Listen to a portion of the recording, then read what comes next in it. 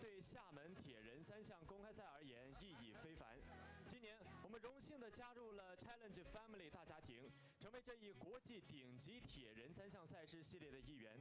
这一转变不仅标志着厦门铁人三项公开赛迈上了国际舞台，吸引了全球高水平铁三运动员的参与，也意味着我们将为参赛者提供更加专业和国际化的赛事体验。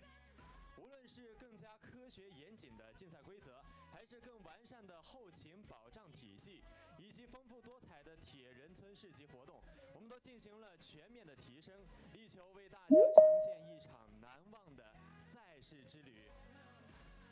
回顾往昔，厦门铁人三项公开赛自创办以来，从最初的几十名参赛者，到如今的数千名勇士。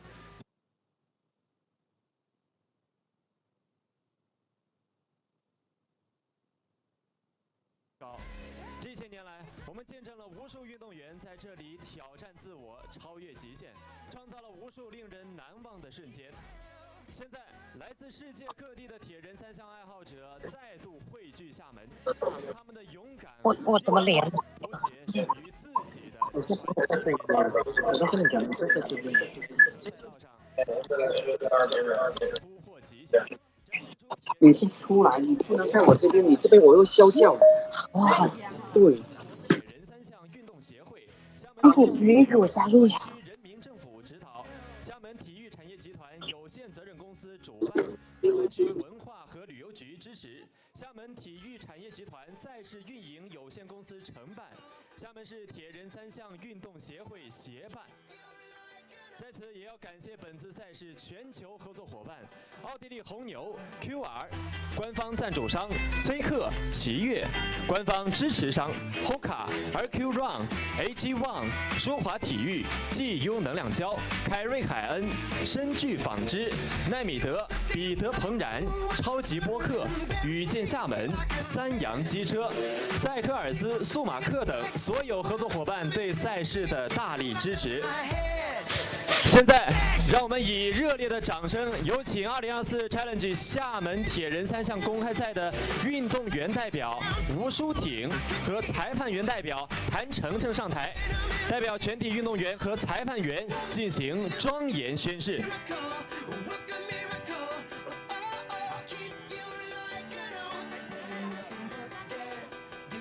尊敬的各位领导、裁判员、运动员及全体运动员。我代表全体运动员在此庄严宣誓，我们将以公平竞争的精神，全力以赴地参与本次铁人三项赛事。我们将尊重比赛规则，尊重对手，尊重裁判，以体育精神为荣。我们承诺，无论比赛结果如何，都将以积极的态度接受。我们宣誓将以最佳的状态。最坚定的意志，最饱满的热情，完成此次挑战。宣誓人吴淑挺，11月19日。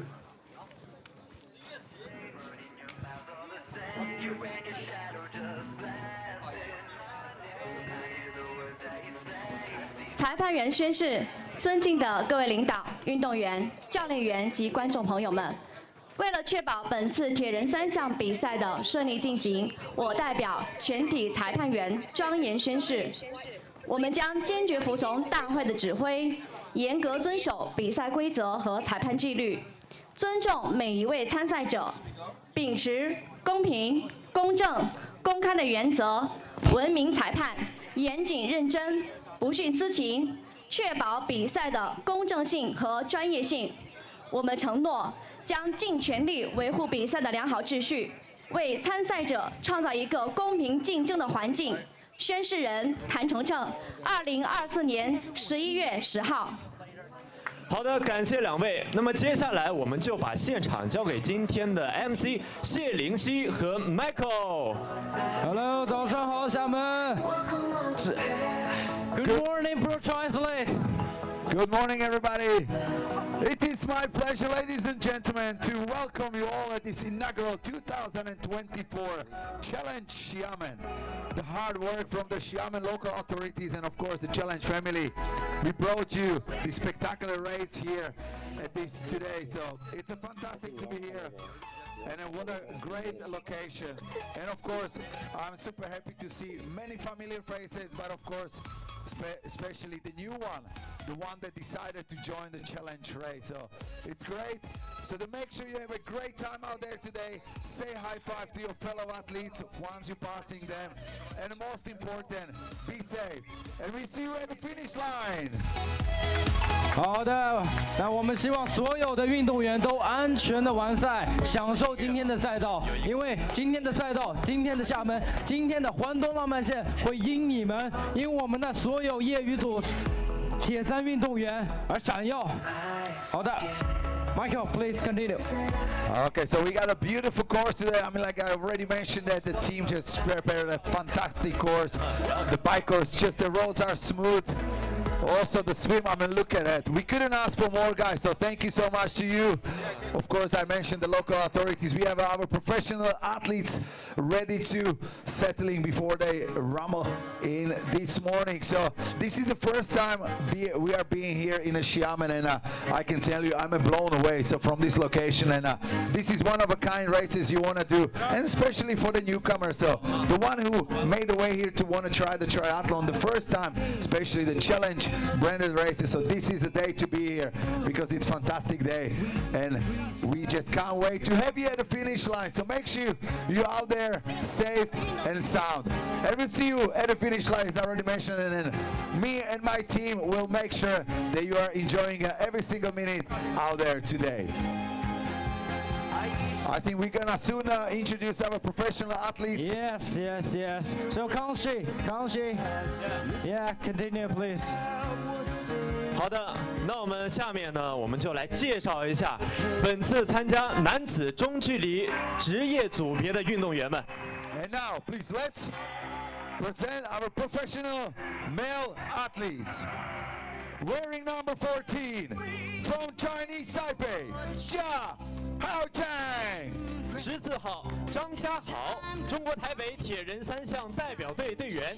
Wearing number 12 from Switzerland, Sven Altermatt. 12号斯文阿尔特马特，来自瑞士，铁人三项欧锦赛瑞士代表队队员。Wearing number 11 from Andorra, Gitan Feto. 11号盖坦费托，Challenge 乌兹别克斯坦站殿军。Wearing number 10 from United Arab Emirates, Luke Matthews. 10号卢克马修斯，来自阿联酋，Challenge 乌兹别克斯坦站第5名。Wearing lucky number 8 from Australia, Nathan Dortmund. 8号内森多特曼，菲律宾速务铁人三项赛冠军。Wearing number 6, another athlete from Switzerland, Jonathan Guzela. 6号乔纳森盖森兰，来自瑞士，2024年 Challenge 土耳其站季军。Wearing number 5, one of the favorites here from Chinese Taipei. Ladies and gentlemen, put your hands together for Tuan Tuan Chen. 5号张团俊，来自中国台北代表队，2024年 Challenge 台湾站殿军。Wearing number 4 from Serbia, please, ladies and gentlemen, Ognjen Stojanovic. 4号奥根斯托亚诺维奇，来自塞尔维亚，2024 Challenge 比利时站亚军。Third place at the Challenge St. Paulton this year from Great Britain, ladies and gentlemen, William Draper. 3号威廉德雷珀，来自英国，Challenge 威尔士站亚军。And 2024 Challenge Armor Champion, all the way from Scandinavia, Sweden, Jesper Ake Svensson. 2号耶斯佩斯文森，来自瑞典，2024年 Challenge 荷兰站冠军。And wearing number 1 and a big target on his back from New Zealand and 2024 Challenge Taiwan Champion. Ladies and gentlemen, put hands together for Jack Moody. 1号杰克穆迪，来自新西兰，2024 Challenge 台湾站冠军。那么以上就是男子中距离职业组别的名单。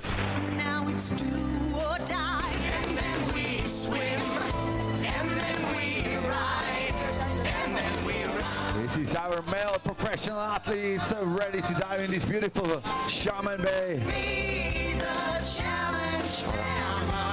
好的，尊敬的各位领导、各位来宾、各位运动员、裁判员们、媒体朋友们，2024 Challenge 厦门铁人三项公开赛的开幕仪式现在开始。让我们以热烈的掌声，有请为本次赛事进行开幕的所有领导及嘉宾登台。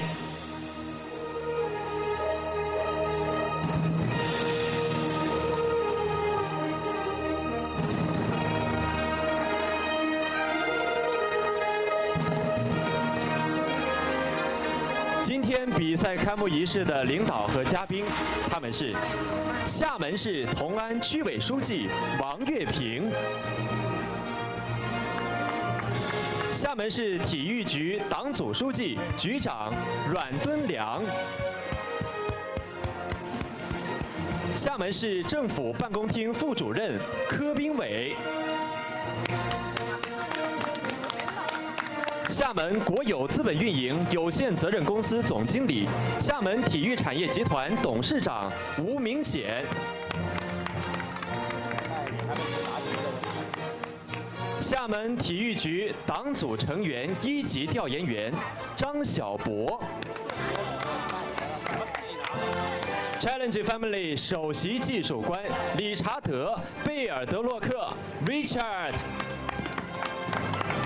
让我们再次用热烈的掌声感谢各位领导嘉宾的到来。好，接下来请全体肃立，奏唱中华人民共和国国歌。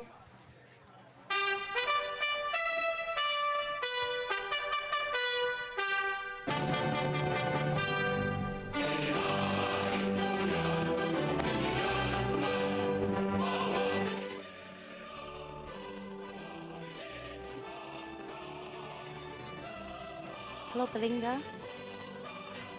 Hello. Yeah. Okay. So here now is the opening ceremony. So when now is our national song. So there is gonna be start at the same time, and yeah. So we just start. Yeah, and you can say like today. Yeah, we launch like say launch me here in China. Yeah. Yeah, cause my colleague said he was in YouTube. He didn't. 现在我们的眼前是碧浪滔滔的同安湾，脚下是旖旎浪漫的环东浪漫线。在这无限美丽的风光中，请各位领导嘉宾和裁判员共同为本届赛事准备鸣笛发令。好的，好的。那么还有1分钟的时间到我们的官方开幕式。Mark, there is 1 minute to go before our official start. You got anything else to say? I mean, like, there is not much to say. Just to wish all of you guys all the best. And of course, crossing the finish line with a smile on your face, because that is all that matters, right? Just to have a great day out there. As you mentioned it, give a high five to your friends, to your fellow athletes, and enjoy this fantastic day in Xiamen. So thank you so much to our authorities and the Challenge family for being here. So there is not much to say. Just I know, like, the athletes, they cannot wait to just dive in and just compete against each other, and again to have a fantastic day today. Yes, yes. 所以还有1分钟，1 minute to go before our race start。还有1分钟，我们的比赛将开始。我们的所有职业运动员已经迫不及待的想要冲入进我们的水面。那么感谢今天我们所有的领导为我们的发枪鸣笛。好，40秒倒计时，40 minutes to go。40 seconds to go, guys. 不好意思，我有一些激动啊，我希望跟陪伴大家的时间更加久一点，所以我不小心说成了还有40分钟，非常抱歉。那么现在25 seconds， 20秒。20秒 so 30 seconds to go. Let's get it, athletes. We're gonna start the countdown just in a short moment, and then you have to go. 10, 9, 8, 7, 6, 5, 4, 3, 4, 1。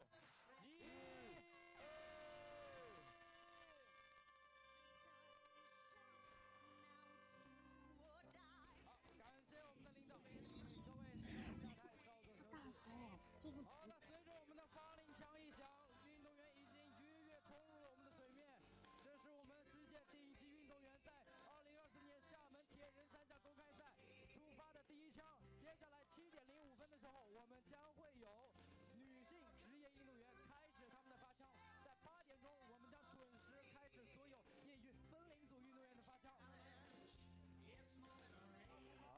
professional men already battling the 1.9-kilometer beautiful swim course, which contains 2 laps, 4 laps on this beautiful, fast and smooth bike laps, and then we're gonna close it with 4 running laps, also on the same course, completely close to the traffic, so definitely it's a safe out there.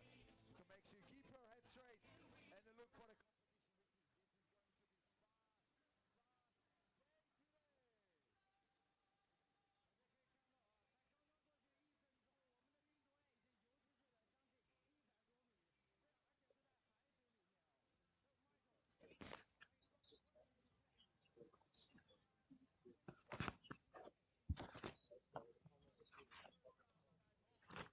Bib number 10, Luke Matthews from the UAE.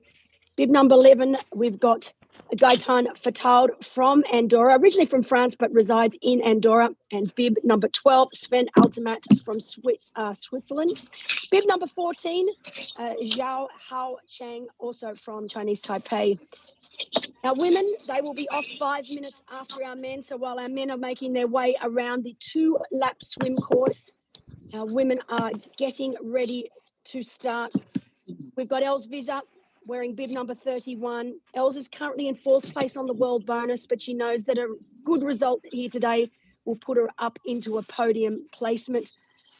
Bib number 32, Alana Siffert. Wow, what can I say about this young woman? She has absolutely burst onto the scene this year as a professional athlete. She's our youngest in the field at only 22 years of age. She has had an incredible season so far.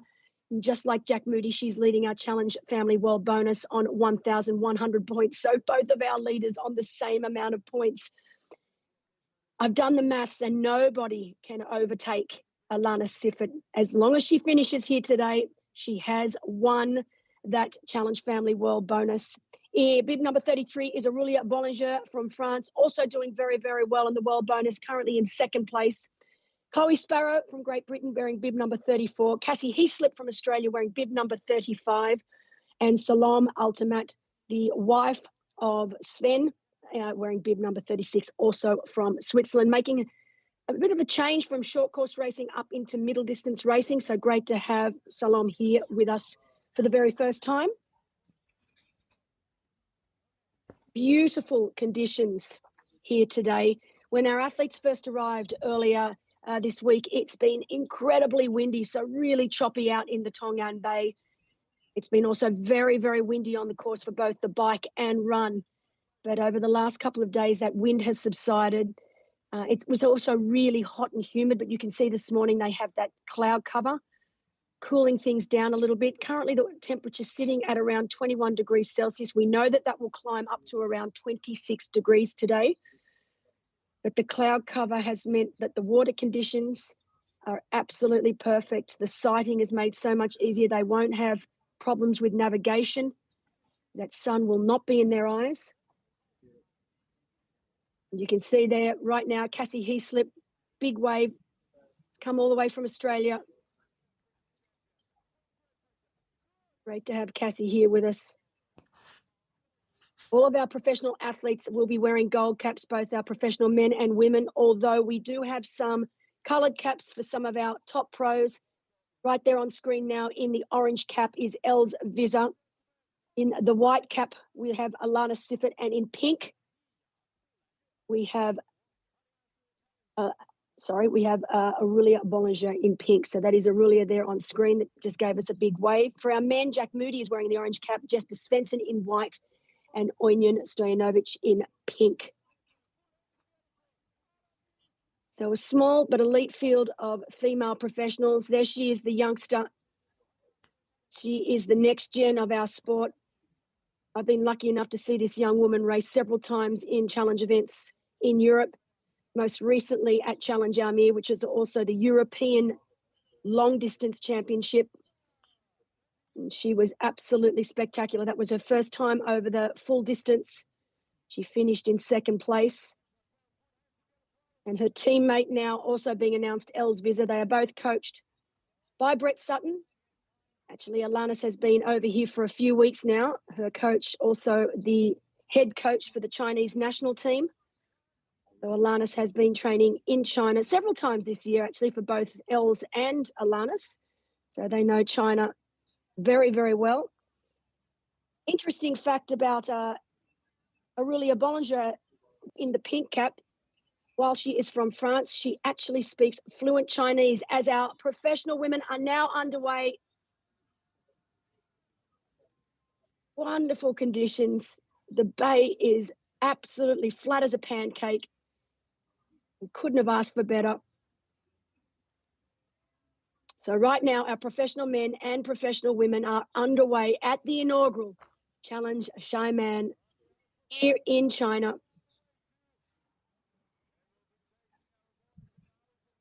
Straight away, you can see Alana Siffert in that white cap. She is not hanging around for anyone. On her heels, you can see the pink cap desperately trying to stay on the feet of Alanis. Alanis is such a quality swimmer. We know Chloe Sparrow also very, very strong in the water. Often leads out, as you can see, our professional men on the left of screen, our professional women on the right.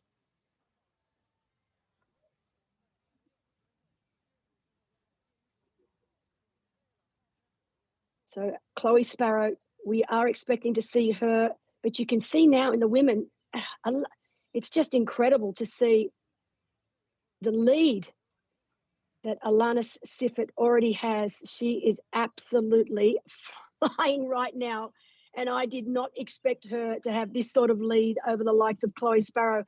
Although talking to Chloe earlier this week, unfortunately, at some point in China, she's done something to her shoulder. So she said she has hurt her shoulder. She's not sure how it happened. But that might be the reason that we are seeing this young woman on screen right now with such a significant lead so early on in this 2-lap swim. Now, the swim, it's in an anti-clockwise direction. They will head out to that first turn can. They will turn left around that can, so keeping the cans onto their left shoulder. They will then exit the water. So we do have an Aussie exit here today. They will run along the sand and then make their way back into the water to complete lap 2. And with our men's race right now, in the pink cap, that is Ojnjen Stojanovic from Serbia with Jesper Svensson of Sweden right on his feet. These two I am anticipating to have an absolute battle royale today. They are very, very close in points on the world bonus. Ojnjen Stojanovic on 900 points, while Jesper Svensson back and forth on 690. Jesper must do well here today to even try and get close to Ojnjen. So it's going to be very close between these two. As I said, Jack Moody on 1,100 points, so he has a clear lead. Tom Hug from Switzerland in third. Jesper will, as long as he finishes in the top 6 today, so he needs to finish in the top 6, he will overtake Tom. If he finishes, I think he will need to finish 4th or better. So Jesper Svensson really racing hard from the gun, both himself and Ojnjen with a good lead on the first lap of this swim.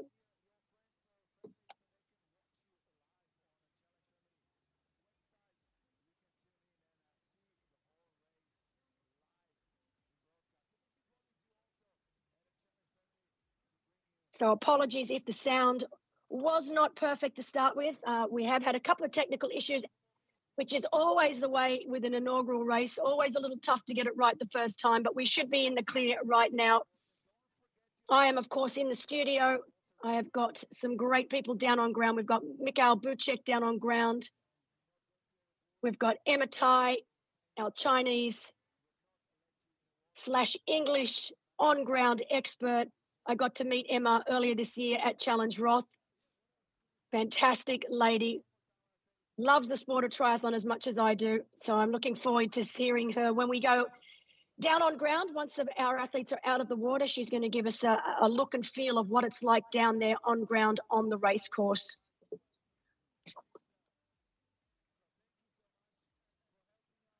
So the city of Xiamen, located in the southeast of the Fujian province, and it's become a renowned venue for international sporting events, including the likes of basketball, football.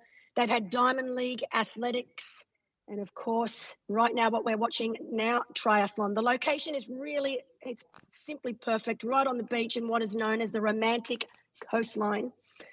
The swim that you can see on screen in Tong'an Bay, which is the largest bay in Xiamen. It's a renowned port city. But both the run, the cycle and the run today, so the bike and the run are on a purpose-built coastal track that wraps around the city. So both of our ride and run today completely free of traffic. The athletes have been training on this coastal track all week long. While the bike will go one direction, the run will then go in the opposite direction. Both bike and run almost completely flat, particularly the run. The run is about as flat as you can get, straight out, straight back. Our bike, while majority of it is flat, so it will be a very flat and fast course today, there is a hill when they go up over the bridge, so they will have to climb up and over that bridge, and then of course on the way back it will be the same. Athletes, when I was talking to them earlier this week, were saying, oof, it could be really tough with the wind, but looking at the conditions right now, there is very, very little wind. I'm anticipating that the wind will pick up slightly as the day moves on, but for now, you can see, look at that bay. You can see both of our top two men, that is Onion Stojnovic and Jesper Svensson, first out. They are at the halfway mark as they make their way around that Aussie exit. Only a really small Aussie exit here today, but I always love an Aussie exit because it gives all of us on screen a really good opportunity to see who's who and to see exactly where they are. And these two athletes off to a really good lead as they head out onto the second and final lap of the swim.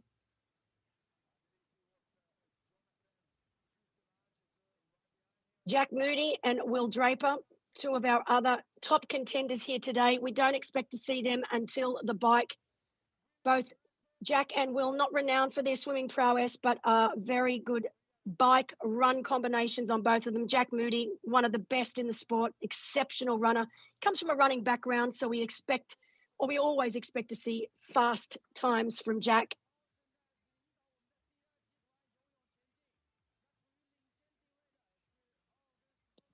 But look at that aerial shot of Xiamen.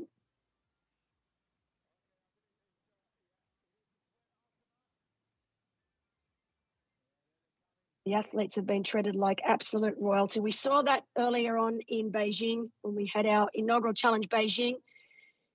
The athletes were treated so incredibly well. One thing that the Chinese know how to do perfectly is really look after their athletes. They've been staying in a hotel which is literally just across the road from the race venue. Everything's so easy. They were taken out on Thursday to one of the local markets where they got to enjoy some of the local food. I've been seeing a few pictures from the athletes, some of the local delicacies of the area. The picture perfect swim conditions down on course right now. Our age group athletes, they don't start today until 8 a.m. So fantastic to see that the organisers are allowing the professional athletes to really have a good hour on the course on their own before we start our age group rolling start. Age group athletes, it will be wetsuit legal for them. Water temperature sitting at about 22.5 degrees Celsius. So no wetsuits for our professional athletes today, but it will be allowed for all of our age group athletes. Yesterday, we had around 1,000 athletes taking part in the sprint Olympic distance races as well as a duathlon, with today's event being the main event, the middle distance race.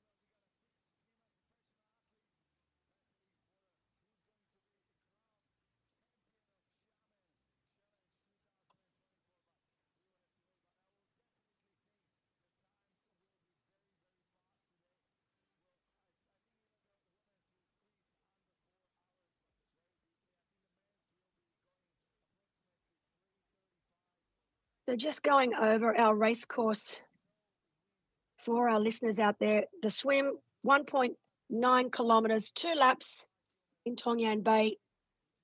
They will then make their way to transition, jump on their bikes, and it is a 3-lap bike course. And they will basically go out and back along the same loop 3 times. So it'll be 15 kilometers out, 15 kilometers back, and they will do that 3 times. And the entire ride is along the romantic coast, which, as I mentioned earlier, is a coastal track used for bikers, runners, skaters. Very, very popular amongst the locals here in Xiamen. Then once they hit transition again, they will then make their way out the opposite direction on a 4-lap run. So 4 laps out and back, 5.25 kilometers in total per lap.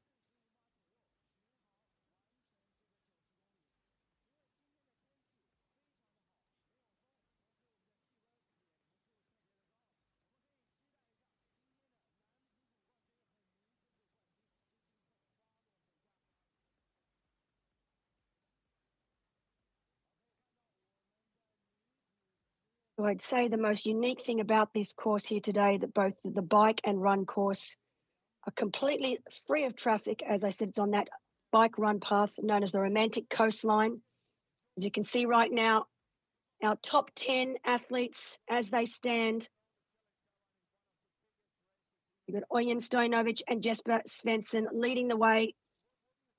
Great to see Jia Hao Chang from Taiwan and Will Draper.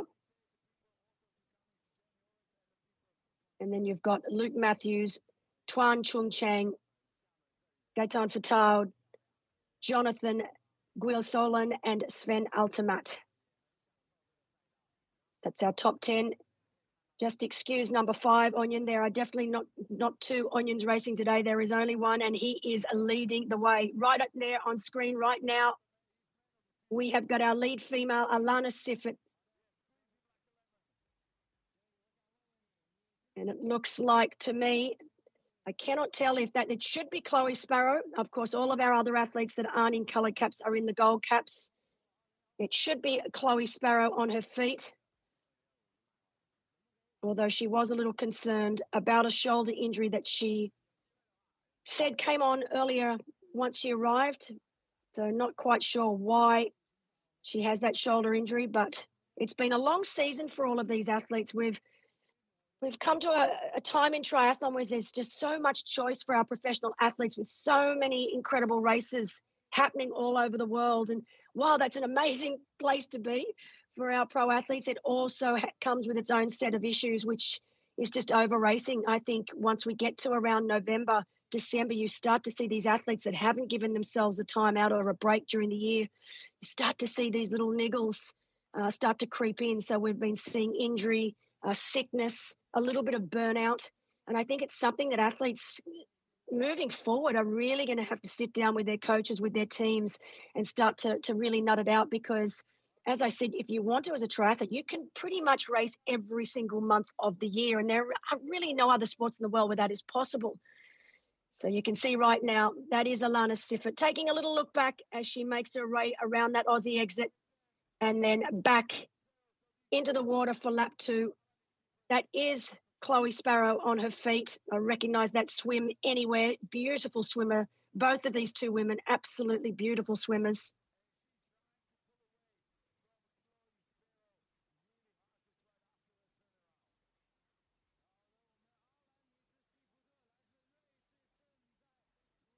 So our professional women, and you can see the gap that these women already have. Brilliant swimming from both Alanis and Chloe.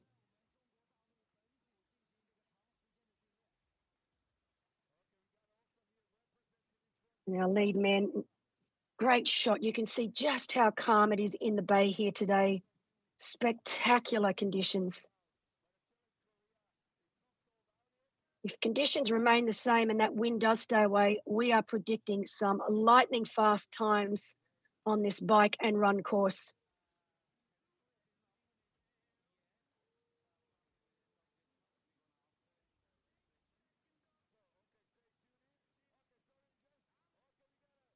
And that is Elsviza now also out of the water. So Elsviza currently in third place. It's been a bit of a tough couple of months for Els after having such an incredible start to the year. Been a little tough these last few months since the Ironman World Championships. She did come down with an injury, and she has been trying desperately to get rid of that injury. She now says that her body is healthy again, but the only issue is she just hasn't had the time to get the training in. She's not race fit coming into this event. She knows that, but she could not pass up the opportunity to come back to China. She really enjoys coming here to train and to race.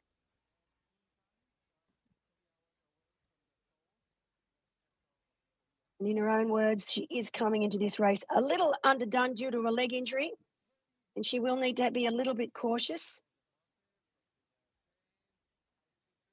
But if you know the backstory of Elsviza, you know this woman does not do things by halves, and she's an absolute fighter. And so I have no doubt that is what we will be seeing today from Elsviza.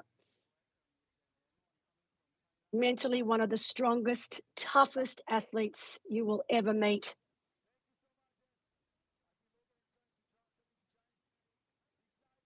And if you ever get a chance to read her book and realize why, I highly recommend it. Yeah, even talking about it now, it puts goosebumps on my arms again. She is so incredibly tough and determined.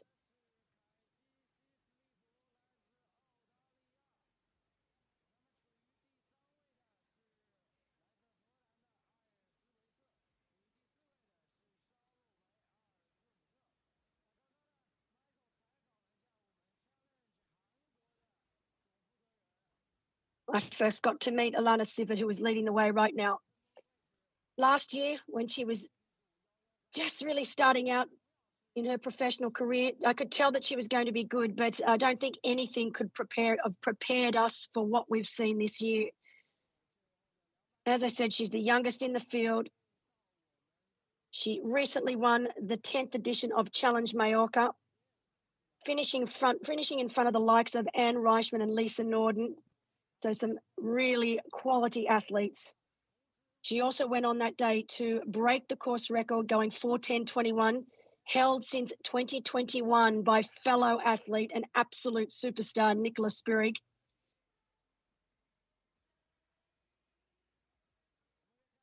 But she's had such a great year this year, currently leading the Challenge Family World Bonus. She was second in Taiwan, second in Challenge Valsy, and second in Challenge Almere. So to get that win in Mallorca meant so much to her. And I know that she wants to do the same here today. She's been based in China on the island of Chongming, located just north of Shanghai. She's been there for a few weeks now. So she's used to the conditions. She loves Chinese culture. She loves the Chinese food. So she feels right at home here. And so far, she is looking the goods for today.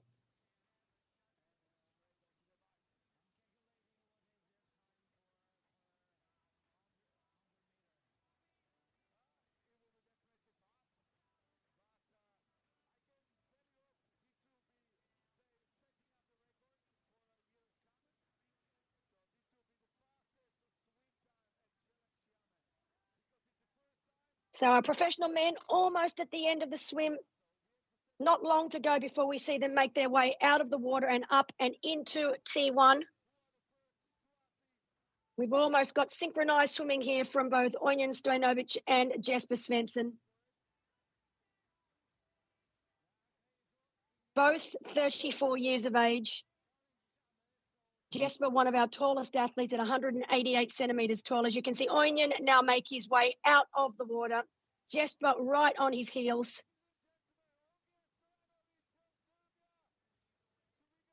These two have created a solid lead over the rest of the men's professional field as they make their way up over that red carpet under the Challenge Xiamen arch and into transition.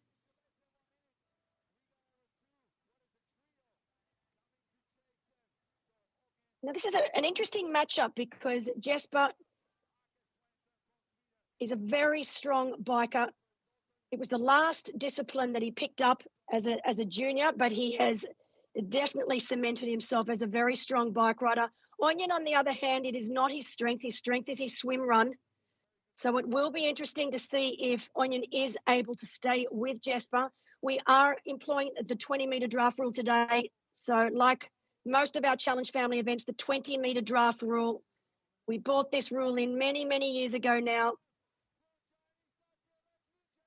so that our professional athletes can have fair racing. The next little group is out.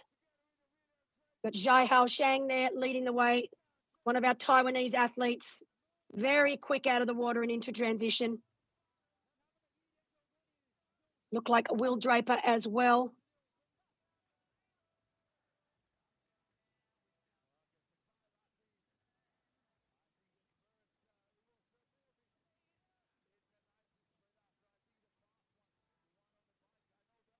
So our chase group as our two leaders, Onion Stojnovic and Jesper Svensson, make their way out. We've got Chia Hao Chang, Will Draper and Jack Moody chasing hard from behind. Will Draper very, very strong on the bike. Great start from Onion so far. He is not mucking around. He wants out. And you can see that course now completely closed. It is an incredible coastal track that they have built here in Xiamen for the locals. They hold so many incredible sporting events there over the year. So the organisers, the Xiamen Sports Group, big shout out to them for putting on this inaugural Challenge Xiamen. They are used to hosting so many incredible international events in the city throughout the year, world-class level basketball, football and athletics, and also triathlon. They have a marathon that they run here every year as well. But you can see now it's really, really nice and wide. So even once our age group athletes are out on course, there is plenty of room for everyone.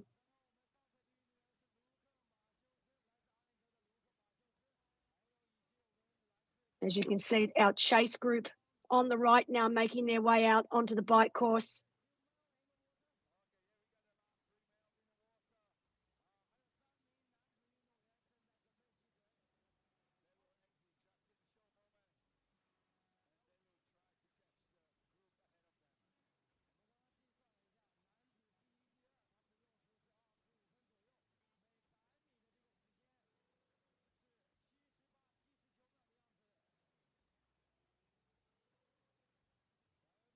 So the rest of our professional men now making their way into transition. Quite big time gaps between our lead group and the rest of our professional males.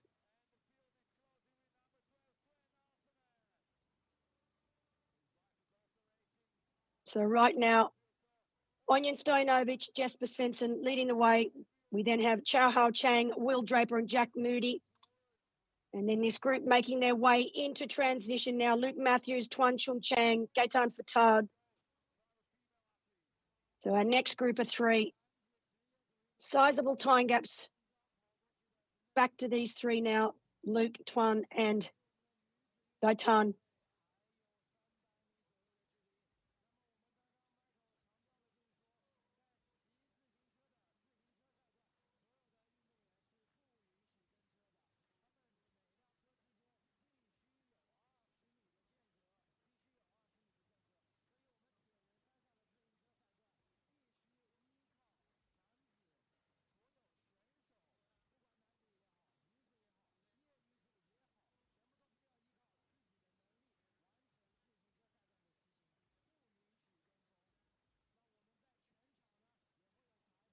And on screen now, as our women make their way around that final lap of the 2-lap swim here.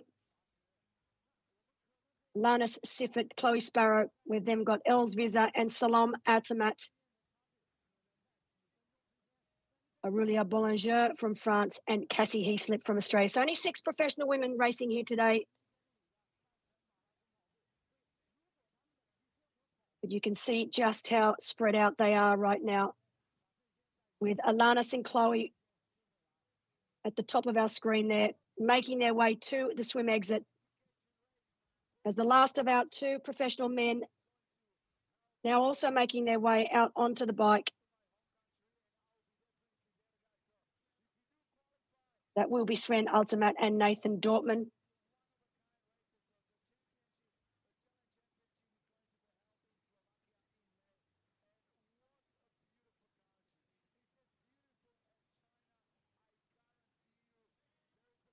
You can see this bike course pretty much pancake flat, not very technical at all. Straight out and straight back. They will go around a few. There will be a couple of ups and downs as they go up over some bridges, and obviously a 180-degree turn at the far end of the course. They will then make their way back here into transition, and they will complete that lap, that out and back 3 times. So 3 lots of 30-kilometre out and back laps today. You can see Jesper Svensson already leading the way. 34 years of age. He was the winner of Challenge Almere, which was also the European Long Distance Championship. And a solid race here today will push him further up the world bonus into 3rd.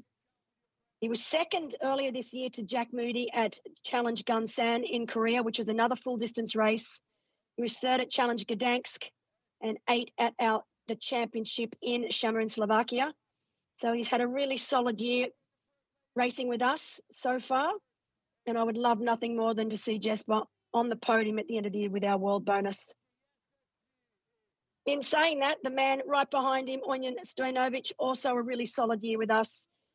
He's currently 2nd on the world bonus. He's 4th at Gdansk and 4th at Challenge Almere, 3rd at Challenge Mallorca, 2nd at Challenge Cincinnatico, and 2nd in Challenge Gallipoli. So he has raced more challenge events this year than anyone else racing here today. Very loyal supporter of Challenge family events. So big shout out to Onion for that. As our professional women are now making their way into transition. So that is Alana Siffert, the youngster from Switzerland, nicknamed the Duck, because apparently when her coach first started working with her, that's what he said that she looked like when she ran. But I look at her now and I don't think it matters. She is so fast. She has improved so much over the last 12 months. She is an absolute force to be reckoned with. One of the nicest youngsters you'll ever meet, never stops smiling. She's one of those people that she's in her smile is just infectious. You can't help but feel good and be happy around her because she's just always happy, loves the sport, loves doing what she's doing, loves the training as she makes her way out onto this bike course, showing maturity well beyond her young years, particularly when it comes to racing. You know, one of the greatest things about my job is I get to see these athletes start their careers and I get to see them transform over the years into sometimes the best athletes in the world. And to see Alanis and her rise in such a small amount of time, I cannot wait to see where this young woman gets to in the next 2 or 3 years, because she just has the right attitude. She's an incredible athlete. She loves the sport. So, yeah, big things from this young woman, I dare say, in the next few years. And this is a great shot, actually, of that romantic coastline track that I was talking about. You can see the different colours, the blue and the red, and they need to stay on one side for the ride. And then once they get back to transition to T2 and they rack their bikes, they will then run out the other end, but they will be on the other side. So there'll be no crossing over of athletes or riders, rather riding and running, because they do go in opposite directions. So when they do the run out the other side, they will actually be on the blue track. But our bike ride here going out on the red part of the track. But you can see just how wide it is. So once our age group athletes start at 8 a.m. this morning, I think it will only be the last lap that will be an issue, where we will have both age group athletes and professional athletes on the bike course together. There is plenty of room. And this is now Els Visser making her way up into transition. These lead two women, Chloe Sparrow and Alanis, definitely have a good lead over Els Visa, not to be unexpected. Els not renowned for her swimming, but is an incredible bike runner. So it will be interesting to see if Els is able to bridge that gap up to our lead two females. We know that she's coming into this race a little underdone, particularly with the run. She did have a run injury. So there's been very limited run training for Els.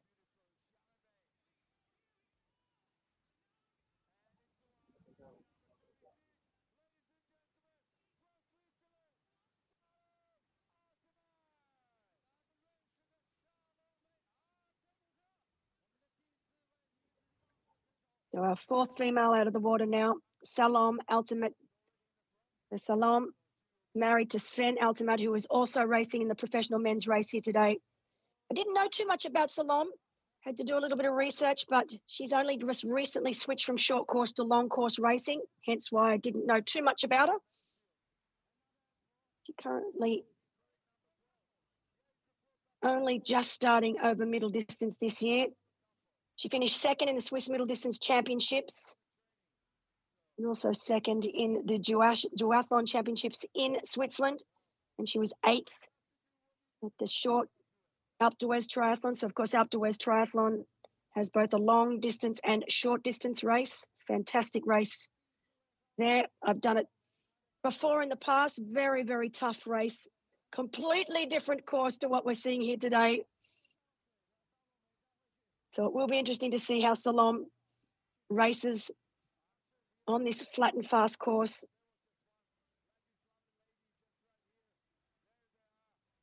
But look at that already. Alana Siffert has just cleared out. I cannot even see Chloe Sparrow in the background. You can just make out Chloe, just make her out right at the back there. So Alana Siffert, her biking has just improved so much this year. She raced in Andorra, beating the likes of Ash Gentle, outrode Ash Gentle, in fact, in that race. And we all know that Ash Gentle is a very strong bike rider. It just shows you how good this young woman is.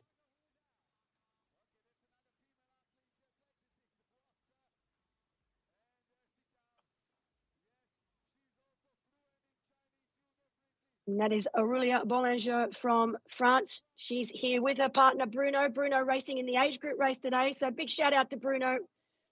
I got to meet Aurelia and Bruno earlier this year in Challenge Cagnes-sur-Mer. Lovely couple. And Aurelia also having a great season so far. She's currently second in our world bonus. She's had wins this year at Challenge Censonatico in Italy. She also won Challenge Salou and Challenge Cagnes-sur-Mer. So great season so far for Aurelia, hence why she is up in second position. Still can't get over the fact that she speaks fluent Chinese. That's why she really wanted to come to Xiamen. As soon as we announced the race on our calendar, she was one of the first athletes to contact me saying, I have to go.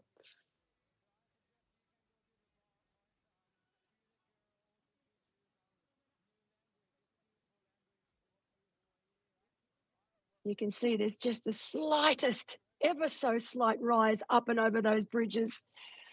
I'm not even sure you need to get out of the saddle, though, to make up and over those bridges. So it's really a flat and fast course, and we are expecting lightning fast times. You can see very little movement in the trees on either side of the course. There is no wind on course right now. I did see pictures earlier this week where it was blowing a gale. And we were anticipating wind for today, but the last couple of days, it's really started to subside. And we have woken up this morning to perfect race conditions. And this is one of the things I absolutely love about racing in China. Look at that. More cones than you can count. They really know how to set up a safe course for their athletes. The entire course is completely barricaded and coned off. They go through in the morning, they clean the entire course so there will be nothing on the course causing flat tires or any other sorts of issues. Just such great peace of mind for the athletes racing. They can concentrate on doing their job, and their job is to race as hard as they can here today. Look at you can see that Alanis is really pushing. She's created such a lead. She knows that her training partner, Els Visa, a very strong bike runner. So I think Els wants to get a lot of time between herself and Els. As Cassie Heaslip now makes her way into transition. She is the last of our professional women to make it into transition. The swim, of course, the weakest of the three legs for Cassie. She's a great bike rider and a really strong runner. She'll be happy to get that part done and dusted as she makes her way out onto the 90-kilometre 3-lap bike course.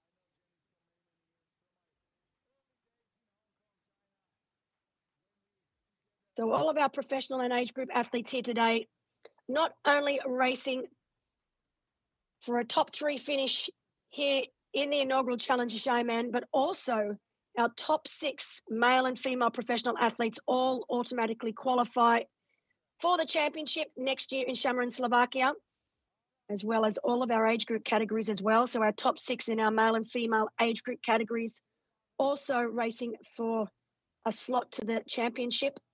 Fantastic event next May in Slovakia.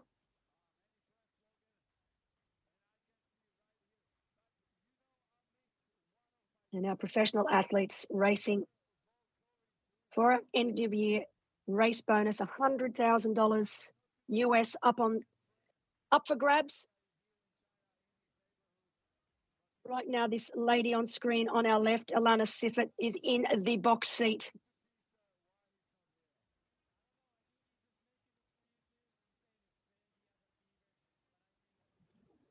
Almost every pros, when they come back for the bike course checkout, and they just say, oh, this is such an aero bike course. Definitely really not that technical, so they gonna rock on the bike course.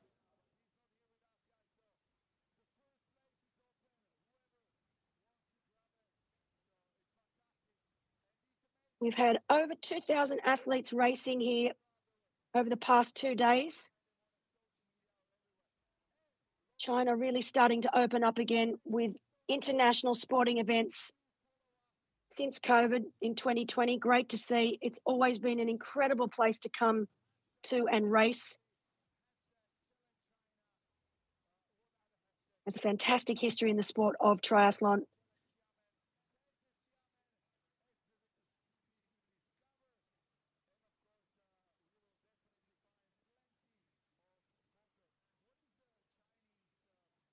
So while both our professional men and women are onto the bike course, you can see down on ground there, right of screen, our age group athletes are all lining up in their categories. It will be a rolling start for our age group athletes today. It is wetsuit legal. Water temperature at 22.5 degrees Celsius. Means that it will be wetsuit legal for our age group athletes, although you can see down on screen now some opting not to wear wetsuits.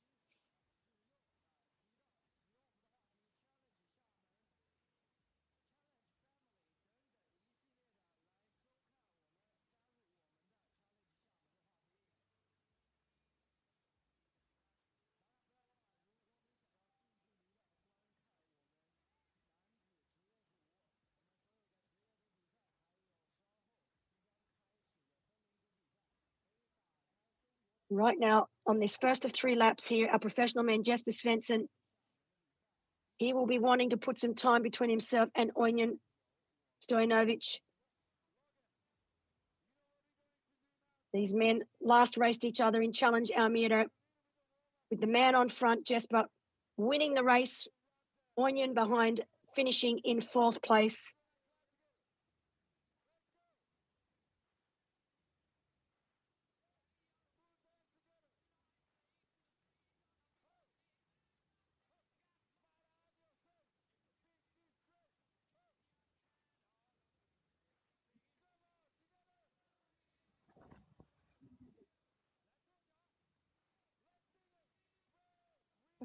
somewhat shocked about our rising star, Alanis. She's still leading the race.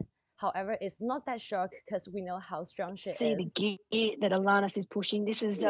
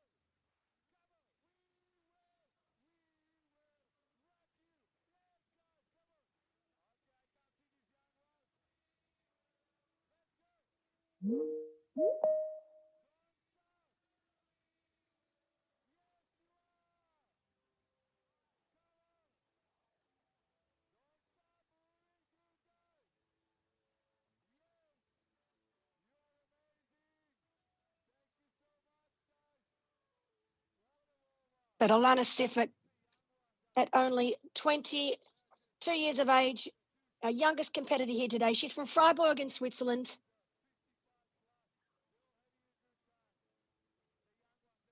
She has such a positive attitude to everything that she does. And in her own words, she loves the challenge of triathlon. And she also loves pushing herself to the limits. There's no half cup full here for her. It's all or nothing. She was a swimmer when she was younger. And then she only started taking up the sport of triathlon in 2021. She's already been to China 3 times between 2023 and 2024. She does train with the Chinese national team in Kunming, Yuxi, and Shanghai. And she really does feel like this is a second home to her now. She loves the Chinese culture. She loves the Chinese food and the Chinese people. And she thinks it is an amazing country. And right now she's showing us that she really is very, very comfortable right now. She is right at home, leading the way and seemingly extending her lead over the rest of the field so far early on in this bike course. Our men's race, a little bit of a different affair. With Jesper, he's been on the front since the start, trying desperately to to get that gap between himself and Onion, try and extend that out, but Onion not letting him have it all his own way and just remaining right behind. 20-meter rule here today. I don't think we're going to have a problem with drafting with our professional athletes. It's only a small field. We've only got 6 professional women here today. You can see Alanis on screen right now, and just coming up and over that bridge behind is Chloe Sparrow from Great Britain. This is her first year, Chloe's first year racing as a professional athlete. She's only been in the sport of triathlon for 3 years, but it is her very first time racing in China. She's here with her partner, Will Draper, who's racing very well so far in the men's race. But it's the first time for both of these two here in China. One of the greatest things about our sport is getting to visit new and wonderful places, countries. I know back when I was racing, one of the highlights was just getting to explore so many countries that I otherwise would never have been able to get to. And just experiencing so many different cultures. I spent a good chunk of my career racing in and around Asia, the likes of China, Korea, the Philippines, Thailand, Taiwan, even Singapore. And just so incredible to experience the different cultures that these countries have to offer. And for many of our professional athletes racing here today, this is the first time that they've ever been to China.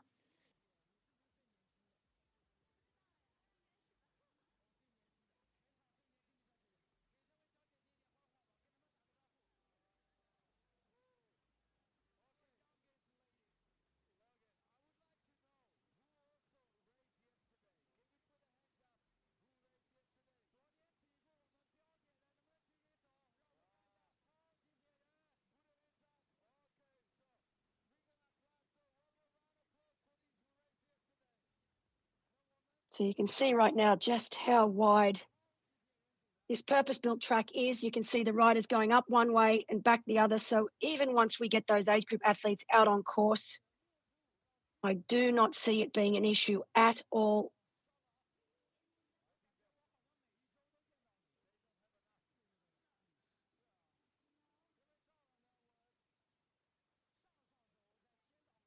One of the greatest things about this coastal path is the athletes have been able to train on it all week without having any worries in the world about traffic.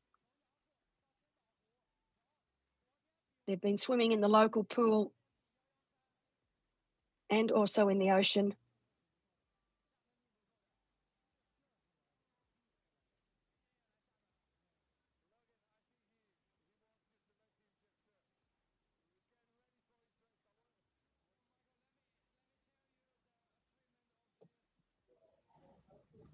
Now it's a little bit downhill, but Alanis seems still really comfortable about what she's doing. Definitely amazing for her, for this young lady.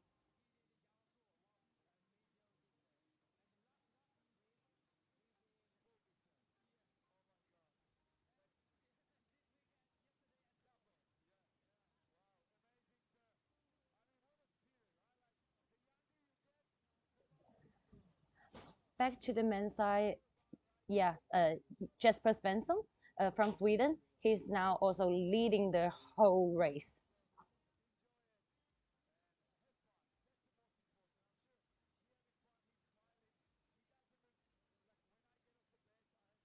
So our lead two males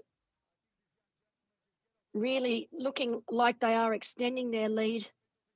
We know that Jack Moody and Will Draper are our two chasers.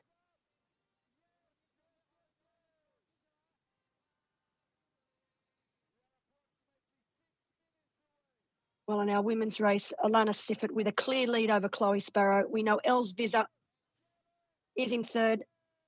Salom Ultimat is in fourth. But these gaps are really starting to push out.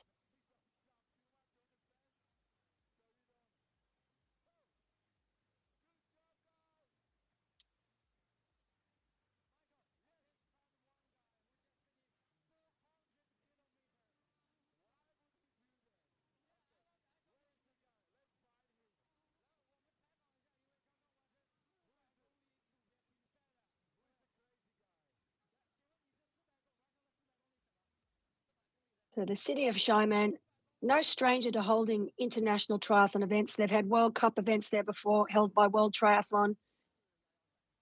Last year, this particular event, the Xiamen Triathlon, took place.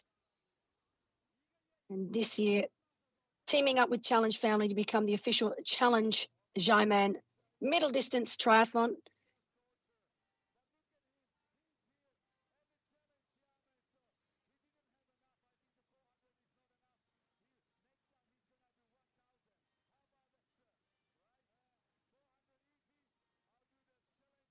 Xiamen itself is known as the World Garden City. It boasts a beautiful natural environment and cultural heritage. It is the birthplace of the Southern Fujian culture. So it is the Fujian province. Xiamen has also influenced Taiwan and Southeast Asia. It's renowned as being a diverse, inclusive, open, and international city.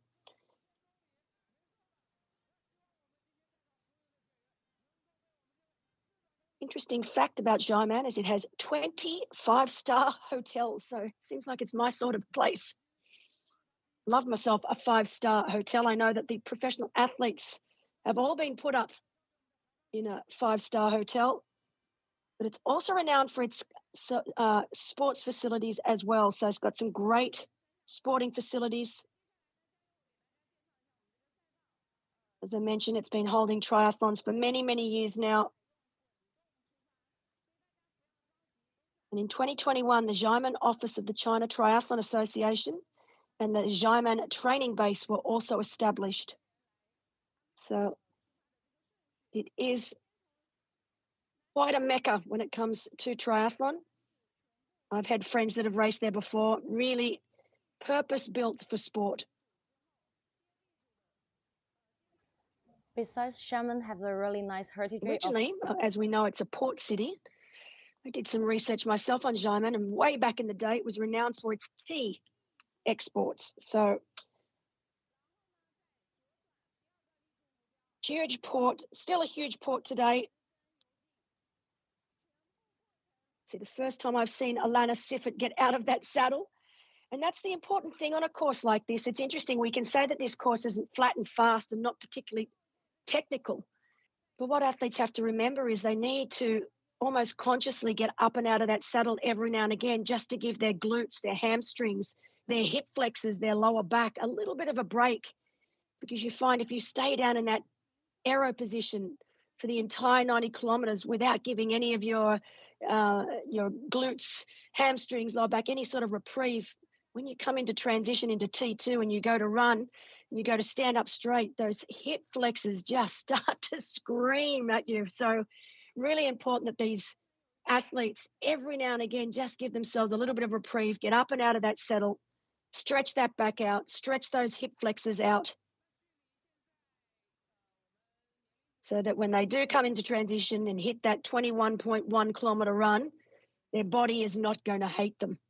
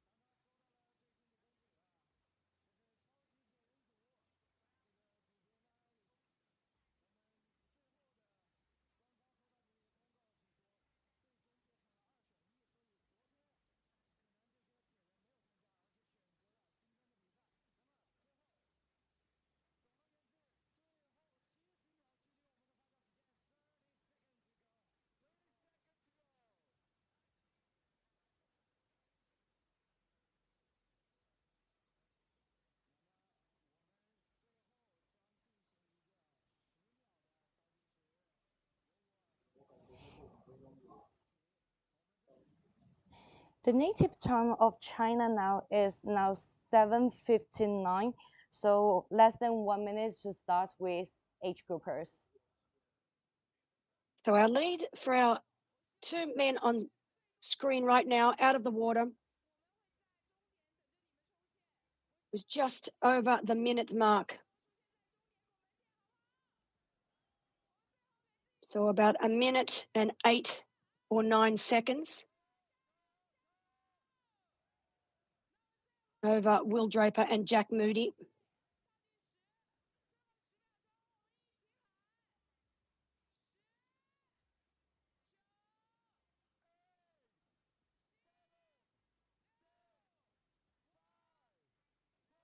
Once they complete lap 1, that is 30 kilometers. So 3-lap bike course here today. So once these men have completed lap 1, we should be able to see if that lead has indeed extended or if the likes of Jack Moody and Will Draper have been able to reel these two men in.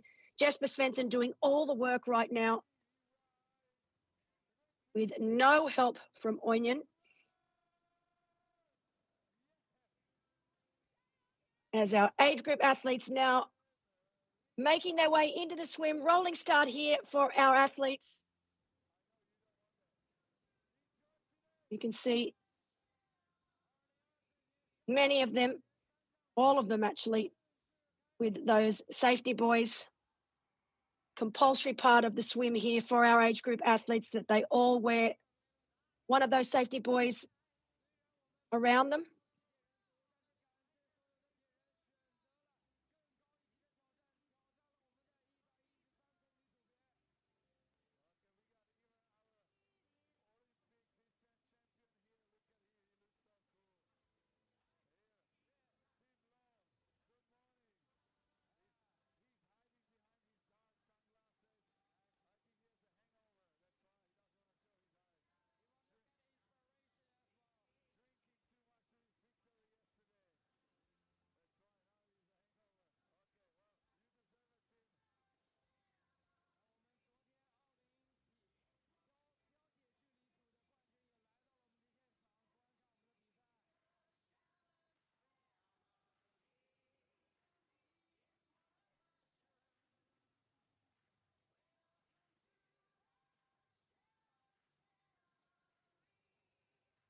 And what a great sight that is. Right of screen now as our age group athletes, as they make their way around this 2-lap swim course in Tongan Bay, the largest of the bays here in Xiamen.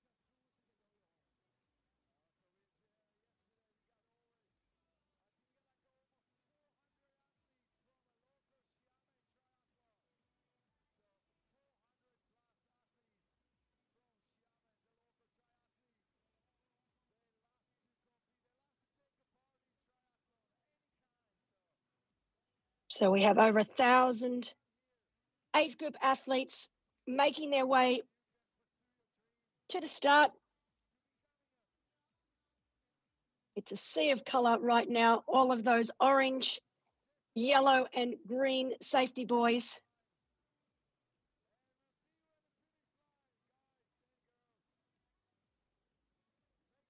They are very big on safety here in China. Every one of those age group athletes had to do a swim proficiency test before they were allowed to start. So making sure that every one of those age group athletes was competent in the open water.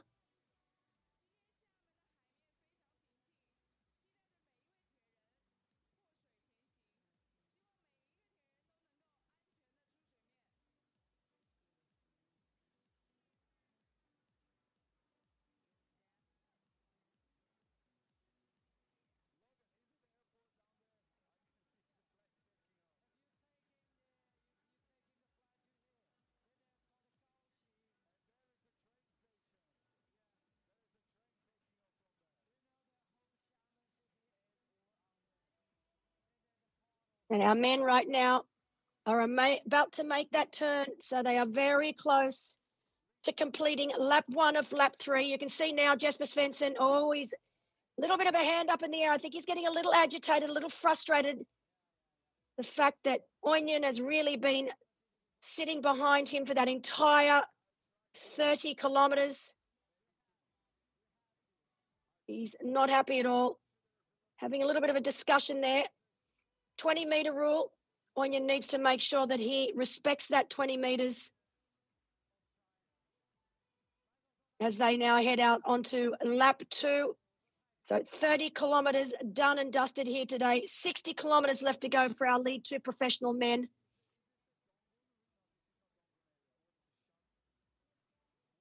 You can see that aerial shot.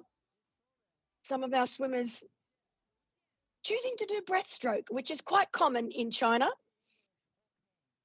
So I know in Australia, as kids, we are taught to do freestyle. That is the stroke that we are all taught to do from when we're very, very young.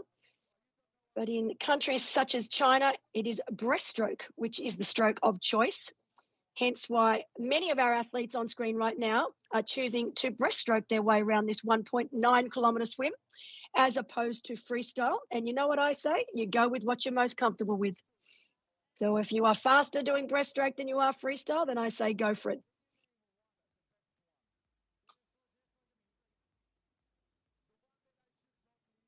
You can see that is Will Draper now. He looks like he may be the only athlete that has really made up some solid time on our 2 leaders. So great riding so far from Will Draper of Great Britain. He is renowned for his cycling.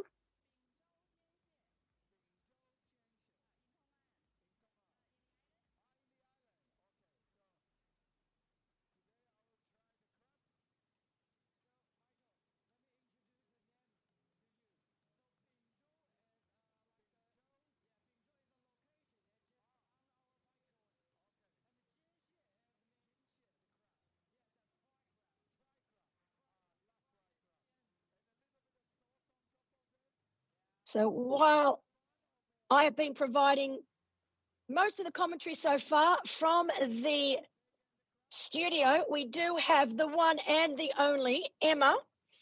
So Emma Tai, who, as I mentioned earlier in the production, I got to meet the lovely Emma in Roth. She is a huge fan of the sport of triathlon. Again, such a beautiful smile, and I can't wait for her to start giving us some commentary down there. She's been down on ground. She's been amongst it all. She'll be able to give us an update on the field, what it's like down there, the atmosphere, as we see Jack Moody also now making his way around lap 2. Emma, can you hear me down on ground? How are you going down there? What's it like? Hello, Belinda. Say hi from the greeting of Xiamen. So to be honest, I'm not the only big fans of the sports of triathlon, but also I'm the huge fans of Challenge family. Yeah, simply love the atmosphere of the race so far, and all of the athletes when they, yes, as we see now is our on the left hand side we can see all the male athletes at the leading group. They are being in the super aero course. Yeah, as they say. Yeah, everyone have a really, yeah, really said, okay, they're gonna try to push themselves in, make sure that they gonna have the like personal best in the cycling course, and maybe let's see who any of them can do that. Yeah. Exactly. And look, you've been down on ground. I know you've been down on the finish line. You were down at the swim start. I've been talking about it, but the race conditions, Emma, are really perfect for some fast times here today.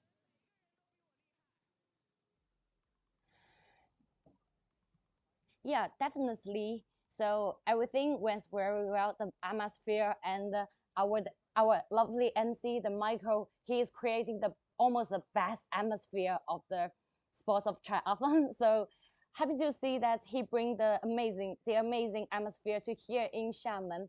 So the city, to be honest, the city not only have the almost the best heritages of triathlon here in China, but also Xiamen also held one of the biggest marathons, that's Xiamen Marathon here in the city. Even though it's not here in Tong'an Bay, but here the city are always welcome the athletes from all over the world, not only in triathlon but all the sports world. Yeah. And yeah, Emma, speaking about that, you really do. This city has so many incredible international sporting events, even the Diamond League athletics. I mean, that's incredible. Yeah, definitely. So we can, yeah, also the previous the high jump world record from the Swedish athlete called Duplantis. Yeah, he also broke the world record here in Xiamen with 6.24 meters. That's super amazing. The city is such a great honor to prove every single amazing moment, not only the like sports of triathlon, but the whole sport world. Now, you've been there all week taking care of the elite athletes. I've been spying on Instagram and other social media platforms, and you have been everywhere. And it looks like you have really gone above and beyond to take care of the professional athletes, and not only to look after them and make sure that they've been able to do lots of great training while they're there, but also providing them with some incredible experiences that they wouldn't get in their own countries. Because as you know, the Chinese culture and the culture specific to Xiamen is amazing and very new for many of our athletes who are visiting China for the first time. Has it been a lot of fun? Yeah, to be honest, they start the city walk a little bit earlier than me. Yeah, we had a lot of discussion so far. They also enjoy the city, and I saw they drink the tea with the organization, and also they do enjoy the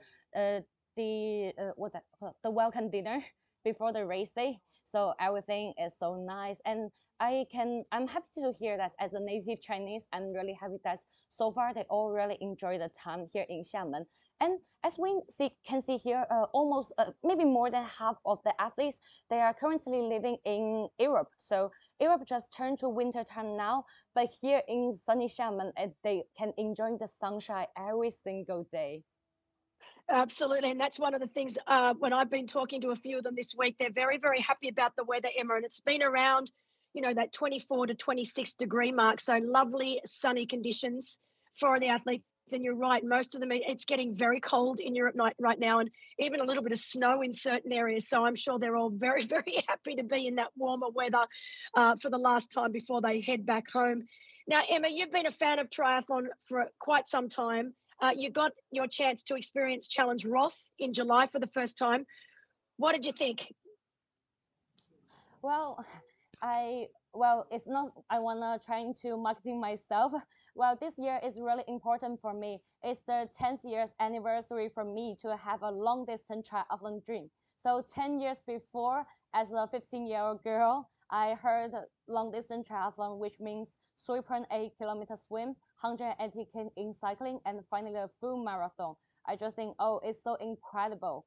And in 2017, I don't know whether the name is correct. Challenge Family published a movie, and it's one of my the most important inspiration of the sport. At the very beginning, I know triathlon. That's Chi Dang. He's also the pro starlist in Challenge Beijing, and I watched the TV. I watched the TV for the movie, and I saw, oh my God, how the triathlon can be so warm.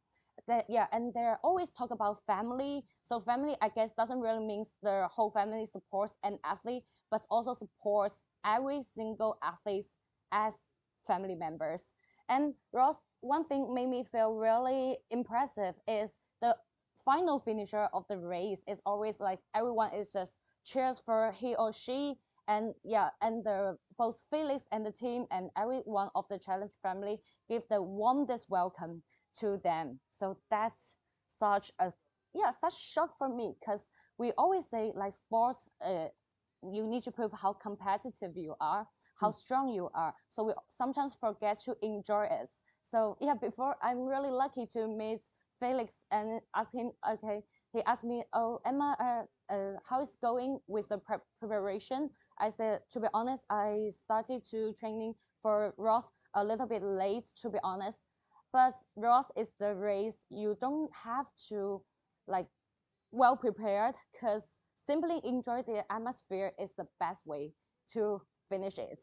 I was really lucky that I met both you and the whole team, and a lot of triathlon I admire. I always see them through the TV, but now I can meet them in person. That's amazing. I love it. I love it.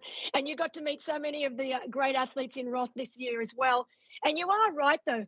I think the important thing, particularly with a race like Roth, yes, we have some of the best, greatest athletes in the world racing fast times in Roth, but that's not what it's all about. And I think that the very last competitor in Roth actually gets bigger and more cheers than the winner. So I think, we had Magnus Ditlev and Annie Haug winning the race this year, but I think that the last finisher actually got bigger, louder cheers than those two did when they finished. Yeah, exactly. So after the race, me and one of my friends, she had a short interview with me and asked me that, what makes this race experience so unique? I say, well, I met the it's Christopher, and I met him. He always say, yeah, he need to be 1% better than yesterday's him. And yeah, I also met Christopher during the running course, and I cheer for him and say, yeah, go Christopher, yeah, wish you all the best, and cheers for him. And also his team, his family were with him as well. And I saw the final movie, and Felix, yeah, he took he took the beer, big Erdinger, yep, the big Erdinger beer, yep. Yeah, and the fire war and all of the lights, and everyone is like clap and cheers for him. I think this should be, this is also like the other parts of should be standard, it should be the norm. I know, and I think for many of us, I mean, for myself, I didn't get into triathlon to begin with to become a professional athlete. I was attracted to the sport of triathlon for exactly what you're saying, just the camaraderie amongst all the athletes, the social side of triathlon, meeting new people, going to new and incredible places like we're seeing on screen right now here in Challenge Xiamen. So I think that's one of the unique things about our sport is, yes, it's amazing to watch the elites as we see on screen right now, but really it is what we're seeing on right of screen, our age group athletes, our thousands of age group athletes that make this sport the incredible sport that it is today. Exactly. So last afternoon, lots of children here in Xiamen, they also participate in really short course, a short distance triathlon race, and with some of them are with their parents, but some of them is their parents accompany them to trying to be a part of the triathlon world. And you can see a lot. I guess the youngest is 4 to 6 years old children, and some of them even really somewhere experience. You can see like they are kissing their medal and they went to the podium just like they did that few times. They did really enjoy that. I love that. Oh, that's so great. And you know, Emma, I think, and obviously some of these children, we have these the Challenge Junior events all around the world, and we know that from these events there will be some superstars in the making. But for majority of these kids, it's just about introducing them to a fit way of life, a healthy way of life. And I think that's the most important message that we can give the youngsters, that we can give our children, is that this triathlon, it's such a healthy, fun way of life. So hopefully, we don't expect them all to become superstars, but if we can convince them to move, to be active every day, well, we know that that's going to be a great thing for the future and for our children. Yeah, exactly. So yesterday, even though just maybe for a lot of children, or they only just, we have the children triathlon and also junior. And you can see like they are, even though afternoon weather is always, the temperature is pretty high, and you can see they still like try their best. Everyone is like sweating and trying to push themselves. You are really shocked about, okay, did they know that's what they are doing? we were somewhere curious about that, but you can see they just simply swim, bike and run and crash the finishing line, and the MC are waiting there and clap and cheers and trying to encourage them, a little bit faster, and then it's finishing line. So the whole, that's wonderful. Exactly. Some of them is the children of the racer today, the age groupers, and some of them just simply take their child to here to just enjoy the atmosphere. That's so amazing. I guess this is also like I think it's a really nice start of the challenge for being in Xiamen. Before that here, because I participate in the Xiamen Open Triathlon race in 2 years before, and 2 years before I participate in the age group race, but for our national championship, it was here as well. And you can see, the younger or all the young athletes, they are all really talented and they are trying to push themselves. I can feel that, okay, the both from as an age grouper, I was really struggling with the race, but however, I can see all the national team members, they are so professional, they are so engaged in the race. That's also inspired me as an age grouper. It's interesting. I mean, obviously I think China is really concentrating on the Olympic distance. So you mentioned the national team, and they obviously have employed a head coach for that national team, and that we are starting to see some really good athletes coming out of that.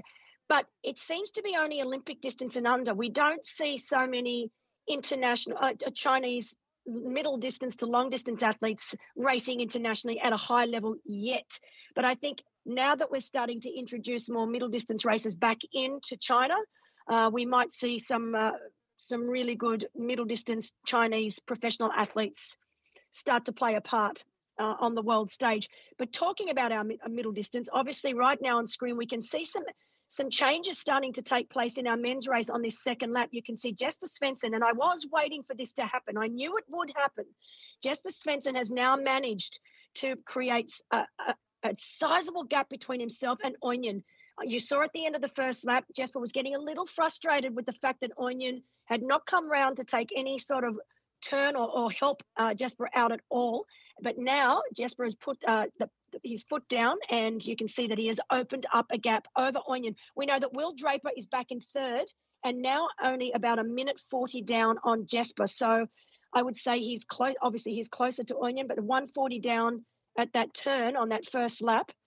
And Jack Moody a further 1:20 down on Will Draper. So Will and Jack were out of the water together, but Will has really ridden very, very well, and he's managed to create a 1:20 gap between himself and Jack Moody, now in fourth.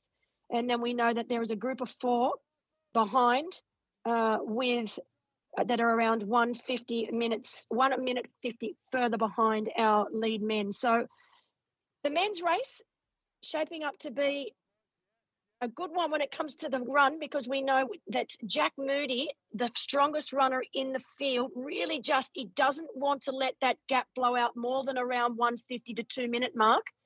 Right now, we know that it's starting to push out just a touch too much for Jack, but he's got such a significant lead in this world bonus that he really only needs to finish in around the top 3 or 4 to maintain that lead. So it'll be job done for Jack Moody. But I also know the way that Jack Moody how he thinks, and I'm pretty sure he will want to at least finish on that podium. So let's see how that goes. But great to see Jesper Svensson riding very, very strongly out on front. And look at that picture now. You can see the gap that he has managed to create between himself and Onion. It is sizable now. So he really has decided to pick up the pace, or Onion really was struggling in that first lap to hold pace with Jesper, hence why he wasn't able to come around and help Jesper out. So either way, we have lead male Jesper Svensson and lead female Alana Siffert. We know that Alana has around 38 to 40 seconds on Chloe Sparrow, and Els Visa now 2:23 down on Alanis. So that gap has opened. So Alana Siffert fastest on course on the bike so far. And you saw then as Jesper went through that, he's at the far turn now. So he has completed 45 kilometres of this bike course. This is a great position for him to be in right now, because he will get eyes on Onion. He will be able to see exactly where he is. And he's just made that pass right now. And you can see Onion now taking that turn. So this will be highly motivating for Jesper to know that he has finally broken Onion. And now he just needs to concentrate on making his way back to the finish of lap 2. And this will be an opportunity for him, obviously, to see just how far back Will Draper is and Jack Moody. But this woman on screen now, Alana Siffert, she has led from the gun. She led the swim. She is leading the bike. She has around that 38 to 40 second mark lead over Chloe Sparrow. But more importantly, a huge lead over Els Visa. Yeah, fun fact was that when we met Agnes here in Xiamen, and on Friday afternoon we had for the age groupers, all of the athletes, we do have a meeting, with the both the professional athletes was on the stage, yeah, and everyone else are on the just with them. And fun fact was that Ducky talk about and say hello, 你好, which 你好 in Chinese, and saying hi to everyone. Everyone was like clapping cheers for her. That's somewhere shocked about this. A Swiss girl, she like her voice is so sweet and saying hello to others. And she also talked about before she was training, as you said, in Chongming, Ireland, close to Shanghai. And also I remember it's like late January and at the beginning of February. And so she also stayed with Chinese national team in Yunnan, China. And fun fact was that she also, I also tell people around me that well, maybe she knows China than you imagine. Yeah, she also chefed the dumpling with the national team, and also she said really did enjoy the time in China before, now, and maybe in the future. Yeah, hope Zaki will always come to China and stay with us. Yeah, we see here now is Jesper's. Sorry to talk to you, and Jesper is in English pronunciation. I was 4 years Swedish resident, so his name pronounced better in Swedish, gonna be Jesper. The first ever time I met Jesper in person, it was Thursday afternoon, so around like middle of the around just simply after lunchtime, 1 p.m. I saw Jesper with his mountain bike went out of the hotel, and at that time the sun was shining and sunshine and really yeah, high temperature, really warm. I guess Jesper is like it's really luxury for, maybe it's somewhere luxury for him to living in currently living in close to Stockholm, so it's really frozen and somewhere dark. So I guess he was enjoying the time here in China because with such a sunny weather. And as I can see here in Xiamen, well, now it's not that sunny. Somewhere clouded, but the temperature is totally okay. It's really really comfortable. Yeah. Yeah, it looks beautiful. We've got a shot there on screen right now of the age groupers coming out of their first lap. So they're finishing lap 1 and about to make their way around lap 2. And I love seeing Mikhail Buchek down on ground, giving them all high fives. You mentioned before Michael Buchek really setting the scene down there and making it a great atmosphere for all of our athletes and spectators. I've known Mikhail for many, many years. In fact, he was one of the first international athletes. He was actually racing pro back in the day when I was. So not too many people know this, but Michael Buchek was what I would call a semi-pro. So he wasn't full-time, but he definitely did race a few professional races in his day. He loves the sport. He's everywhere right now. He's one of the main on-ground commentators for Super Tri. That's where most of us know him from these days. But great to see him down on ground, giving all of the age group athletes a high five as they make their way into lap 2 of the swim.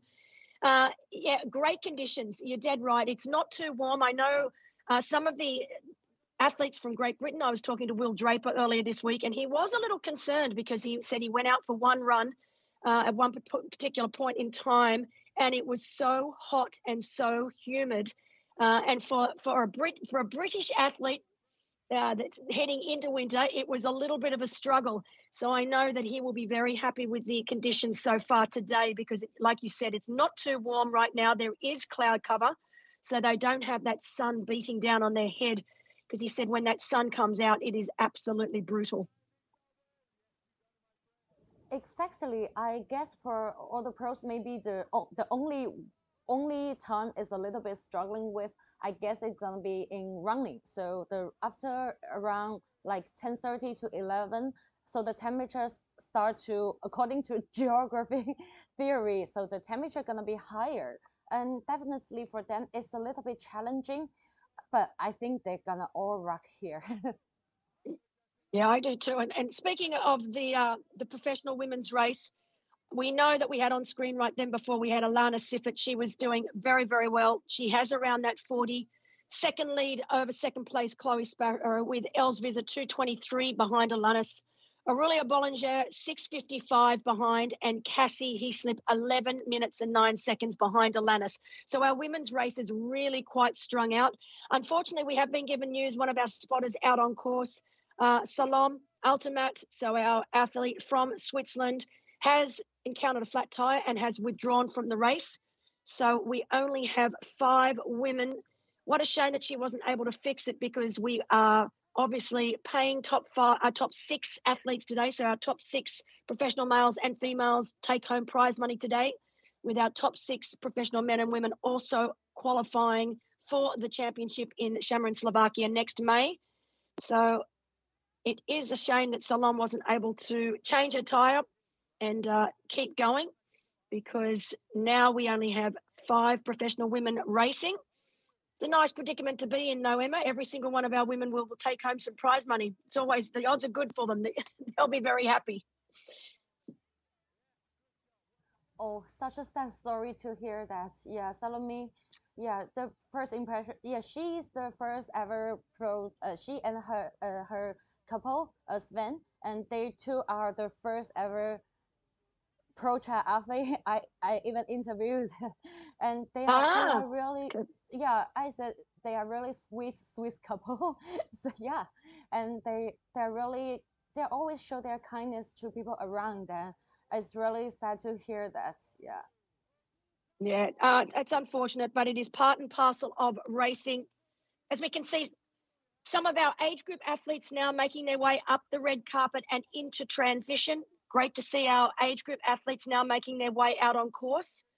So as our age group athletes are making their way out onto the start of the 3-lap bike course here, we have got our professional men making their way back to complete lap 2.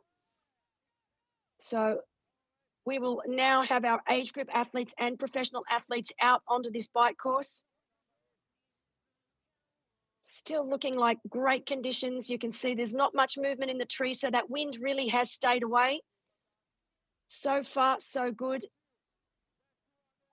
Yeah, fun facts of the coastal city holding the triathlon race is we can see the movement of the trees, of the flowers, and so we can see the where's the wind direction is. Yeah, this is somewhere funny a part of the race. Yeah, now Jasper is still leading the race. Yeah, to be honest, I'm not that shocked about when I saw he and the Orgi, they are leading the race, starting from the swimming, because Jasper have a really good background of swimming. Before he turned to a full-time triathlete, he won the swim run championship. It called Ottilo in Sweden. Yeah, it's very famous, Emma. It's a very, very famous swim run event. You are correct. And he was the champion of that back in 2017. And, you know, it was while he was doing that event that obviously his coach, Frank Jakobsen, had a look at him and thought, I think this man could be very, very good at triathlon. So then in 2018, he actually became a triathlete and he has not looked back. And I've known Jesper for many, many years because obviously I've been in the sport way before he started. And it's been incredible to see him rise to the athlete that he is today. So brilliant athlete. He's won many full distance races around the world. And of course, you know that he just recently won Challenge Almere back in September in the Netherlands, which was a great win for Jesper. Yeah, exactly. As you say, he just turned as a pro triathlete in 2018. However, in 2019, he won. He got this, yeah, let's say silver medalist of Challenge Rock. He was second place. Yeah, so he's not only really talented in short course or middle course, he also can do the long course. That's how amazing. Because you was the previous pro triathlete, you know that's a really difference between the short course, middle course, and the long course. That's how it goes. So he definitely is really talented. He is. And, you know, the funny thing is when you talk to him now, obviously he comes from a swim background and he's a brilliant swimmer. We saw that today. He was second out the swim, obviously, with Onion. But he actually likes to swim the least now because he said he's only getting slower at the swim, whereas he's still learning to ride. And he can see, obviously, like on screen right now, so many gains still to be made on the bike, and he still continues to improve.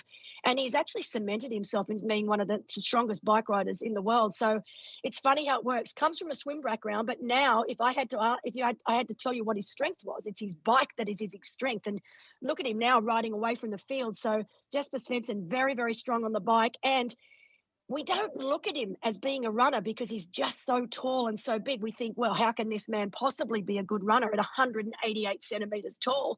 But he actually is a brilliant runner. And we got to see that in September in Almere, where he ran so very, very well. So, yeah, someone that's from a swim background but has now cemented himself as a real bike runner to be reckoned with. It's quite extraordinary. Yeah, athletes always need to balance the relationship between three sports: swim, bike, and run. We know how strong he is in swim and run. However, we sometimes ignore how talented he is. So now he's also turning to be a really strong athlete in cycling as well. So Yes. that's so Yes. yeah. As we see here now, he's still leading the race, and it's somewhere hard to see where's Augie is, and also William and everyone. Oh, where's that boy? He's just simply super fast.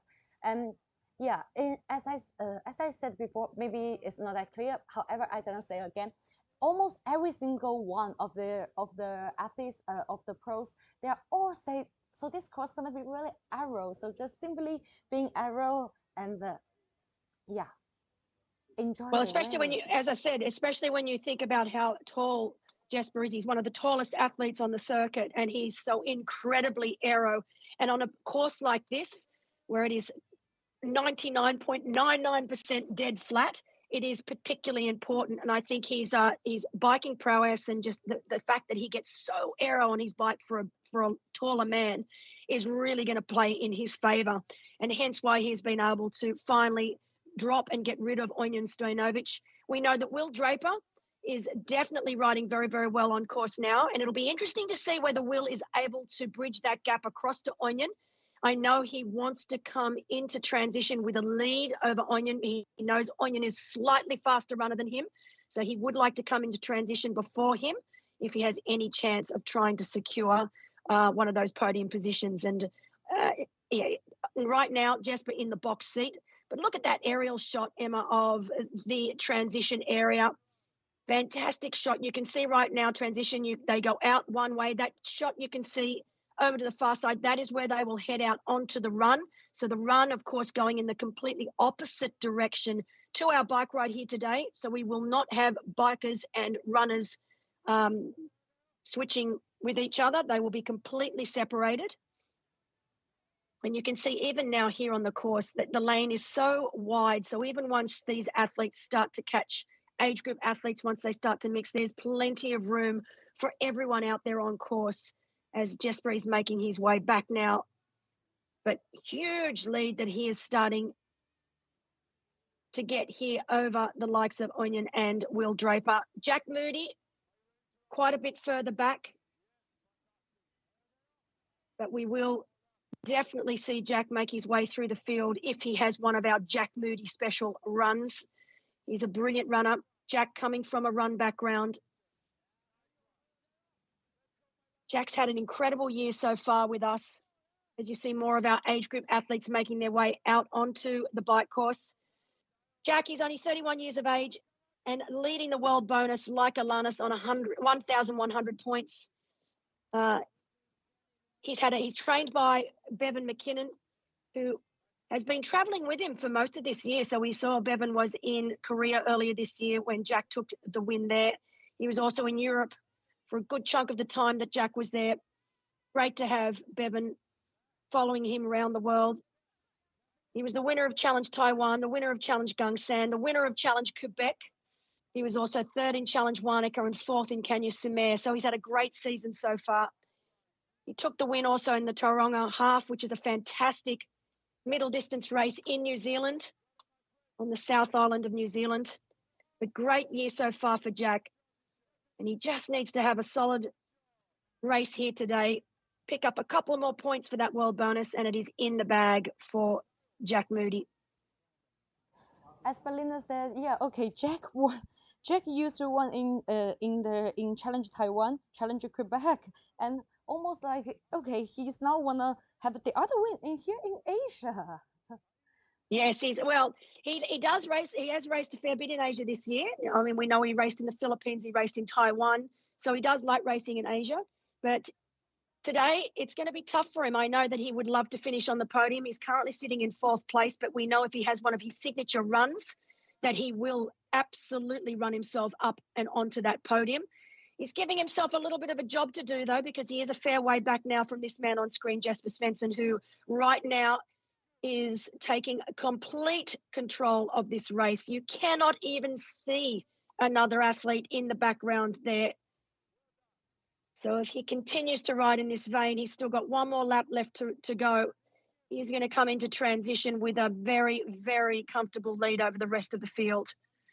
And as we know, Jesper, while he might not be the strongest runner in the field here today, he's certainly not a slow runner. He's a great runner. So it will be interesting to see if the men behind are going to be able to bridge across and run him down.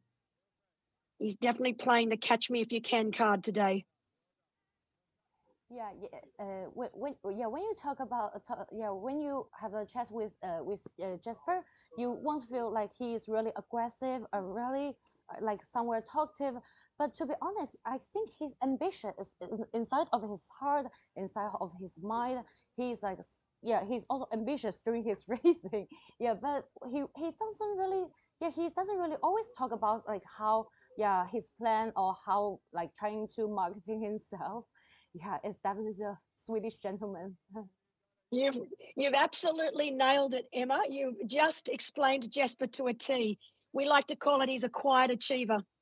So while I think he is fiercely competitive, and while I think he has high expectations and that he absolutely always wants to get the best out of himself, he doesn't feel the need to tell the rest of the world about it like a lot of other athletes. So he is, we have an expression for that in Australia, the quiet achiever. And Jesper is certainly that.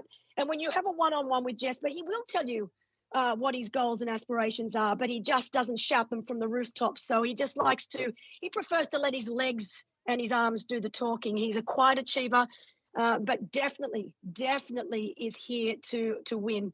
But everyone loves Jesper. He's very, very well known, very, very liked amongst the other professional athletes because you're right, he is a gentleman, absolute gentleman.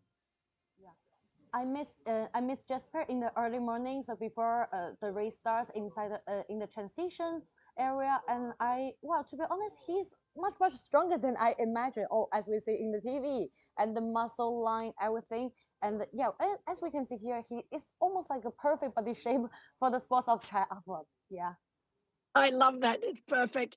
He is indeed, and you can see right now as he passes through one of the aid stations. He is now on to the third and final lap of the bike course here.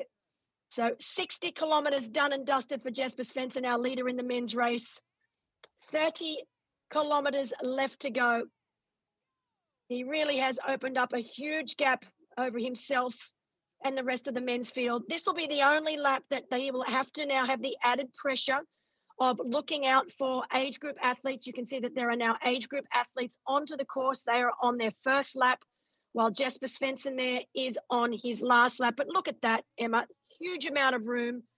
All of the athletes have been told to keep to their right. You can see that Jesper has a full lane to himself, so I do not envisage there being an issue at all with our age group athletes now on the field along with our professional athletes. Yeah, exactly. Maybe the participation of the age groupers is somewhere challenging if compared with the first two laps. But we know that he is such an amazing pro, and his cycling techniques and should be really enough for this. Yeah. No, absolutely, and it'll be interesting now. We have Jesper making his way out onto that third and final lap to get that gap. So to see what that split is back to our next male athlete. We know it should be Onion Stojanovic, but it will be interesting to see if that gap has come down between himself and third placed Will Draper from Great Britain. But back to our professional women's race on screen right now. And look at that. Oh, I cannot believe this. We can see Chloe Sparrow has clawed her way back up. So last look at our women, Alana Siffert had broken that elastic band and had a good lead over Chloe Sparrow. It got to the point where I could barely see Chloe in the background.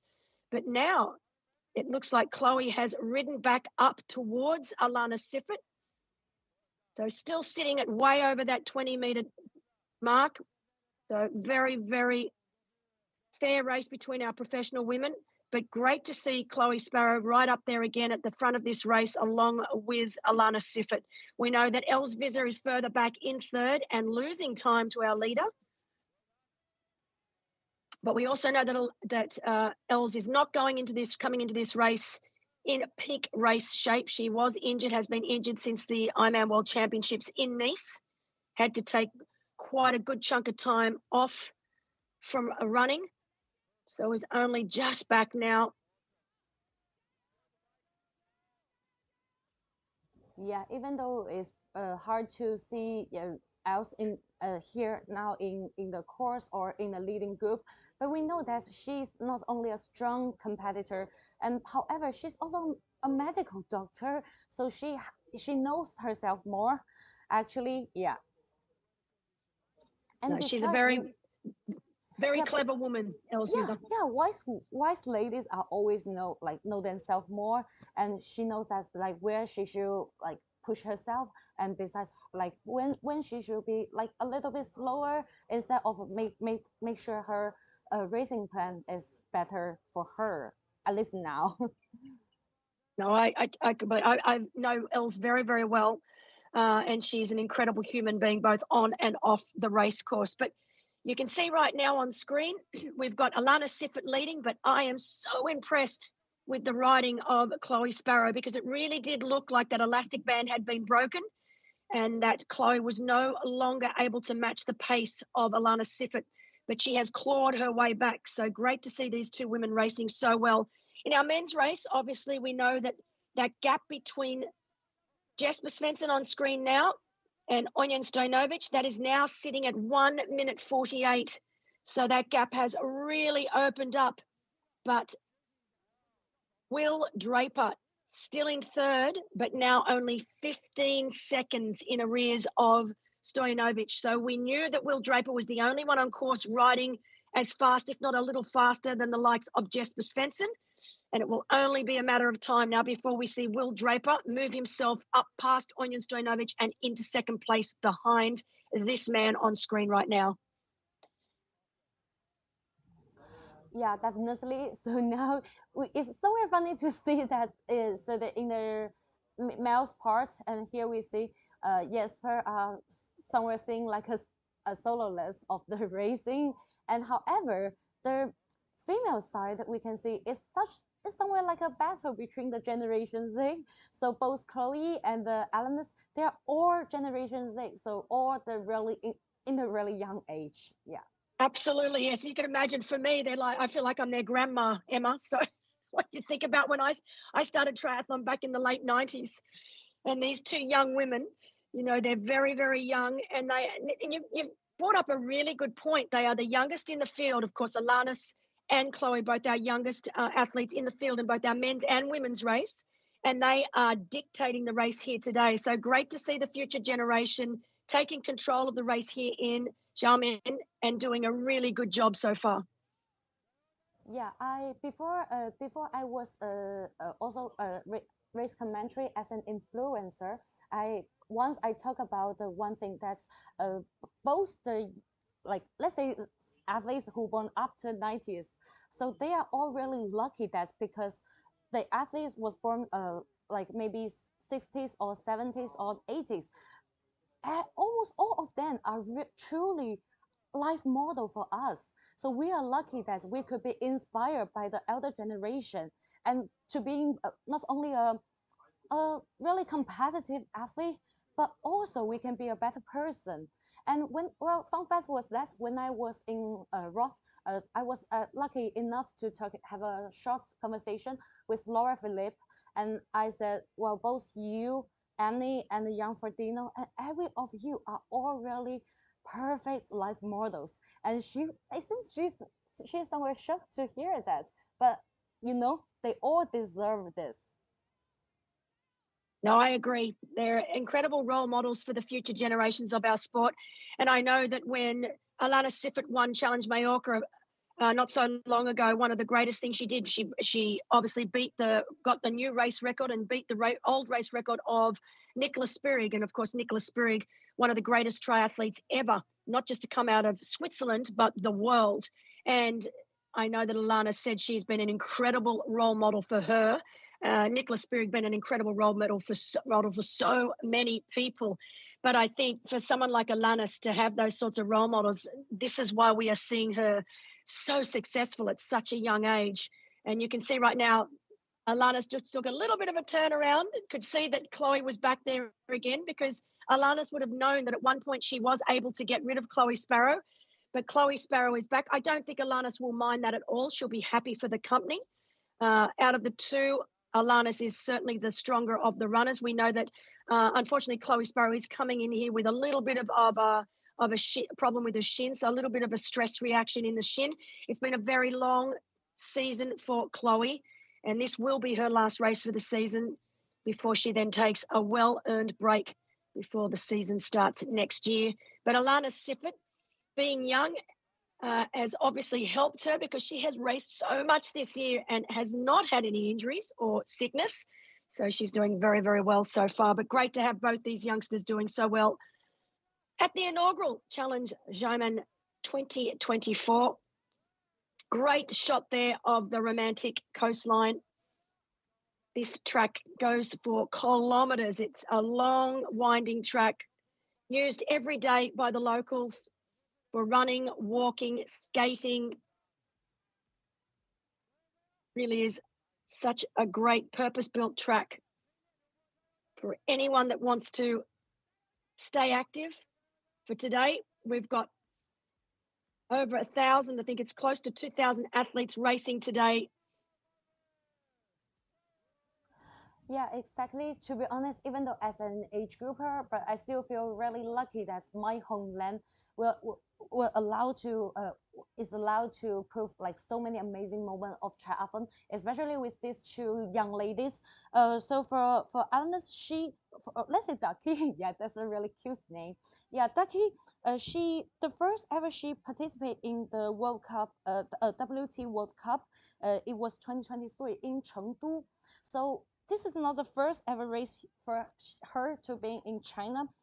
Yeah, also Chloe, she said her shoulder was somewhere uncomfortable yesterday, and we went to the recovery trying to find some PT for her, and really excited to see, yeah, she is now allowed to pushing herself, and her shoulder images not damage is not that impacts her.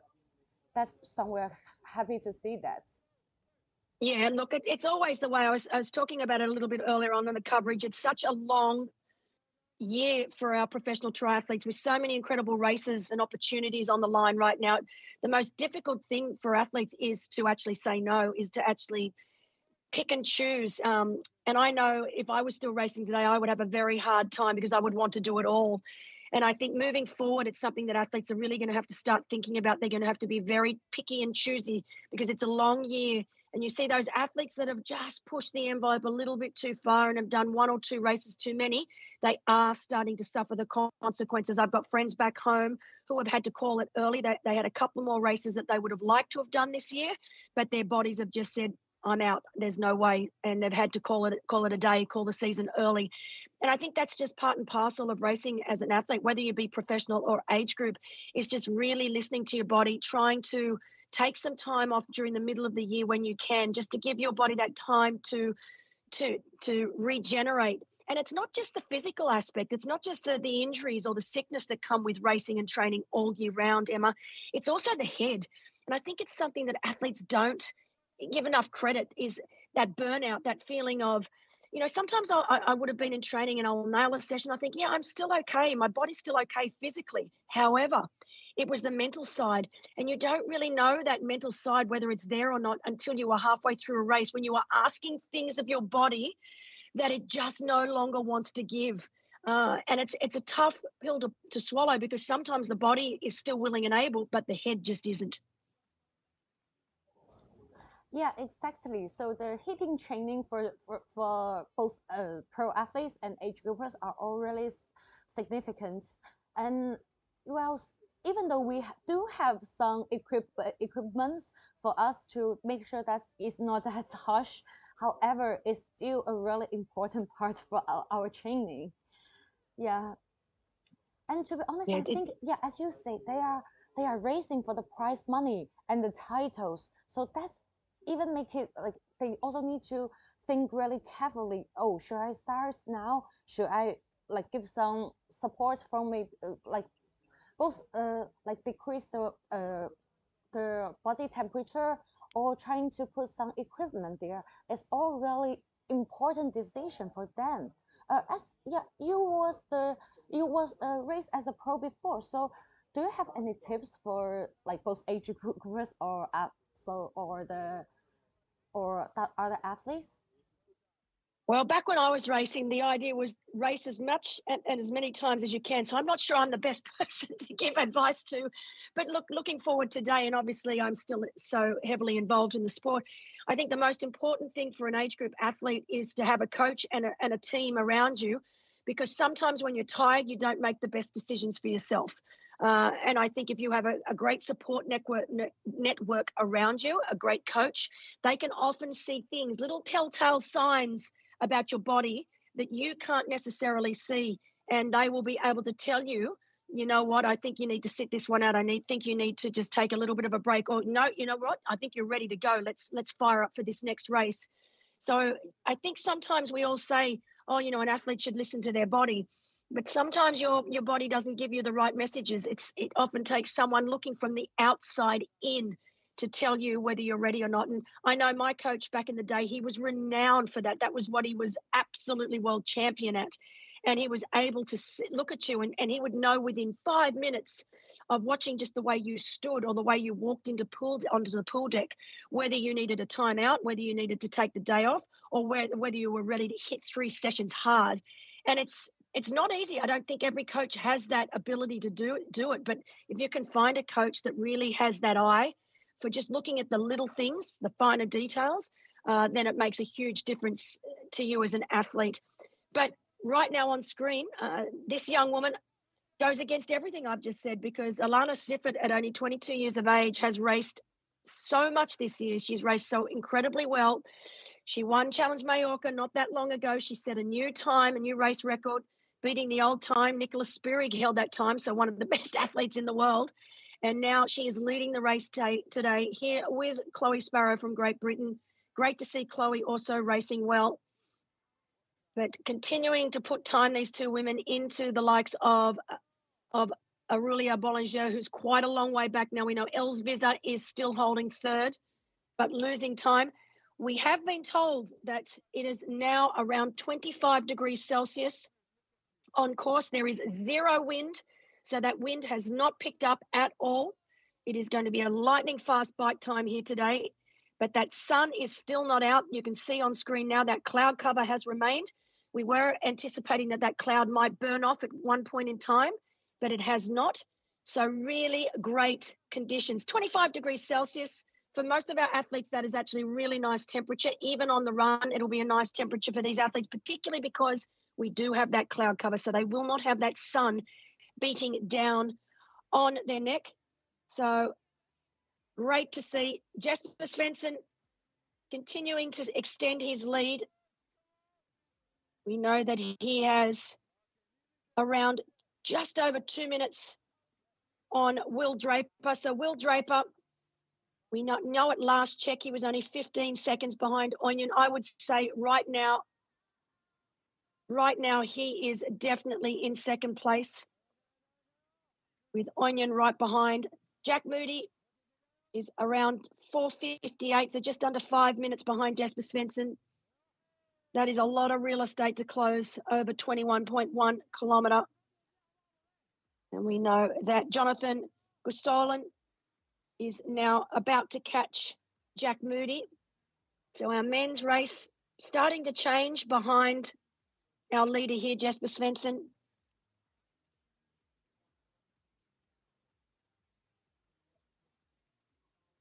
We've been given reports out on course. You won't believe this, Emma.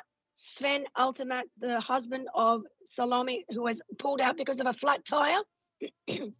It's now looking like Sven has a flat tyre on the front. So when he came through transition on that last lap, he was pointing at his front tyre saying he thinks it's flat. So not a great day for this couple here today from Switzerland. Let's hope that Sven is able to change that flat tyre, if indeed it is a flat tyre, but he was pointing at it and it did look like it was flat as he passed through transition. Yes, because this time we don't have the mechanical service for the athletes, unlike Roth. So here now they need to prepare for themselves. Yeah, in this case. So yeah, sad to hear this story. The thing, yeah, just we feel sad to see. Yeah, Patrick was out of the Roth this line. So, well, it's pretty sad for us to hear those stories here. Of course, it's part and parcel of racing, Emma, and that's just the way it is. These athletes would have known that they would be in charge of changing their tyre in case there was a flat tyre. This is something that all of our athletes, both professional athletes and age group athletes, are used to doing. As you can see now, Alana Siffert from Switzerland makes the turn. She's heading out on the third and final lap on the bike course here today. She's up out of that saddle, grinding those gears. Really important for her to get up and out of that saddle every now and again, just to straighten up those hip flexors ever so slightly. Give those hamstrings, those glutes a little bit of a rest. She's back down again in that aero position. She passes more of our age group athletes who are out on course. But really, Jesper Svensson in the box seat. He has such a significant lead over the rest of the field. It will be interesting to see if Will Draper, who I am now assuming is in second spot, is able to peg back any time at all. But even if he does, it's still going to be a very tough task for Will to try and bridge across to Jesper Svensson. Both of these men are solid runners.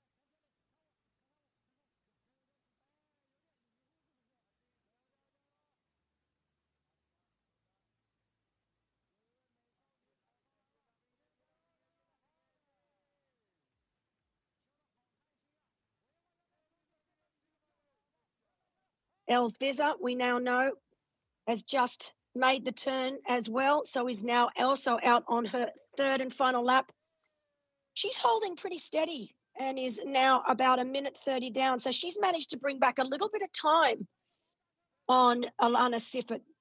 So we have Alana Siffert, Chloe Sparrow leading the way on this third and final lap with Els Visser 1:30 down. So that's 45 seconds that Els Visser has made up on that last lap. That is significant, a significant amount of time, as we see Michael Buchek trying to hold a conversation with one of our age group swimmers. This is typical Buchek style, though, isn't it, Emma? He's such a character. I mean, he has an infectious personality. He's really loves the sport. He's very well liked. He does our commentary at the championship as well as Challenge Taiwan. So quite a few of our events around the world that he is down on ground, getting the crowd going, getting the athletes going. As more and more of our age group athletes are now making their way on the start of this bike. Remember, our age group athletes didn't start till 8 a.m. Our professional males kicked off this morning at 7 a.m. with our professional females at 7:05. They have had majority of this bike course to themselves. It's only this last lap that they will have to contend with a few age groupers out on course. So great conditions for our professional men and women here today in China. Yeah, challenge family is somewhere shocked about for me when I heard one sentence in Roth that during the athlete briefing, the technical officer, she said, if any of the top age groupers, if you ever see the female athlete, to be honest, it's more for the female pros.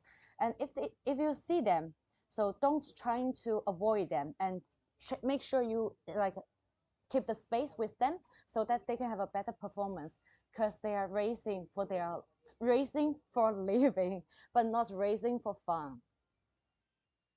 Yeah, and it's interesting because obviously the age group athletes, a lot of them are doing this for fun as well, but we also have many age group athletes that are exceptionally good and are racing for titles. And we understand that, and I think it's important that we think about both the professional athletes and age group athletes in this circumstance. And right now, when we have courses like this is what I love, and I must say it's predominantly in China.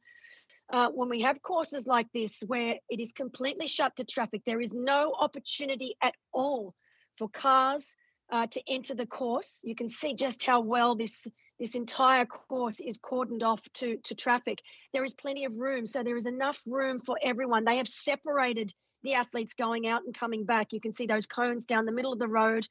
And even the lanes, there's several lanes on each side. And right now, looking at Jesper, you can see age group athletes on one side, Jesper on the other, and there is plenty of room for everyone. And this, to me, is exactly how a course should be, so that both age group athletes and pro athletes alike can have the races that they deserve. So great to see. But I did love the fact that we had our professional men and our professional women separated this morning, and then a huge gap between that and our age group athletes. So everyone can enjoy a great time on the course. And even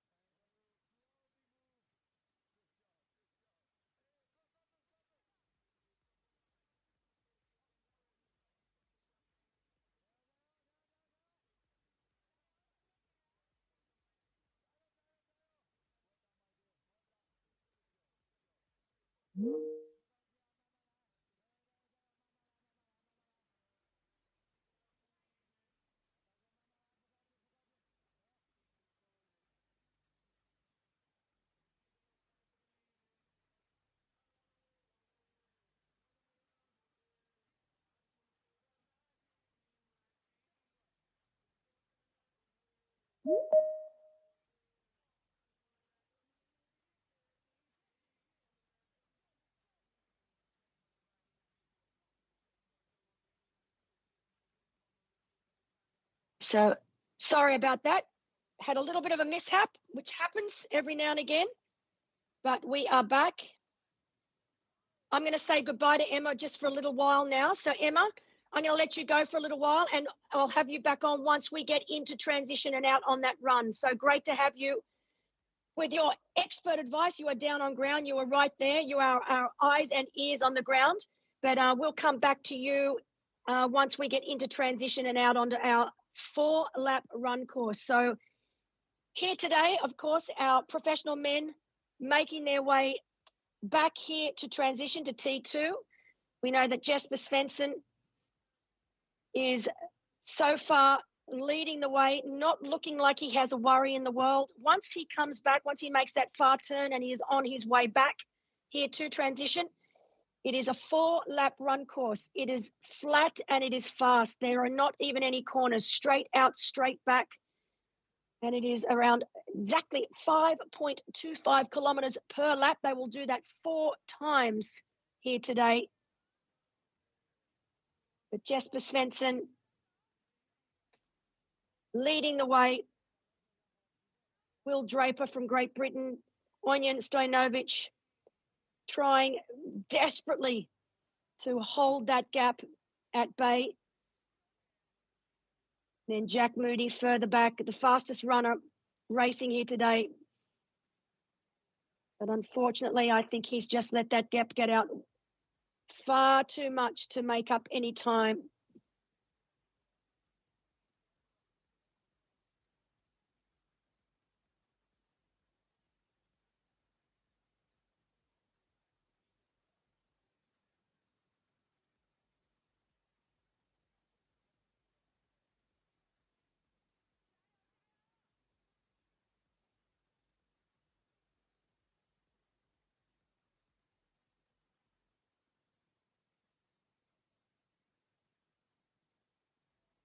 So Jesper Svensson from Sweden, he was the winner of Challenge Almere in September.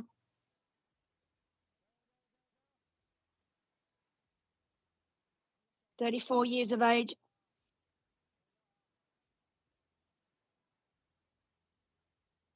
He is currently in 4th place on our end of year Challenge Family World Bonus. I have no doubt that this will change at the end of today. He will move himself up into the top 3. Alana Siffert, our lead female, really pushing. Look at the look on her face. She has really gone all out here today. She has been pushing those gears, pushing hard all day long. She was able to ride away from Chloe Sparrow for a little bit of time there, but Chloe Sparrow has clawed her way back. So these 2 women looking likely to come into transition together. But Jesper Svensson is now on his way back to transition. Will be really interesting to see exactly what that gap is into T2. But this is how Jesper loves to race, off the front. He did it in Almere. Ran so very, very well there as well. He's a great runner for a bigger athlete, still runs very, very well.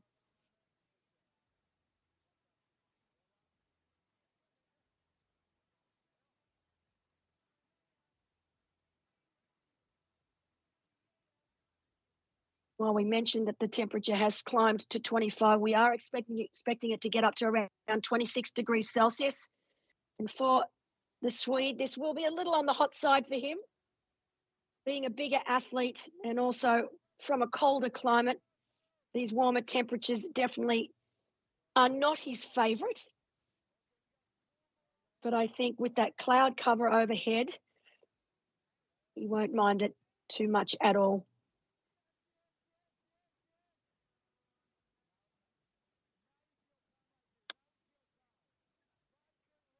Beside the temperature, I think the biggest difference is, of course, we have a lot of mountains in Switzerland, so I'm not sure if we can find such a flat course somewhere in our country, and we don't have an ocean, so seawater swim or saltwater swim is something we are not very used to coming from Switzerland. I think that are the most differences, or do you have one?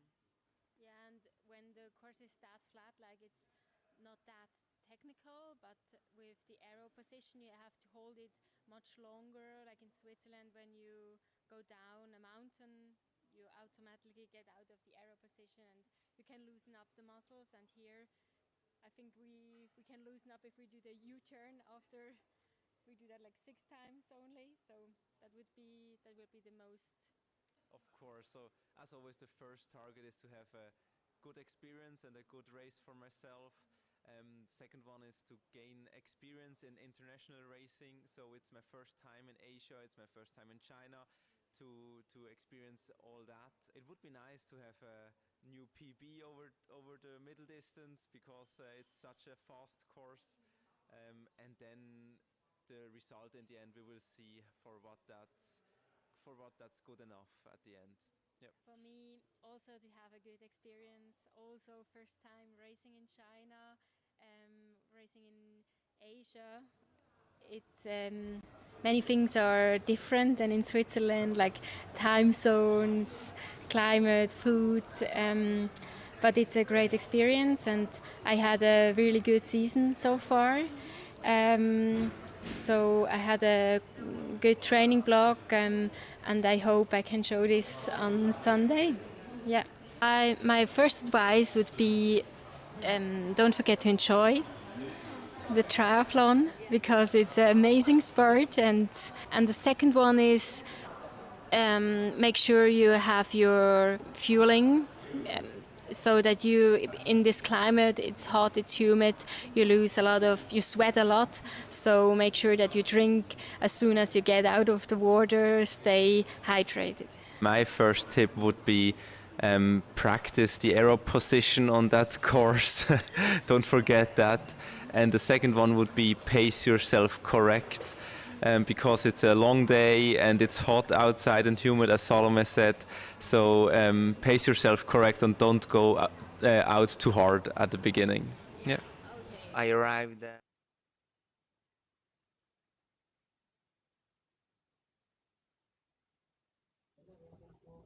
Yeah, now we move back to the male position. Jesper Svensson, he's now still leading and enjoying the course with more age groupers. He is and on his way back here to transition.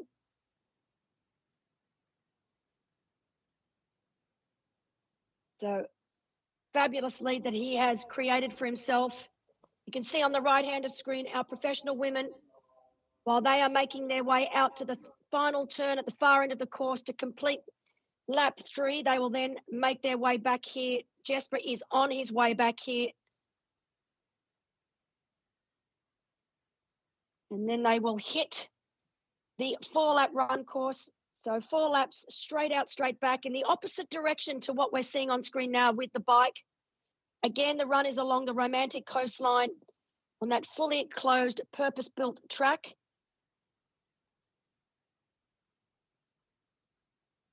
It'll be 5.25 kilometres per lap. Dead flat. We did think earlier this week that the wind would start to play a part, that it would suit our stronger athletes. But on around Friday, that wind started to really disappear and it has not returned. So there is still no wind out on course. It's 17 past 9 in the morning here in Xiamen and still no wind. That cloud cover is going to be a huge relief to all of our athletes racing out there today, particularly when they hit the 21.1 kilometre run course. Yeah, definitely. It seems the weather trying to be the best, and in order to just simply give the warmest welcome to all of the athletes, not only for pros but also for age groupers. Absolutely, and you know what, Emma? Let's be honest. Our age group athletes are going to be out there a lot longer than our professional athletes. So they are the ones. They are the toughest ones. They are the hardest ones because they have to deal with the conditions a lot longer than our professional athletes. So they are the true heroes of today. Yes. So the eldest athlete yesterday, can you imagine, is an 80-year-old sir. It's like we are so shocked about to see him.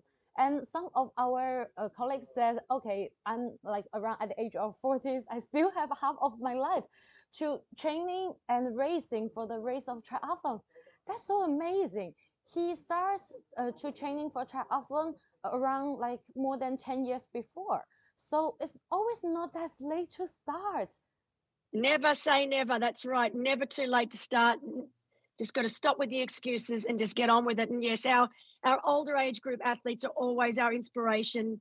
It's incredible to watch them finish. And yeah, 80 years young, I like to say, Emma, not 80 years old. He's 80 years young and still going strong. So great to see. So hats off and a big shout out to all of our older age groups racing out there today.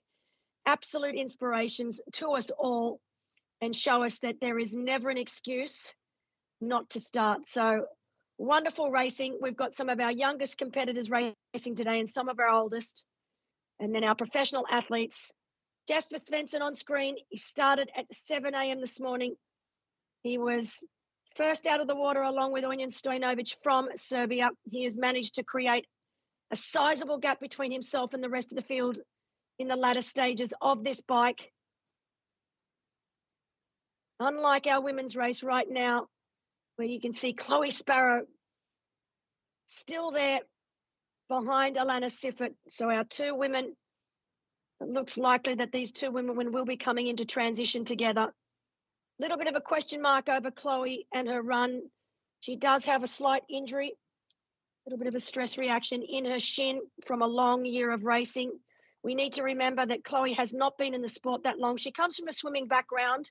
And you often find those athletes that come from a swim background, just takes them a little bit longer for them to be able to handle the run training just to get there used to. I mean, obviously swimming is a non-weight bearing sport. Running is very much a weight bearing sport. And it just takes a little bit longer for our ex-swimmers, for their bodies to get used to the run training required to get through middle distance and long distance racing. I have no doubt. I mean, Chloe's still very, very young in years, but also very, very young in the sport of triathlon. Yeah, exactly. And Chloe, she said, or as I said, saw her introduction, cycling is her, swimming is her strongest part. But however, she's also a good cyclist. It's somewhat shocked about that. Yeah. Actually, she's just turned pro just a year. How? Exactly. How? Yeah, only a year ago. And amongst beyond that, though, Emma, she's only been in the sport of triathlon for a few years. So she was only in triathlon for a couple of years before she then decided to take on her pro license. And she continues to improve, but you are dead right. Her swim bike is exceptional. And now I think what she needs to do for next season is just get that little bit stronger, get her body used to taking on the mileage that's required for the run. And no doubt once she gets that sorted, she will be a force to be reckoned with. Yeah, exactly. Well, actually, my age is pretty close with Chloe. Our birthday just maybe, yeah, the time gap just only maybe 20th day, around that. So she definitely give me a peer pressure. She's so amazing. She's a funny person. Yeah, and also she said she had she studied sport education, so she knows she has her own understanding of this sport. She does. She really does. And you, as you said, first year as racing pro, very strong swimmer, but also very strong biker. She raced her first full distance race in September in Almere, so she challenged Almere, and really had a fantastic debut there, finishing in 5th place.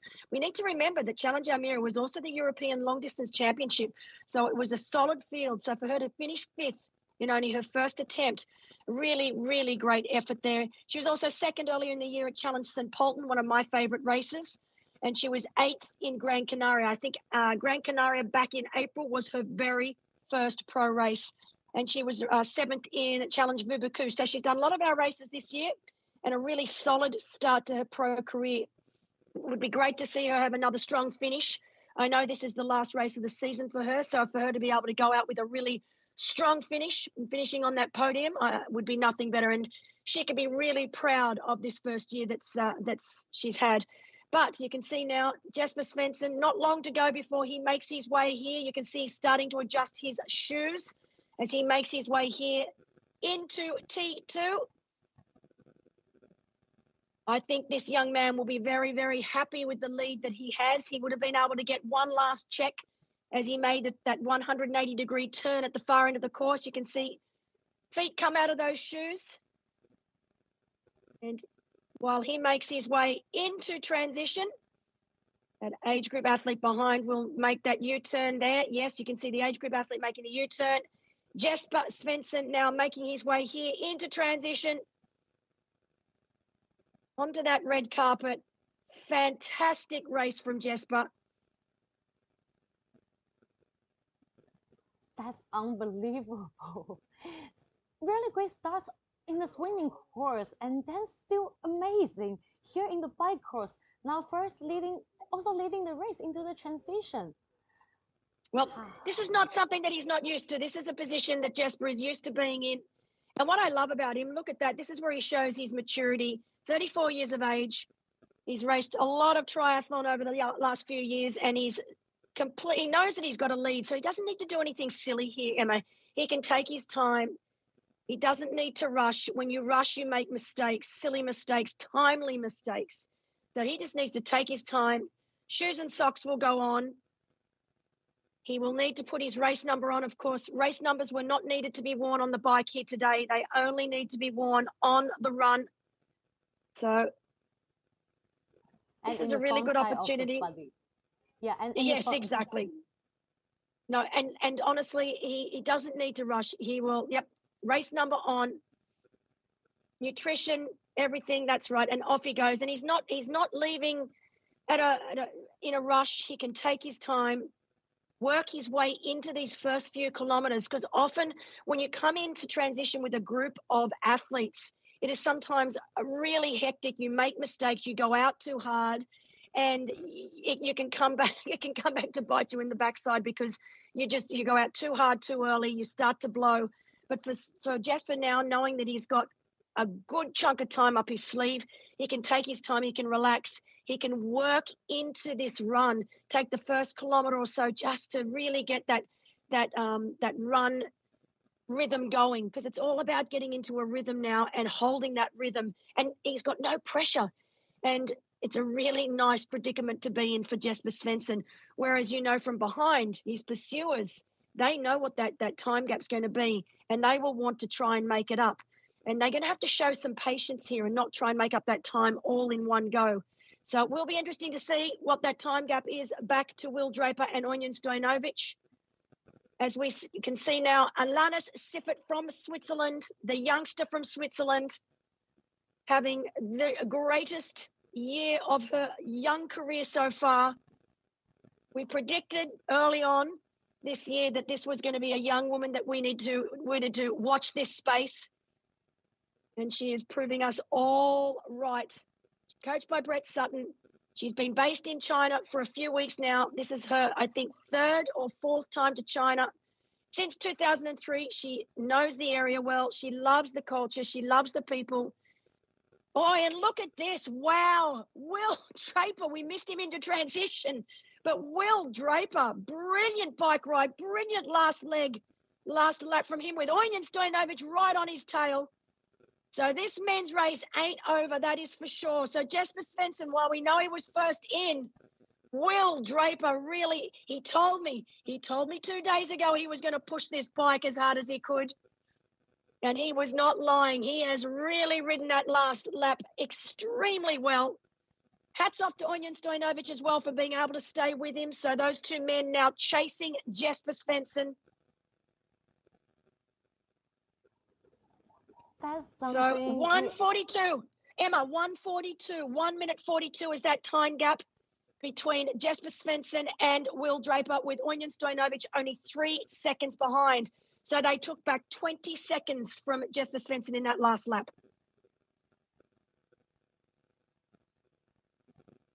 It seems Will shortened the time gap.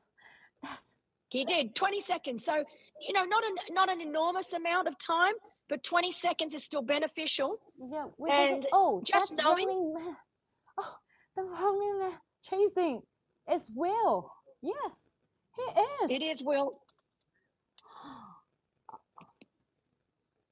So Emma, right now, Jesper Svensson out front there, and look at that. You can see those men behind. Now, you do need to, for our viewers that are watching, you do need to realize that often the gap looks shorter than what it is. Now, remember, this is a long, straight course. With this camera angle, while it looks like those men are significantly closer to Jesper, I can assure you that there is still a good chunk of time between Jesper, our leader on screen now, and the likes of Will Draper and Onion Stojanovic. So that gap, as I said, was 1 minute 42 to be precise. We have got our spotters down on ground giving us those updates, but they were able to take 20 seconds back on Jesper Svensson, our leader. So great riding from those two. As you can see now, Alanis Siffert making her way back into transition. I'm trying to see if I can see Chloe Sparrow. Looks like that gap has opened up just slightly again. So Alanis has put down the power on this last lap in, and she is really starting to open that gap again on Chloe Sparrow. I can still see Chloe there. She's not gone, but that gap has definitely opened up a little bit more, as you can see now. Look at this. You can see some of the age group riders trying to take a little bit of a ride on the back of Alanis as she makes her way back here to transition. But you can see now that she has managed to put in some more time. And look at this, Will Draper, Onion Stojanovic running together, trying to close that gap up to our leader, Jesper Svensson. So our top 3 professional men out on course. We will need to see how far that gap is back to Jack Moody from New Zealand, currently in 4th place. Pretty fun to see, yeah, Onion and Will, they are running shoulder by shoulder. They can just trying to lead each other's in the running course in order to trying to chase Jesper. So let's see what's gonna happen. Well, Emma, this is really interesting because, you know, obviously when they can see on a long straight course like this, it can be an advantage because you do get to see your competitors. And often once you can get a sniff, once you can get a taste of someone out in front, it's amazing how much faster or how much more energy your body seems to be able to give you. But in saying that, you also need to be careful, because if you go out too hard too early, if you don't have the patience to, what we say, keep a lid on things, things can change very, very quickly. Remember, it's 4 laps here today, 21.1 kilometers. We are only on the first of 4 laps. We are very, very early on in this race. And these 2 men, while of course they want to push the pace, they need to show a little bit of patience and make sure that they take their time and make sure that they conserve a little bit of energy and not go out too hard too early. Yeah, so from the transition to the U-turn of the running course is only around 2.6 kilometers, so it's pretty easy to see each other. Not only like when how far you are from your place, your position to the U-turn, but also you can see your competitors, how they look like. Are they struggling? Are they going well? And your mentor also need to have a well prepared for the battle of today. Absolutely. And while we know that our top 3 professional men are out on course, on that run course now, we know that also wearing bib number 6, Jonathan Gussolen from Switzerland, was able to come off the bike in 4th place with Jack Moody behind him in 5th place. So Jack Moody now 6 minutes down, exactly 6 minutes down on our leader, Jesper Svensson, heading out onto the 21.1 kilometer run course. And that is it, Jonathan there on right of screen. So 4th place onto the run course here today. Didn't know too much about Jonathan before this race. He was 3rd at Challenge Gallipoli. Very strong bike rider, so he was able to bridge up and across. He didn't swim as well, but he was able to bridge up and across to Jack Moody and come into transition before Jack Moody. So right now, the man on right of screen, Jonathan Gussolen from Switzerland, currently in 4th place out onto the run.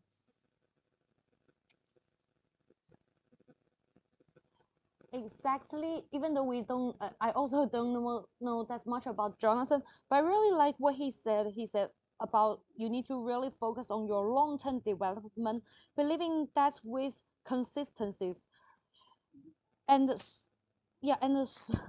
everything you need to plan really well. And also, yeah, that's so inspired.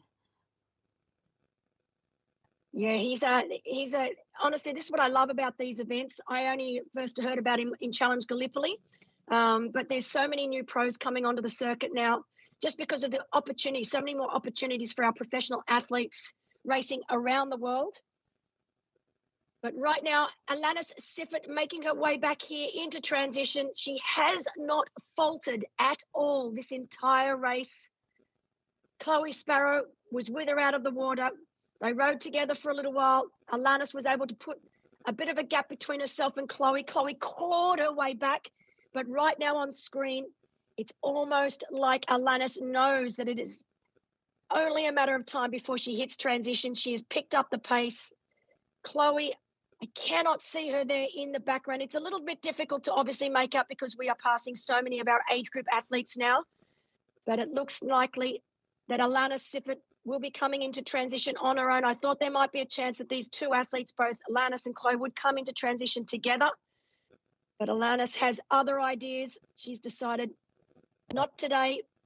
I'm going to make sure that I am in transition on my own, doing a very similar job to Jesper Svensson, our lead male. So our 2 leaders on screen right now. On the left, our lead male out onto the run, Jesper Svensson. On our right, Alana Siffert, our lead female. Wonderful racing from both these athletes here today. Yeah, really also like what Jesper said before. So he says start slow, build up your miles, and listen to your body when it comes to increase your training. I guess this is not only for the training, but also during the race. Like we can see how he plans for himself. And the leading bikes now are now leading. Well, yeah, leading. Yeah. Exactly, but Emma, I'm not sure he can go that slowly because he's just gone through the 2.5 kilometer mark. He's now on his way back, but you can see these two men, they are absolutely flying. And I'm not sure if Jesper can go slowly anymore. I think he knows that right now that these two are hunting him down. They are wanting to catch him. So Jesper, he just needs to keep cool, calm and collected and just keep doing what he's doing, but he cannot afford to work his way into this race. He needs to make sure if he wants to keep that lead that he has currently got, he needs to keep the pressure on. But it is such an advantage when you can see each other like this. And that's the beauty of this run course here in Xiamen. 4 laps, just over 2.5K out, 2.5K back. Little more, a little smidgen over that, but they will get to see each other each and every time they make that 180-degree turn.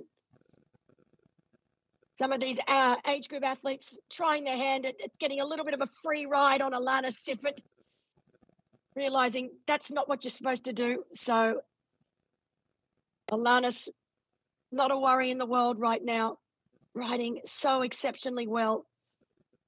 She's renowned for riding very, very well on hilly courses. We know that she's a great climber, very, very powerful for such a young athlete. As you can see, more of our professional men now. Gaetan Fatard out on course. All of our professional men are now out onto that run course.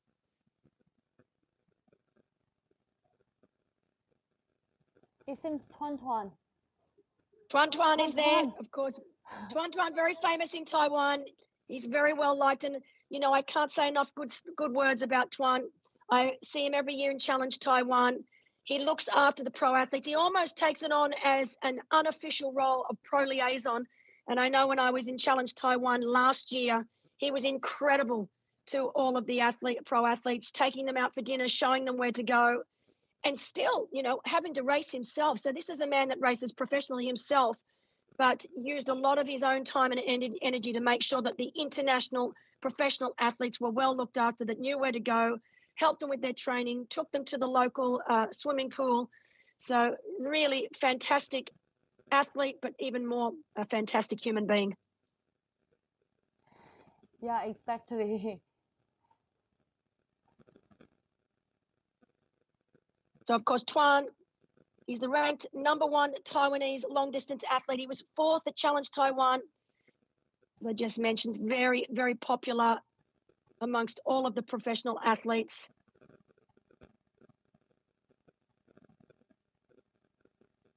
And again, big shout out to Mikhail Buchek, who's been down on ground getting the crowds going. I think I get to see the man next week in Phuket. I hope I get to see him in Phuket next week. He's always a lot of fun. It is hard to have a bad time around Michael Buchek. In fact, it's virtually impossible. He's such a character. He's been in the sport as long as I have, which is saying something. But yes, great to have him down on ground, doing the on-ground commentary today here at the inaugural challenge, Xiamen. Lots of love for this man. As we can see, our professional athletes, you can see this is a course where they get to eyeball each other so many times. And it depends what type of athlete you are. As we can see Jack Moody, here we are, recognize that run from a mile away. He's such a beautiful runner. So Jack Moody, while he hasn't really had the swim bike that he would have hoped for, he is now on the leg that we know he's renowned for. Brilliant runner, beautiful runner. He comes from a run background. I can so see let's see. Yeah, I can see any single part of his muscle is full of power, and he's rocket off the running course. Here's the running turn now. Yes, he's a great runner. As I said, fastest runner on the course here today. He's got a lot of real estate to make up, Emma, so I think it's going to be virtually impossible for him to bridge across up to our top 3. But you know what? In this sport, I've learned over time, never say never. And the race is not over until we cross that finish line. But right now, Jesper Svensson, Will Draper, and Onion Stojanovic, our top 3 men, with a huge gap over Jack Moody. But Jack Moody running very, very well. We know that Jack Moody leading our Challenge Family Interview World Bonus. He just needs to make a few points here today. I cannot see his lead being overtaken. In fact, he's currently sitting on 1,100 points. Onion Stojanovic is back on 900 points. So 200 points behind. If Onion was to win here today, he will get 250 points. So you can see that Onion really needs to catch Jesper. He needs to put himself in a position where he is able to at least battle for first place. Right now, doing everything right along with Will Draper And Will Draper himself, while he's back in 10th place on 450 points, if Will Draper was able to finish in second today, Emma, if Will Draper can finish in second today, that will actually put him up. Oof, this could be close. It could put him up into 5th place. He could overtake Josh Lewis, who is currently in 5th place, and the world bonus plays top 5. So these are all things, these are all little subplots that our athletes are racing for today. They're not just racing for the prestige of top 3 for a podium finish at this inaugural challenge, Xiamen. They are also racing to finish top 5 in our world bonus because we pay top 5 at the end of the year. So lots of little subplots, sub-races happening within the big race itself, which is fantastic to see. But you can see on screen now, look at these. You've still got these men fighting, both Will Draper, Onion Stojanovic. So both They will get enough. Yeah, both Augie and Will, they hunt Jesper successfully. So the top 3 men now is on the same almost the same place. That's somewhere. Well, I used to imagine about this, but I didn't realize that it could be that fast. Yeah, it's quick running. It's honestly right now, these men are running very, very well. We are only on lap 1 though, Emma. Let's have another conversation on about lap 3. But that lap 3 and 4 is where we're going to see some moves being made. Those athletes that have looked after themselves, that haven't overdone it on the bike, that's when we're going to see some changes taking place. It's very easy to get off the bike and run these first couple of laps well. It's that lap 3 and lap 4 that I'll be interested to see. Look at that long loping stride on Gaetan Fatard from Andorra. As they make a turn now.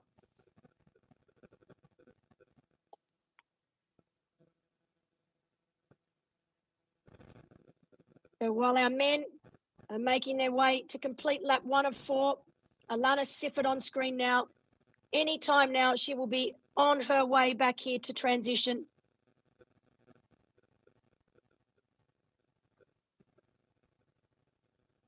We know that she is in sight of the transition of that bike dismount line. So our spotters down on ground who are waiting for her at the bike dismount line, they have got eyes on her.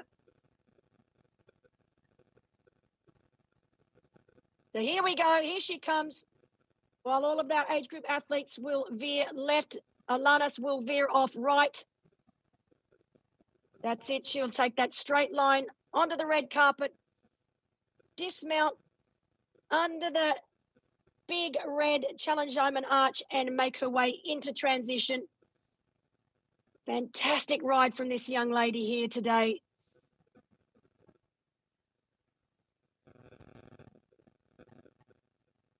How smooth it is to transfer to the transition area. Wow, such. Yeah, we always say she's got experience beyond her young years. That's where the helmet goes in the box. So all of their equipment must go back in that box. Shoes and socks are on. She'll have to put that race number on now as well. But again, just as Jesper Svensson didn't have to rush, Alanis does not need to rush. She can take her time. She can afford to take her time. Not that she is. Super fast transition from Alanis Siffert as she now makes her way out onto this 4-lap run course. 21.1 kilometres. It'll be interesting to see what that lead is now. We know that Chloe Sparrow was yo-yoing up and down on the back of Alanis. Alanis has been able to create a gap between herself and Chloe coming into transition. Let's see what that gap is. I don't think it will be that big, but the main gap Alanis will be worried about or thinking about will be that gap back to Els Visser. Wow, so that gap back to Chloe is 1 minute 38. So that really did start to blow out that final 15 kilometres. So 1 minute 38 back to Chloe Sparrow. Alanis has really ridden that last lap exceptionally well. And most probably Chloe Sparrow, after a long year of racing, it's just started to take its toll. So that is a great lead for Alanis heading out on the start of the run. The black outfit on the course is Jia Haozhang from Chinese Taipei. And a great race from Chao Hongchong. It sounds so much better when you say it. I need to get better at my Chinese names, Emma. So Chao, he was 8th at Challenge Taiwan. He's the 3rd ranked long distance triathlete from Chinese Taipei. He traveled over here with Tuan. So great to see these two athletes come across from Taiwan to race here. Yeah, definitely. And well, to be honest, well, maybe you won't shock about Jia Hao's performance because he has a really amazing family, and his father is coaching both he and his 2 sisters. So her elder sister was racing the Olympic distance yesterday and won the overall champion. That's really that's amazing. Brilliant. Oh, wonderful. So it's all in the family. So dad coaches them all. So they're all there. That's great. This is what triathlon's all about. This is what we love. And this is about having not just a one-day event, but having a festival, having multiple events over multiple days. And so there's always something for everyone. So if you're coming with family, like you said, we had the kids races, the junior challenge, and there were kids there and whose parents are racing today. And just like you said, with our athletes, you had his sister racing yesterday and winning the Olympic distance race, which is fantastic to see. But while out on course, we know that Chloe has a 1:38 gap up to Alanis Siffert. We know that Els Visser is now also into transition, 2:20 behind Alanis. So 2 minutes 20 is that gap between Alanis Siffert and Els Visser. As we see more and more of our age group athletes make their way around this 3-lap 90-kilometre bike course. All of our professional men are now out onto the run course. They have completed lap 1 of 4. We know that Jasper Svensson still leads. He is being chased by Onion Stojnovic. We are waiting to get an update because we know that Will Draper is running very, very well.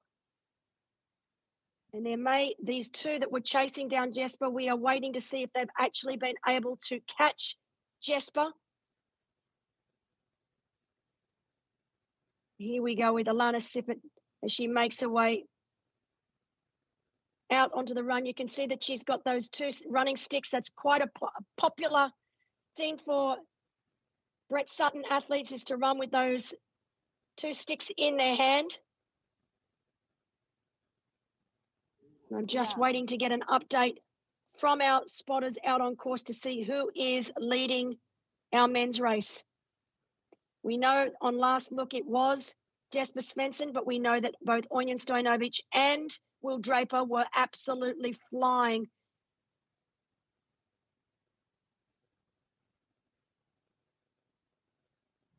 Is Sven here inside the transition? Oh, he's out of the transition.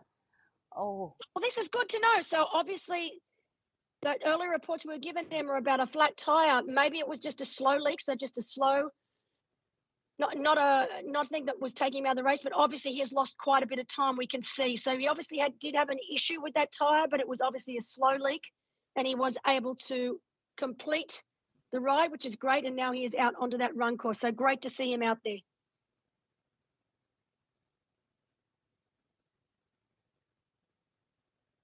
So you can see, a little disappointed. Our spotters were saying that Swen was shaking his head, so a little disappointed.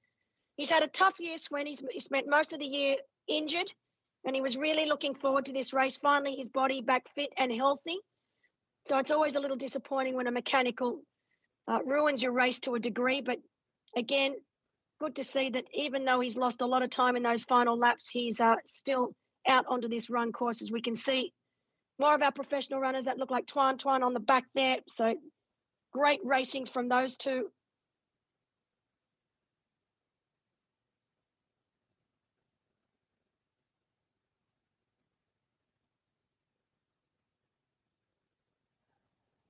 As we can see on the right hand side, Els is trying to chasing the leaders.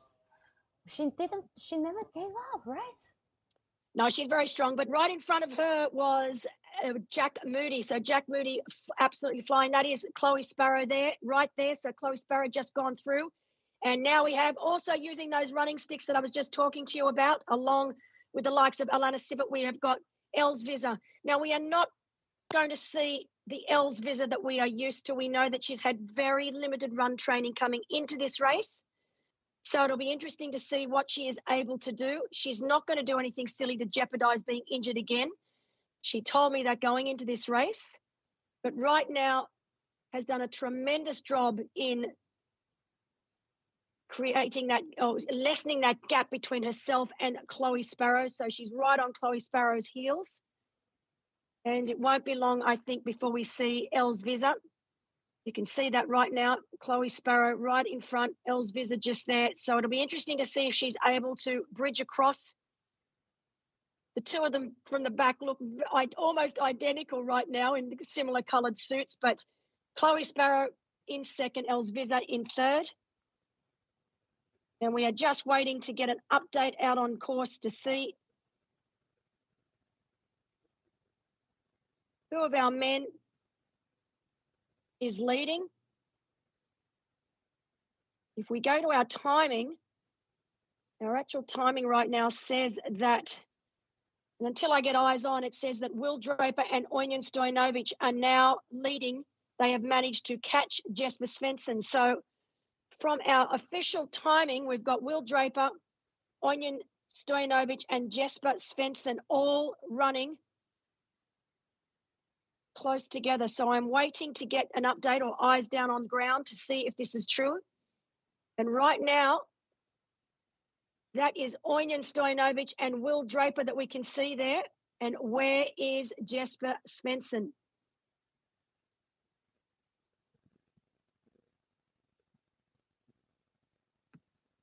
So right now, first on screen, Onion Stojanovic. Second on screen, Will Draper.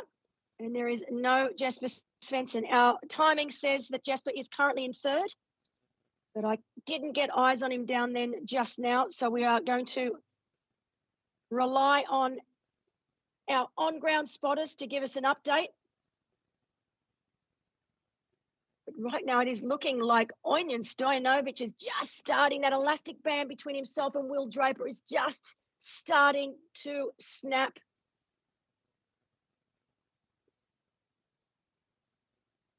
And I can see that is Jesper Svensson in the background. So, wow, what a change in our men's race. We have got Onion Stojanovic from Serbia, number 1. We've got Will Draper from Great Britain, number 2.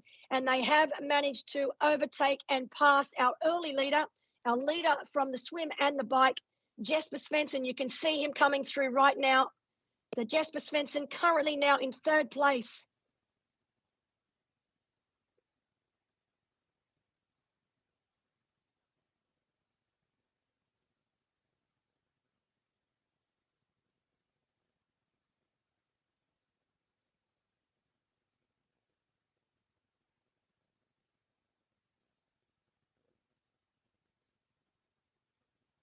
So this is making our world bonus nice and interesting. As I said, if Onion is able to pull off the win here today, he will move up into 1,150 points, which is 50 points ahead of where Jack Moody currently stands. So Jack Moody needs to make some points today. When I was chatting to him and he said, do I need to come to China? I said, Jack, you need to come to China. So I'm so glad he did, because he will need to make some points here today. Because if Onion is able to take the win, he will move 50 points ahead of Jack Moody. As we can see, Alana Siffert leading the women's race. You can see now, Emma, why she was nicknamed the Duck. her unique run style. She's a little bit knock-kneed. So you can see that little ankle flicks out the side. She actually reminds me of one of my old training partners when I used to train back with Brett Sutton, an athlete named Hilary Biscay, who had a very similar run form. We had those knock knees and that little flick out of the leg of the foot. So again, doesn't matter how you look. There's no points. You don't get points on style in triathlon. It's all about who crosses that finish line in first. We see that time and time again. I mean, Lionel Sanders, we look at his run style. So many people quick to criticize how he looks, but he is so fast. It's all about getting the job done. This is a show triathlon is such a multiple sports, so you can turn from a lot of background, track and field, swimming, cycling, no matter, and you can all have your own. You can all find your own role here in the sport. Yeah, it's incredible. Back in my day when, triathlon obviously wasn't that old a sport, most triathletes were from different sports. So we didn't start with triathlon. We started we were either a cyclist or a runner or a swimmer, or sometimes I know plenty that came from other sports completely different, like gymnasts, rowers. These days though, Emma, for our professional athletes, you do find that most of our youngsters start in the sport of triathlon. So they may have a swim background, but most of them start in the sport of triathlon. It's offered now in schools, whereas back when I first started, it certainly wasn't a sport that you would find in school. Whereas now you find it in schools. It's also, most countries have national federations, triathlon federations. So there's a lot of funding that goes towards the sport of triathlon. So we see now that the youngsters that are getting into the sport start as triathletes. And we need that because that is how the sport evolves. And you can see just how much the sport has raised the bar or raised its game since the sport's become so much more professional, with athletes starting at a very young age. By the time they get to their early 20s, a lot of them have been doing it for over 10 years. I think of the likes of Sam Laidlow. He's still so incredibly young, yet if you look at the years that he's been doing triathlon, he's like a seasoned pro. He's been doing it for so long now. So they start from a very, very young age. Els Visser on screen right now. You can see that she is now in second place. So Els Visser has run herself into second place. Chloe Sparrow right behind. So these three women racing very, very well. Alana Siffert's still way out in front. I don't think Els Visser will be trying to run her down. She knows that she's coming into this race with a little bit of an injury. Well, the injury, a recovering injury, I would say. It's not there anymore, but she's had limited run training coming into this race. Chloe Sparrow, we know, is also racing with a little bit of an injury, a little bit of a stress reaction in her shin. But great to see our top three women out on course.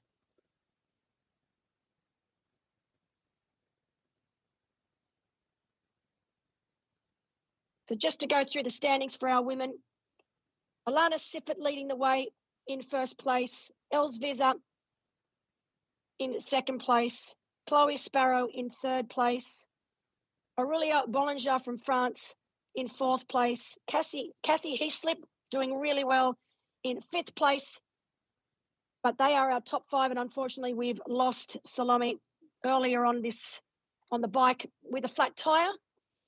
So our top five women now all out onto the run course. For our men, it is this man here who has a clear lead now, Ojnjen Stojnovic from Serbia, leading the way. We know Will Draper from Great Britain is in second place, with Jesper Svensson, our early leader, in third place. In sixth place, we have Jonathan Usolen from Switzerland. And then right behind him, in fifth place, we have Jack Moody. So right now, Jack Moody, he just needs to stay where he is. Just needs to make some points. In fact, he needs to stay in fifth place to win, because if he's in sixth place, it won't be enough points for him to take the outright win.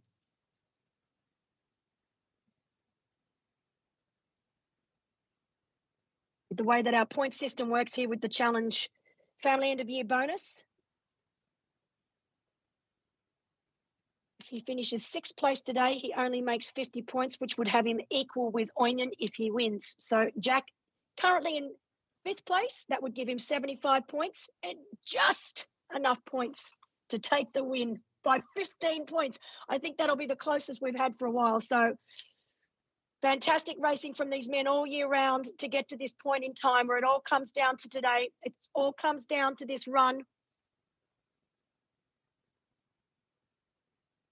But imagine, Emma, having to work out that maths while you're racing, when you have to work out how many points do I need, what position do I need to finish in to make sure that I get this job done. Yeah, exactly. So you need to be not only a good racer, also need to be a good calculator. How many? Exactly. I'd be terrible. I need my phone and I need my calculator. I would not be able to do it if I was out there right now.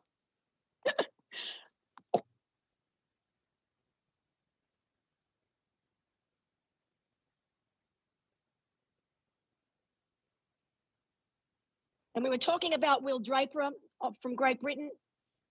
He's back in 10th place on the world bonus, so quite a way back, but with some solid points. So if he is able to stay in second, he needs to stay in second. So if he can finish in second place today, that will push him up into 5th place. So he will push him up into the last lot of prize money because we pay the top 5 in our world bonus. He's had a great year so far, 2nd at Challenge Wales, 3rd in Challenge St Polton, and 4th place at Challenge Vubaku.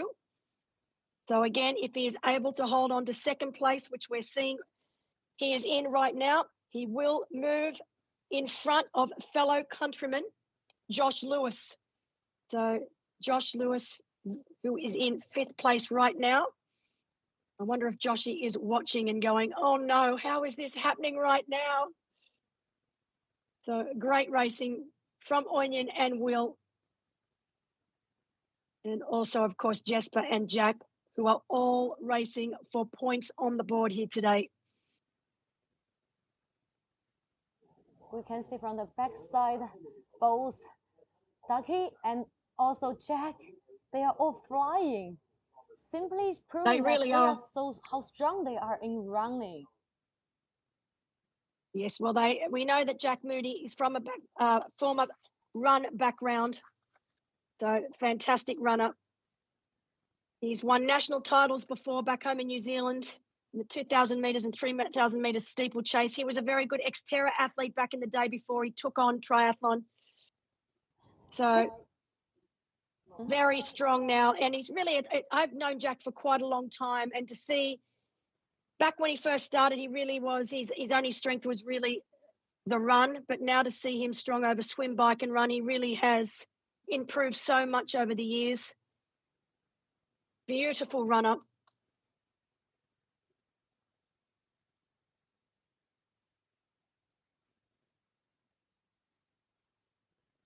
But 2016 was when he first started,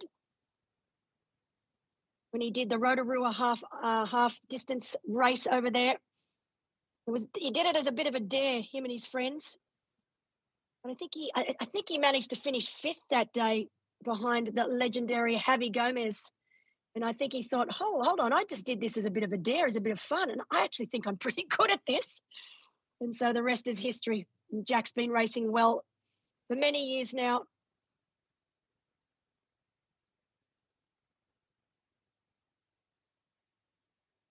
Funny thing, though, I found out about Jack, though, and I didn't know this. I think you guys found this out for me when you did a bit of an interview with him, that he could have taken a completely different career path as a DJ. I did not know that Jack Moody was a DJ. But apparently he used to play in front of a lot of people back in the day, back before he decided to become a full-time professional triathlete.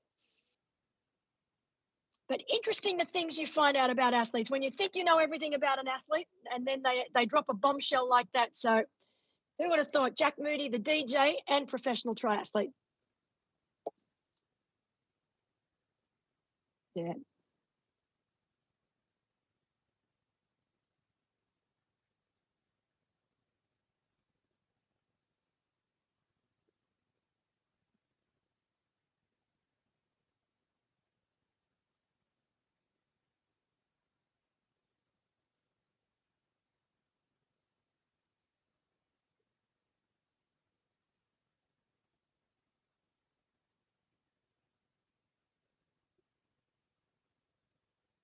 So Will Draper on screen right now.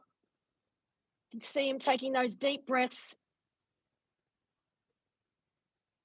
I'd say he would have done the maths. He knows that he needs to finish in second place today to have any chance of taking home a slice of our world bonus.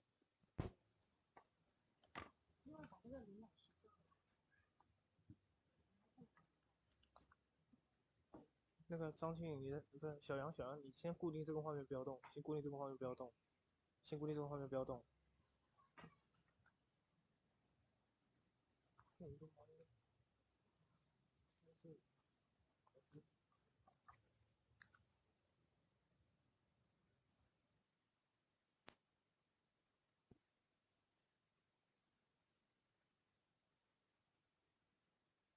So 4 laps here today. Our professional men completed 2 of the 4. Jesper Svensson currently in 3rd place. He was our leader in the swim. He was our leader on the bike. Starting to struggle on the run here. He needs to hold on. He needs the points on the board to move him up into 3rd place on the world bonus.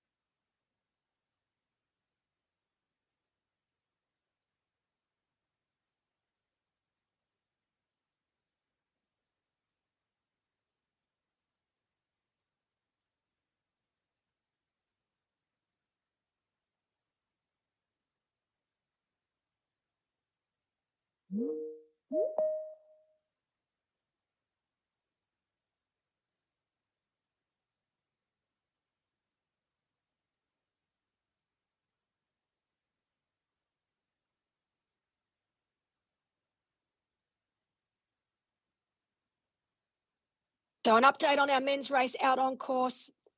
We know Onion Stojanovic from Slovakia is leading. Will Draper only 23 seconds down. So Will Draper only 23 seconds down. Jack Moody has now managed to run up and overtake Jesper Svensson. So Jack Moody now in 3rd place. Svensson back in 4th. And at 3 minutes down on Onion, Jack Moody, if anyone is able to run themselves onto a podium, it is Jack Moody, one of the strongest runners in the sport of triathlon. Great to see him moving through the field. And he has managed to make up 1 minute on our leader, Onion, since the run start. So Jack Moody absolutely flying out there on course. So currently in 3rd. Will he be able to bridge across to Will Draper? If he does that, if he is able to bridge across to Will and bump Will out of 2nd place, Will not finish top 5 in our world bonus. So much happening in this race right now. Just to repeat, Onion Stojanovic currently in the lead. Will Draper only 23 seconds down. Jack Moody now clawing his way up into 3rd place. And Jesper Svensson in 4th. So in our women's race, we know Alana Siffert still leading. Els Visser in 2nd, now 2 minutes 50 down. So Els Visser, as we anticipated, not running as quickly as Alana Siffert. And Chloe Sparrow in 3rd place, 40 seconds down on Els Visser. So our top 3 women, as you can see right there on screen, on the left of screen, that was Alana Siffert, who is leading the way with a 2 minute 50 lead over Els Visser. As we can see here, Jia Hao is also pushing himself into a better pace. So great to see our athletes from Taiwan also racing well. You can see that it must start to be getting a little hot. You can see now blue sky, so that cloud is starting to burn off slightly, Emma, which is going to make it a lot harder. You can see on this run course there is zero shade, zero shelter from the elements. So once that sun is out, it is going to be burning. As you can see, our leader right now, Onion Stojanovic, what a race this Serbian is having here today. He has been chasing the win all year.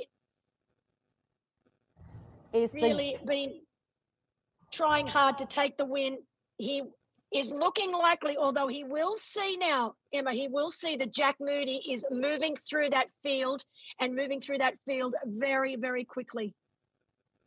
Here you can see, Emma, that the two of them starting to cross. So we've got Onion Stojanovic on one side. We've got Will Draper. You can see the difference in their turnover. Onion's just that slight bit faster than Will, but Will's still running very, very well. Will knows he needs to keep second. He will be able to see Jack Moody once he makes this turn. It is a scary prospect indeed to see the likes of Jack Moody getting closer and closer and closer. Exactly. I mean, Onion is trying to push himself as much as possible, but Will won't give up as well. So make sure he can see that where the Onion is in the U-turn is our familiar U-turn again.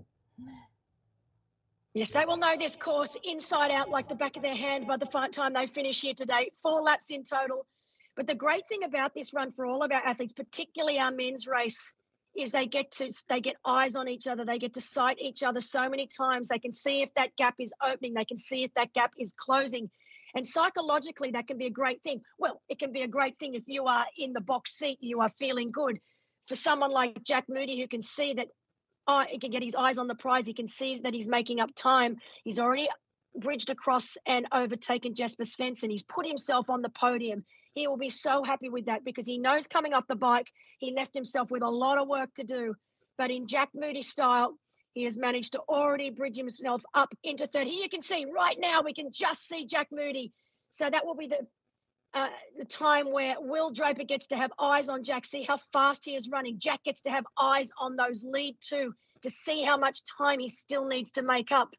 But this race is not over yet. We've got a very exciting men's race on our hands. Definitely. I guess Jack wants to win than anybody else. Well, the thing is, it's a tough one for Jack because, I think as professional athletes, whenever you line up on a start line, the aim is to win. That is the aim. And if it's not, then you're not a professional athlete, let's be honest. So all of these professional athletes line up on the start line to get the best out of themselves and to win the race. And that's exactly what Jack Moody would have been coming in with. But then, of course, different scenarios play out during the race.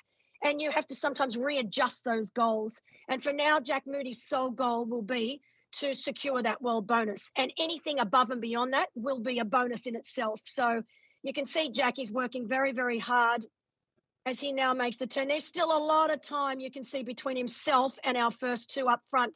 So he's probably going to know at this time, unless these two up front start to falter, he is not going to catch them. However, as it starts to heat up, Will Draper, he's told me he doesn't like the heat and humidity. It does hurt him. So if he is not able to cope with the hot conditions and he starts to come backwards, Jack Moody only needs to get a small sniff of that and you will see him start to claw his way up towards second place. But right now, what we are looking at, all three are still running very, very well. And all things being equal, I'm not sure Jack's going to be able to bridge across to the likes of Will Draper and certainly not to Onion. And the weather now is turning more sunny instead of more cloudy. So the sun now trying to cover them. The sunshine is trying to cover them. Make the whole race gonna be a little bit tough. So wish them all the safe race.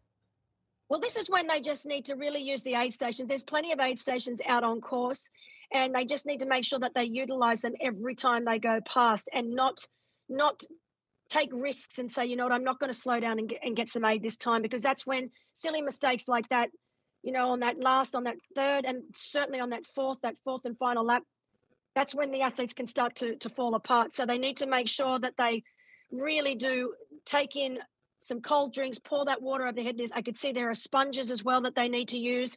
But great shot here, Jesper. You can see that head tilt just starting to go back. You know, when athletes are starting to struggle, they get that little bit of a head tilt backwards. Obviously not ideal when you're running. So Jesper needs to just try and hold it together now. He does not want anyone else to overtake him. He wants to try and secure that fourth spot.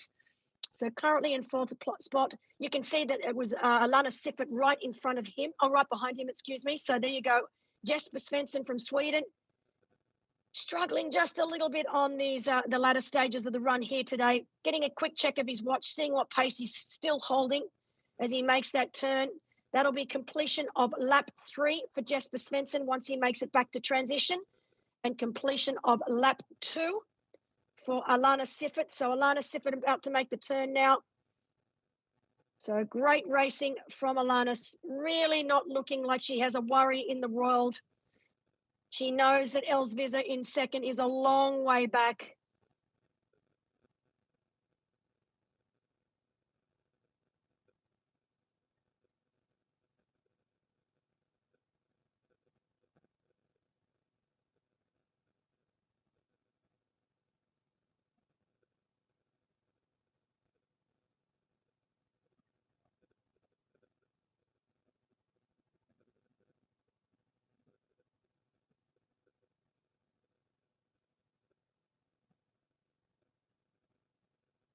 So on screen now, our leader,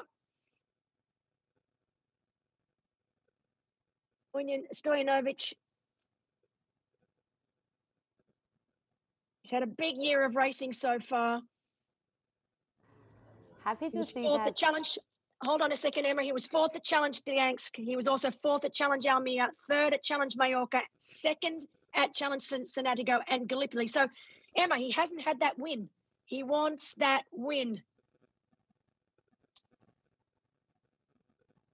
Besides, I was somewhat shocked about he actually starts the sports by really like something like a really sad story, because he got the bone disease at a really early age, and so since this, so after the surgery he started to do the being as a swimming athlete, just trying to recover it, but now he is professional level.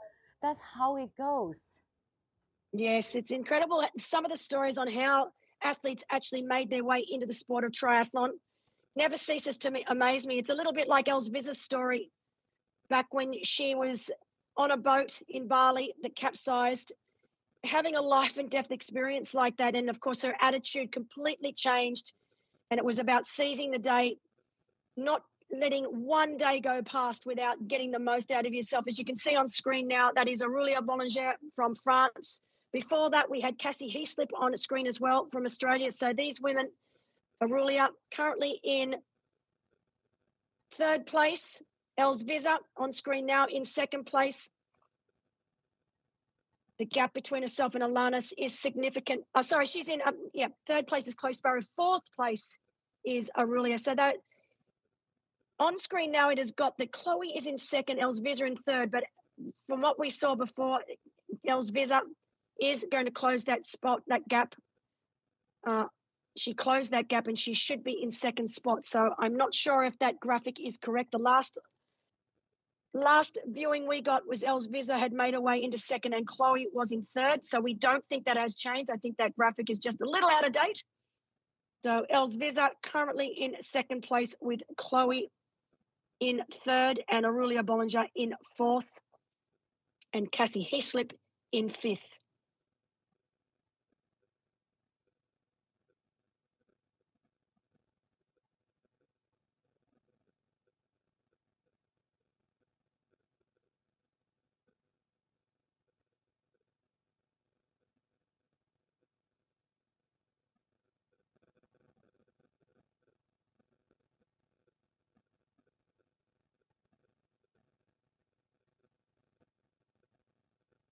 So Jack Moody on screen, the fastest on course.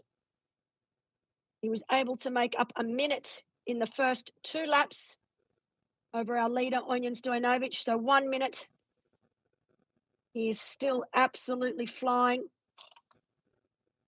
As we can see on screen now, that is Luke Matthews. So Luke Matthews representing the UAE.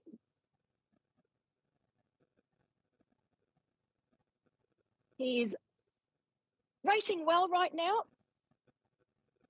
Again, only new to the pro ranks. And there we've got it. So that's confirmation that Chloe Sparrow is indeed still in 3rd place. So Els Visser in 2nd, Chloe Sparrow in 3rd.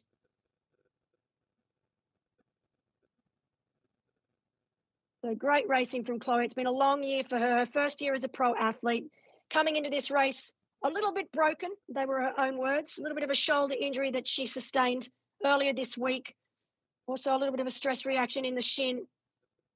As we can see, it is that right leg that kicks out, isn't it, for Alana Sifford? That right leg that just has created her nickname, the Duck, which she proudly calls herself as well. One of the fastest ducks I know, Emma, in the sport. So great to see Alana's having a great race here today.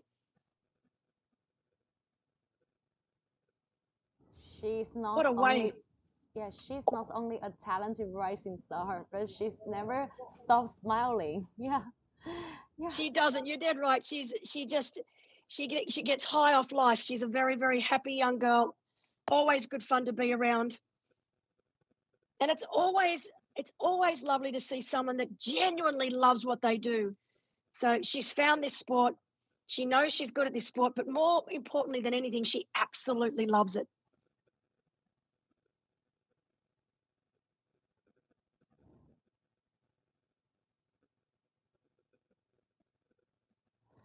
During the pre-race interview, I asked almost all of the athletes I participate in, and everyone, I asked them whether or not you guys can give age groupers or some beginner some suggestion, maybe 2 or 3 tips, and they always say you need to be really enjoy the sport. Absolutely, it's too hard. You know, this is not something that you just do every now and again. When you make a commitment, not even just as a pro athlete, but as an age group athlete, it's training day in, day out, week in, week out, month in, month out, year in, year out. And if you don't love it, even for our top professional athletes, if you don't genuinely love it, you just can't continue to get out of bed each and every morning over and over and over again. You need to love the sport. I think it's the most important. And I know many athletes that have fallen out of love with the sport over the years, and they've had to take time out to realize and to get that love back for the sport again. And I think that's part and parcel of being a professional athlete, because these athletes are training 20, 30 hours every week of every month of every year for years on end. So it's no mean feat. And if you don't love it, it just becomes all too difficult. But right now we know that this man is loving it so far. He is going for that elusive win. He has wanted that win all year. I've seen his face, even when he's come 2nd, he's come 4th. I saw him come across the line in 4th in Almere. And while he was happy with the result, you could just see that little bit of disappointment. He wants that win. He just can't get that win. And now today, well, I think it's finally going to be time for Onion Stojanovic to stand on top of the podium. He has a 50-second gap. 50-second gap over Will Draper, who is still in 2nd.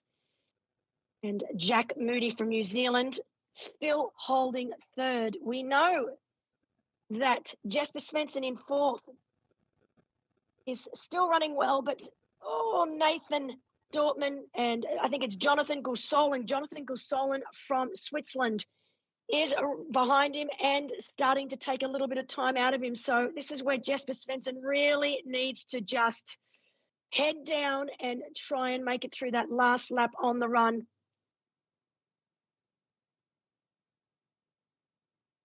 That's, of course, Chia Hao Chang also running well.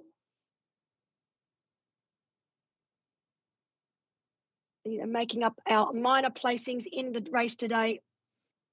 The race up front is where it is all happening. Will Jack Moody be able to bridge across to Will? I don't think he will. I think Will has got enough time up his sleeve.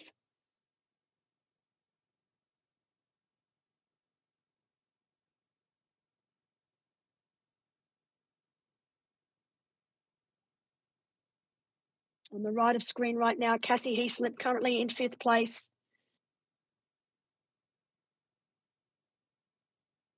And that is Aurelia Bollinger on left of screen. So Aurelia from France. Beautiful runner as well. Great athlete. Currently in 2nd on the world bonus. Her partner Bruno is out there somewhere on the bike, racing in the age group race.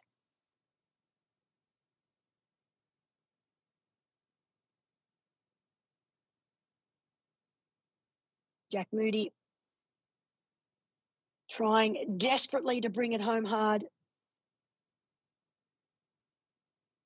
We know that he has got 3rd place done and dusted here. I cannot see anyone getting within cooey of Jack, so 3rd place is definitely a done deal.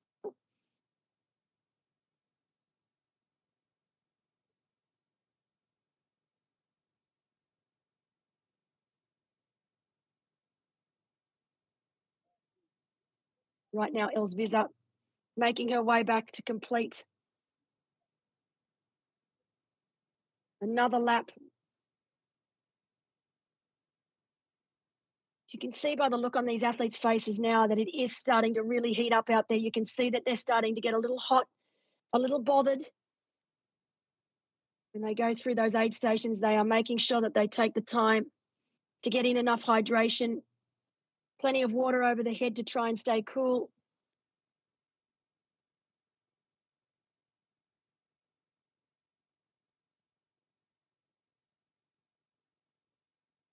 Well, Belinda, you might don't really know that, but here and now we are in the finishing line. I can hear the voice from Michael, also voice from the music. We are preparing to welcome our first ever Challenge Xiamen champion. It's going to be amazing. I'm glad you're down on ground there, being part of the getting into the atmosphere. We've still got a battle on our hands out on the race course, but these professional men, they're on their 4th and final lap, so it will only be a matter of time before they start to make their way into you to the finish line. I know you're going to be able to do finish line interviews for us. Please, the police, the guy. Okay, one more time. Ready? So we are going to have you down on the finish line. Make sure you don't hold it too tight. To okay. Call in our elite athletes. Challenge Xiamen! Yeah, congratulations! And I think we are very close. We are very close to the finish now. Thank you. Yes, I say yes. No, yes to the dress. So, something like this is going to look like. So right now, we have got Michael Buchek down on ground. We've got Emma down on ground. She will be interviewing our top 3 athletes as they make their way across the finish line. Here he comes. Hello. Onion Stojanovic, you can see him now. To give me the medal. Making his way Thank you to so the much. finish. I already got one. He will win here today. Finally, in November, at the end of the year, Onion gets the win that he has so desperately wanted.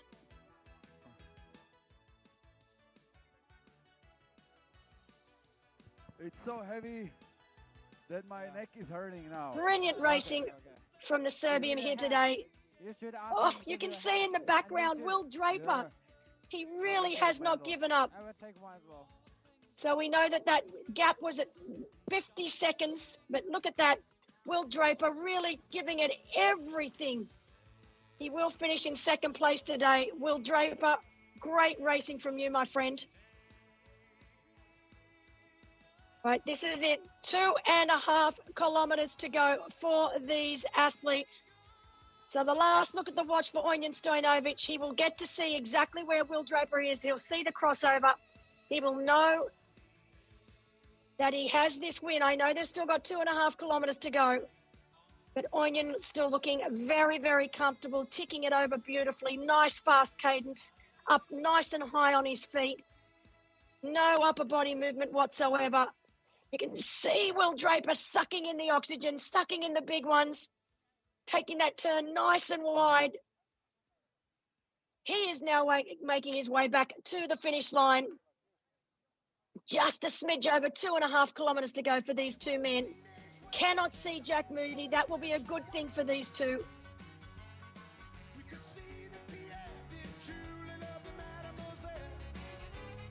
So wonderful racing from both Onion Stojanovic from Serbia and Will Draper from Great Britain. Alana Siffert still doing everything right out there on the run course. She has not been at all, has not faltered at all. No one looking likely to get even near her. And she will be the winner of the race here today. She will win the end of year Challenge Family World Bonus. Our youngest ever winner of the World Bonus. And here he comes now, Jack Moody. So it gives you an idea of exactly how far that gap is between himself and Will Draper. So no issues for Will Draper here. He will know that he has got second place in the bag. That will move him up into 5th on the World Bonus.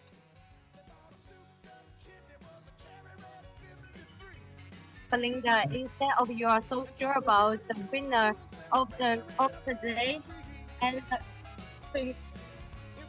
for me, I'm quite sure of about But hats whether off we're to gonna Jack Moody. Fantastic.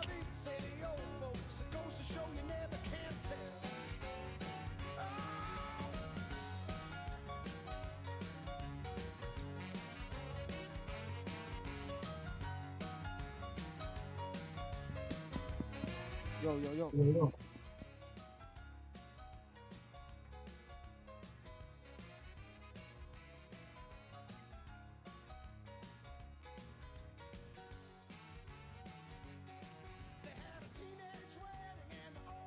So now Jack Moody from New Zealand making his way back towards the finish line.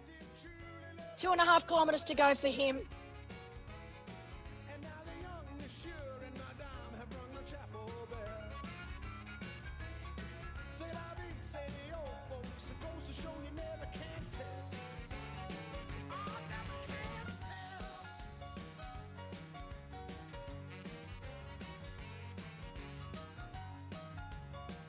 Okay, we are not too far, only 2K to go, so approximately 6 minutes. I was predicting a little bit quicker time. I think the temperature, it took its toll on athletes.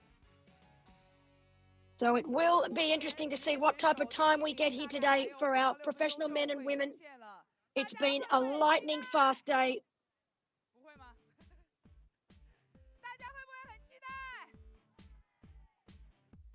Not long to go now. We will take you down to that finish line. We have Mikhail Bucek down on the finish line. He will be down there calling our top 3 across the line.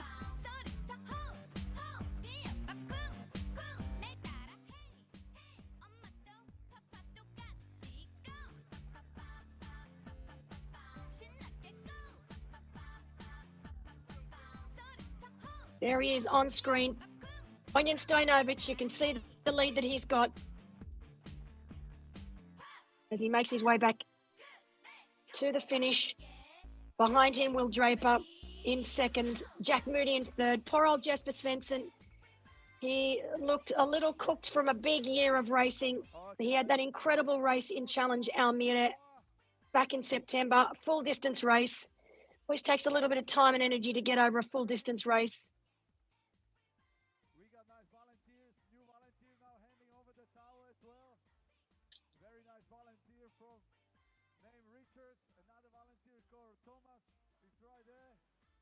Finally, they're doing something good for Challenge.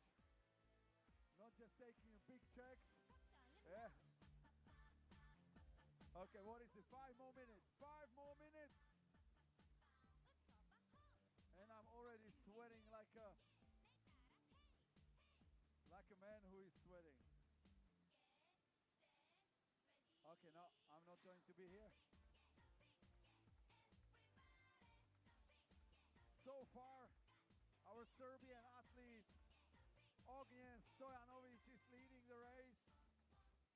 And here he comes, See if he's going to take his first ever our leader, soon to be winner of the inaugural challenge, Xiamen 2024 here in China. The second challenge event this year. We had Challenge Beijing and now Challenge Xiamen. It's a very exciting time for triathlon and challenge family in China.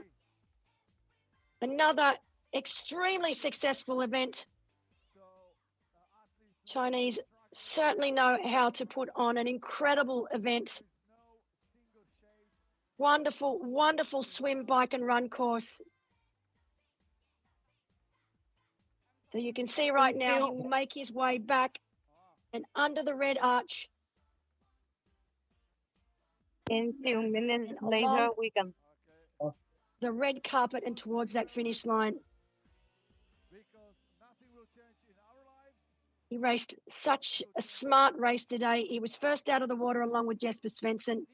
He was able to ride for one lap with Jesper. On that second lap, he realised that the wattage he was pushing was just a touch too hard. He backed it off. He allowed Jesper to come into transition on his own.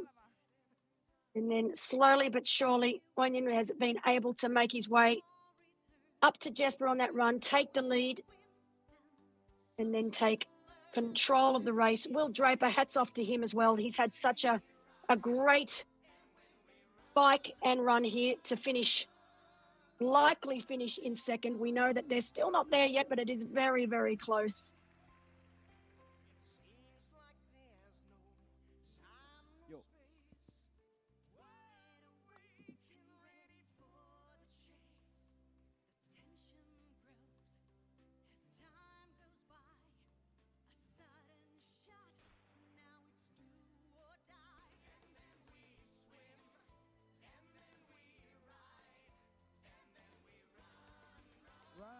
And here she comes, the little duck herself.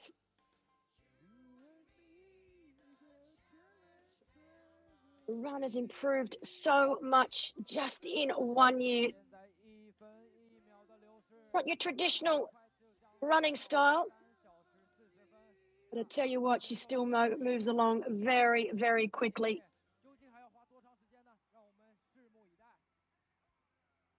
So Alana Siffert with a huge lead. I cannot see anyone even getting within cooey of Alanis today. We know Elsbizer in second, Chloe Sparrow in third. Jack Moody, last sponge over the head. You can see that it is starting to really heat up over there.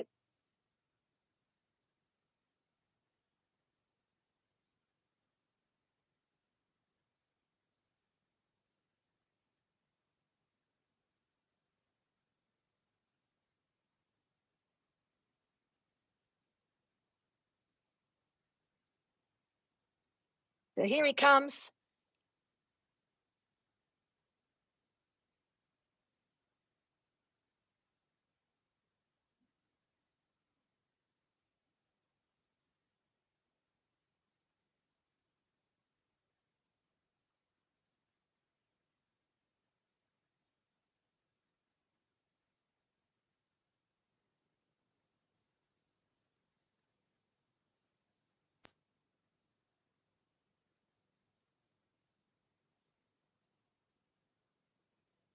And here we go, the winner of the inaugural challenge, Xiamen. Oh, and he is happy. 2024, Ognjen Stojanovic. What a race. He has wanted this win all year long. He has fought hand, tooth and nail to get it. He's come second, he's come third, he's come fourth. Everything but that elusive win. And now today, as Richard Belderock gives him a big hug on that finish line, Ognjen finally has got that win. What a race from the Serbian. Brilliant racing, controlled racing from him all day long. Will Draper coming in now in second. Had the little bit of a look over the shoulder before he takes that last right-hand turn and into the finish line. So Will Draper from Great Britain, even I'm getting a little tongue-tied here. Great Britain will be second. Well done. Hats off to you to Will. That was brilliant racing. You can see that it's hurt him. Fantastic race. Big smile. He really did give it everything on that run. The two men, the camaraderie they have amongst each other, just fabulous. But great racing from these two here today. So happy to see Onion get that win. Finally. You know, any time now, we'll be watching the New Zealander, Jack Moody, coming up that finish straight in third place.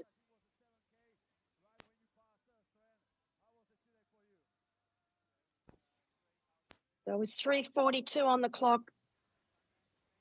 We knew it was going to be a fast day here today, and it has not disappointed.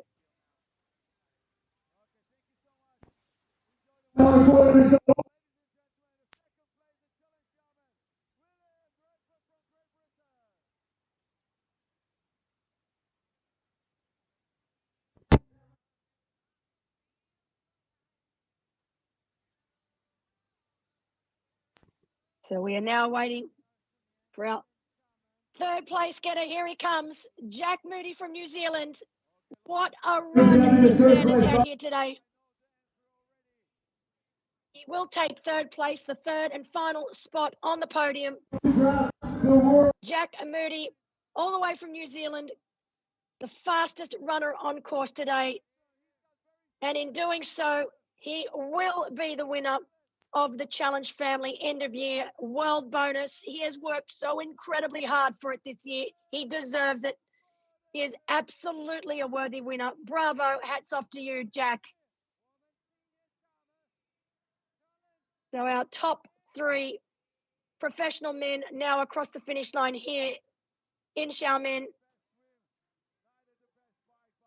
All three men congratulating each other.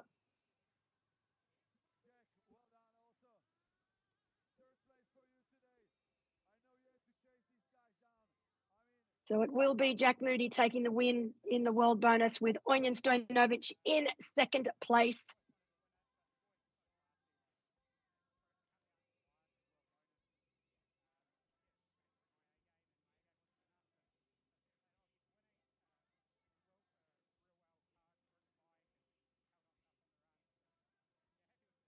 Okay, fine.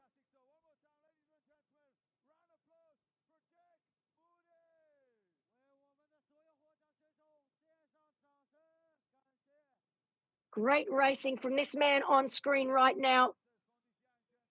Jonathan Gussolin, he's managed to overtake Jesper Svensson. He will be coming home in fourth place.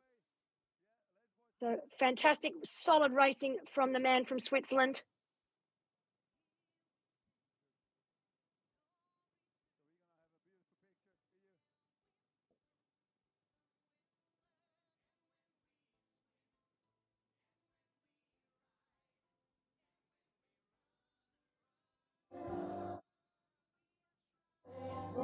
Simply congratulations to all the podium now.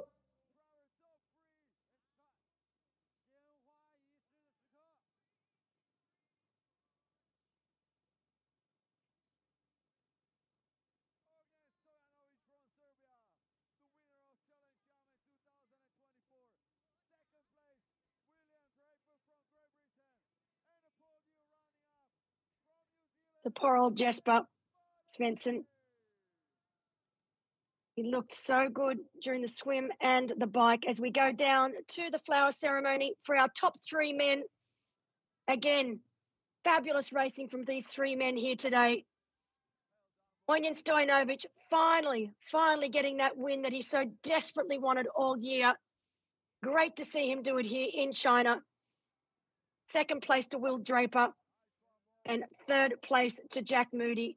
And of course, with that third place, the ultimate end of year world bonus. We do still have a couple more races that do add to the world bonus, but it is impossible for anyone to overtake Jack Moody from here. So I'm sure this man will be celebrating here tonight before he makes his way back home to New Zealand. They are well deserved such a celebration. Great to see Richard Beldrock down on ground, congratulating our athletes.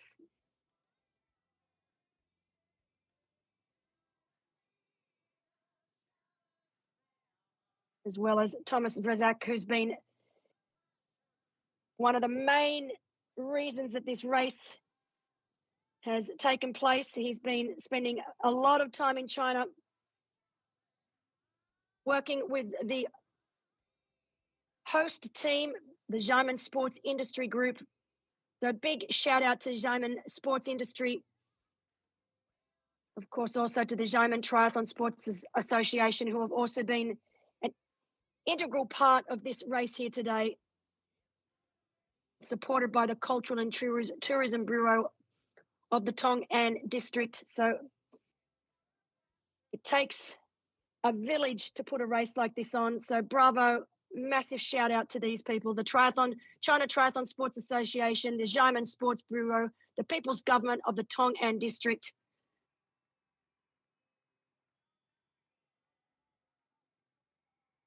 We just saw Jesper Svensson make his way to the finish line. It's been a long, hard season. And what we saw today of Jesper shows just how long the season has been for him. But he has stuck it out.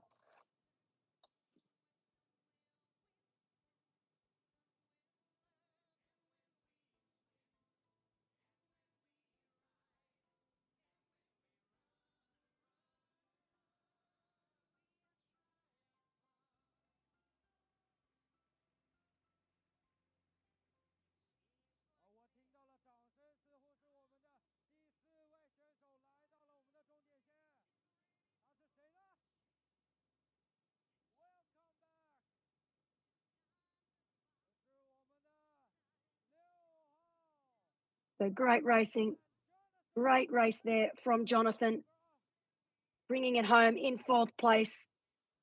That would have to be one of his best results of his career so far. So well done, Jonathan.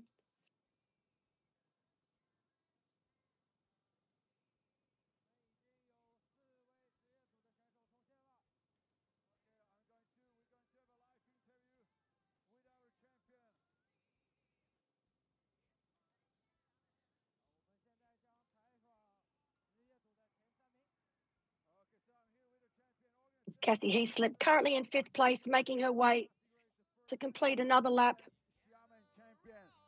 It was a 7 challenge race this season. First win. How do you feel and how does it feel for you to win finally at the end of the season? Yeah, of course, timing I think is the perfect. At the end of the season it's always tough to be in a great shape, and I'm really pleased how I managed to prepare for the beginning of November, coming from Europe for summer phase. And of course, after many podiums, many 4th places, I think I had like 8 or 9 second, 3rd, and 4th places. I was many times close to the first, but yeah, it's really great finally to get that win. Also the very close fight for the world bonus with Jack Moody. I mean, like, I'm sure you were checking each other, like, where you are, but unfortunately, Jack not supposed to score the points. He did, so now, like, you come on a 2nd place, but still, you must be pleased with this. To be honest, I was aware that to win overall bonus, it would need to be, I will need to have a lot of good luck, and Jack would need to have a lot of bad luck, because he also have one more race, so more or less I came here to fight to secure my 2nd place, so yeah, I'm really pleased. Still, one more time, fantastic race, first ever challenge victory. So, will we see you next year? I hope so, yeah. Okay, thank you, ladies and gentlemen. The champion of Challenge Xiamen 2024, Ognjen Stojanovic.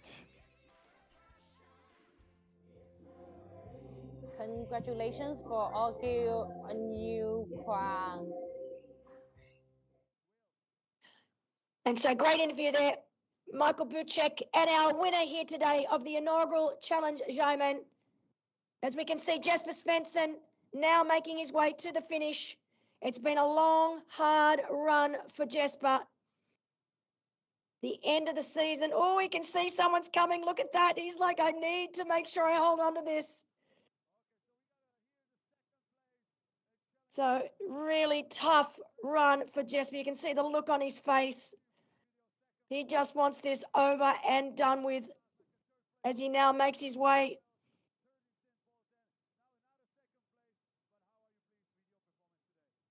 to that. Oh, look at that. He has given it absolutely everything. Barely making it across the finish line for Jesper Svensson. Wow.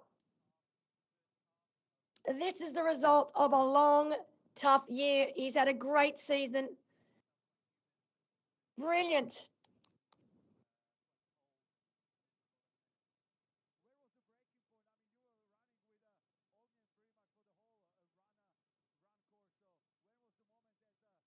So Jesper Svensson home in 5th place. He'll still win some points towards the world bonus. And Luke Matthews right behind him. So great race from Luke. Home in a 6th place. He had Jesper running scared.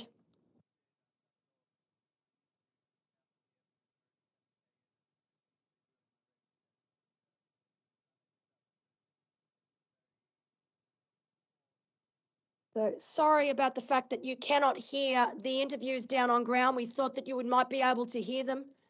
Unfortunately, I'm not sure why we can't get the sound on for the interviews, but I can imagine what Will Draper was saying, that I'm sure he's very, very happy about finishing in a 2nd place here today. His partner, Chloe Sparrow, still out on course. At last check, she was still holding 3rd, as we are now down with Jack Moody. One very happy man. It might have only been 3rd place today for Jack, but he knows that he has sealed the deal for the end of year world bonus.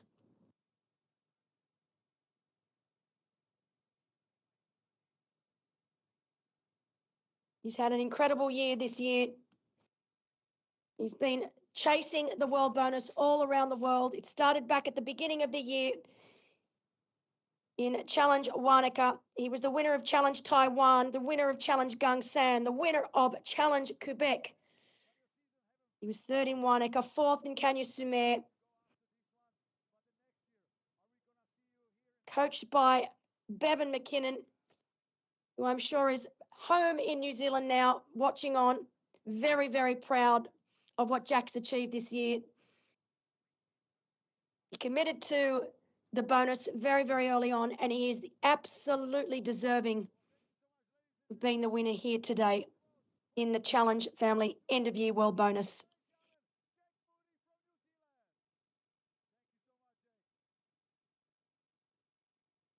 So that's Michael Buchek interviewing our top 3. Again, I must apologise that we couldn't get the sound on for their interviews.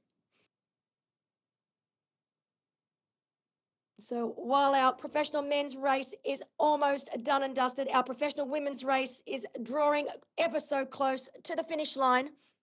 We know Aurelia Bollinger on screen right now, renowned for her run, running very, very well.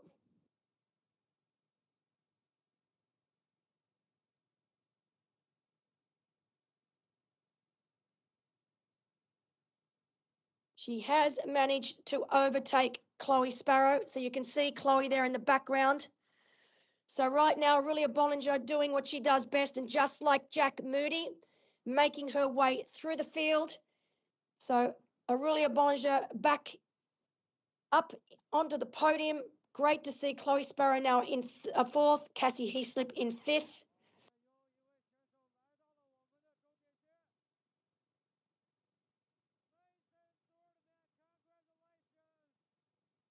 There's another one of our professional men who makes their way on the finish line.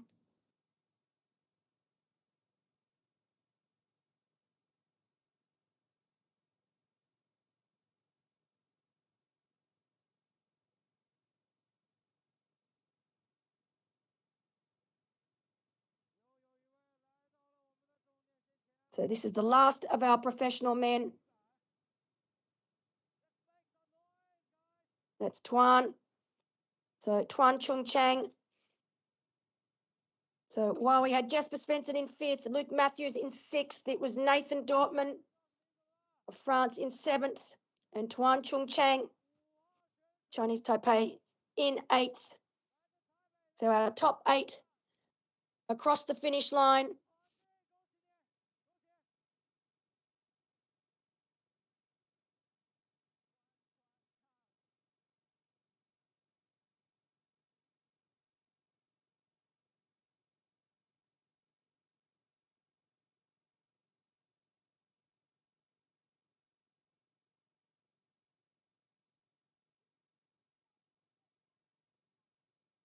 Great to see Nathan Dortmund, born in France but lives in Australia, actually lives just down the road from me in Brisbane.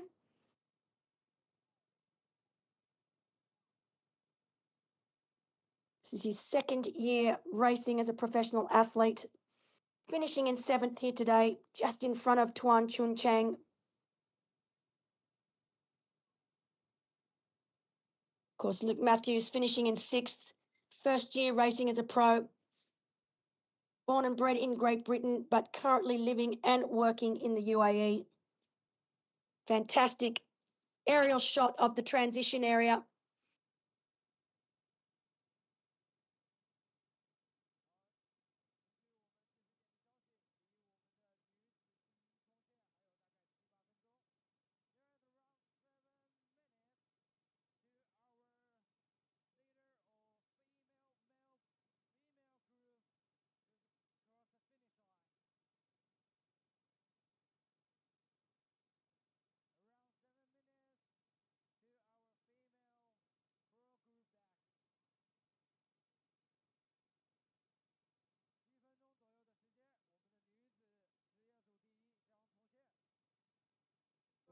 According to the timing room,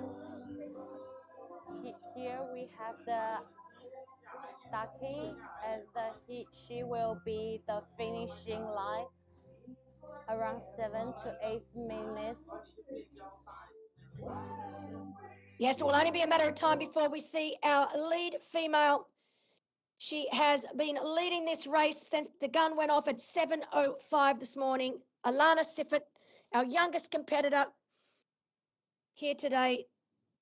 She led the swim, she led the bike, she continues to lead on the run as we see Gaëtan Fatard from Andorra, originally from France, but resides in Andorra, races for Andorra now, making his way to the finish line.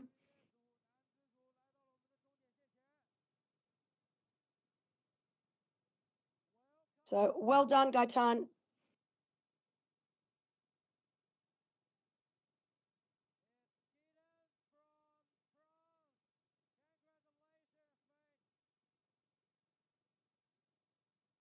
Of course, Gaëtan home in 9th place.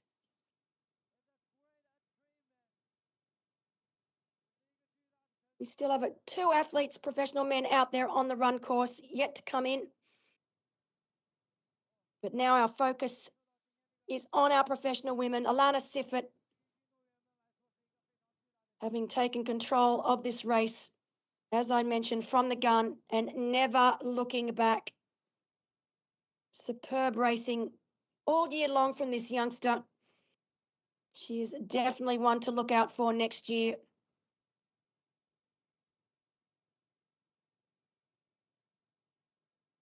She's been based here in China for the last couple of weeks with her coach. She's the training partner of Els Visser. But she will be the winner here today for the inaugural challenge, Xiamen. Great to see Els Visser still in 2nd place. We knew coming into this race it was going to be a little bit tough for her, having just come back from an injury.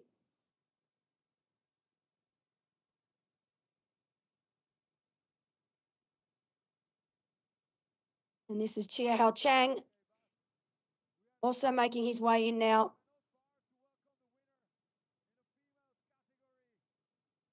So he comes home now in 10th place.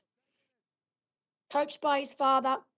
His sister raced yesterday in the Olympic distance race that they had here and took the win overall in the Olympic distance race. He's happy with that.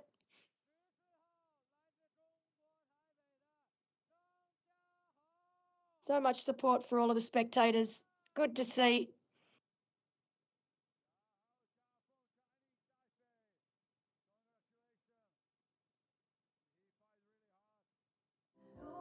Hard to imagine he just 24-year-old.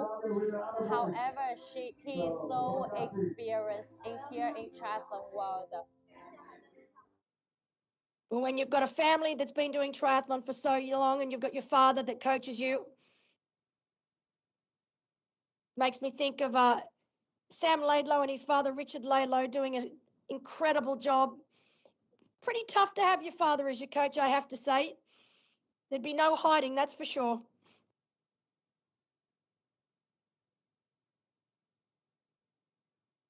But now our focus turns to the professional men's race, women's race. While our professional men's race is done, you can see there flying on the course, Aurelia Bollinger from France. She's here with her partner Bruno, who is racing in the age group race here today. Wonderful couple. Aurelia has had such a great year, taken so many wins.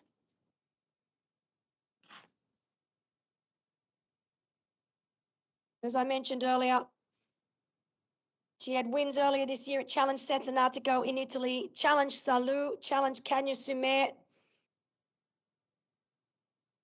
She speaks fluent Chinese. Now, Emma, has she spoken any Chinese to you? Definitely. Instead call her as Aurelia, we prefer to call her as Liya. Leah, that's how you say it, is it? Yes, because this is her given name in Mandarin. Ah, no way. Oh, that's fascinating. Wow. When she told me, she reached out to me earlier about this race when we first announced it, and she said, oh, I have to go, I speak fluent Mandarin. I said, what? How? So I had no idea, but she said, yep, I do, and I can't wait to get there. And yeah, so she's having a great day. I'm sure she'll be very, very happy with where she's at the moment. So currently sitting in third place, running very, very well, and it secures her second place on the world bonus. So great racing from her.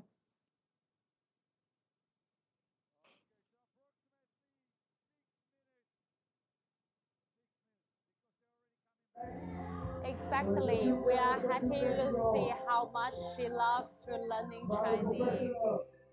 That's so incredible.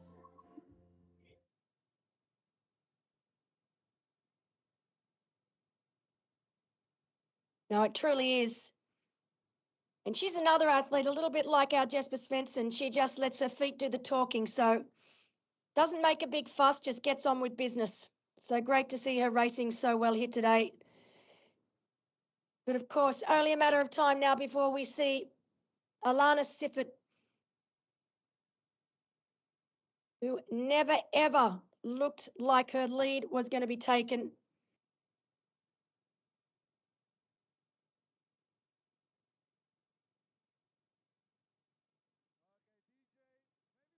Of course, that was on screen. Sven Altemat from Switzerland. He is the last of our pros to finish here today. I feel a little sorry for Sven. We know that he had some mechanical problems towards the end of the bike. He was bitterly disappointed when he entered transition, but hats off to him. Could have been very easy for him to just pull the plug and say, I'm out. But he has continued with the run, and he will make his way towards the finish line. He's had a tough year with injury. I think he'll be very happy to put 2024 behind him. And now, of course, look ahead to 2025. Els Visser on screen. Still in second position. She's just going to get the job done today. There'll be nothing fancy. She's just back from injury.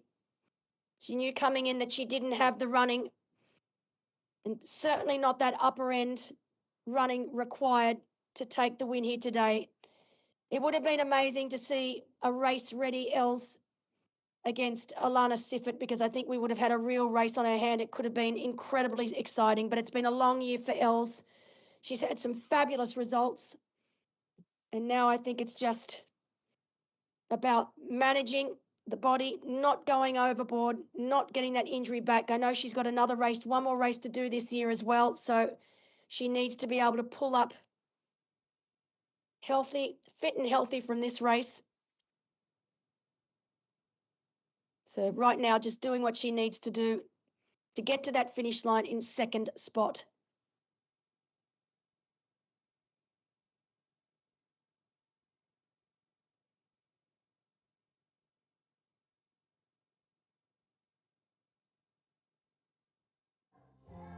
So Els is not in the best shape, sharp to racing, but we are so happy to see that how strong she is, how unbeatable she is. No, I agree. She's one tough cookie, that's for sure.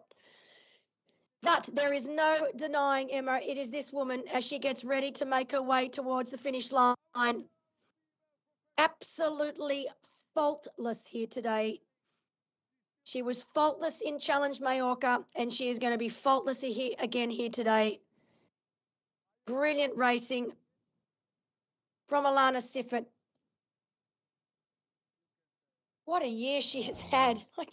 I keep looking over her results and they just get better and better.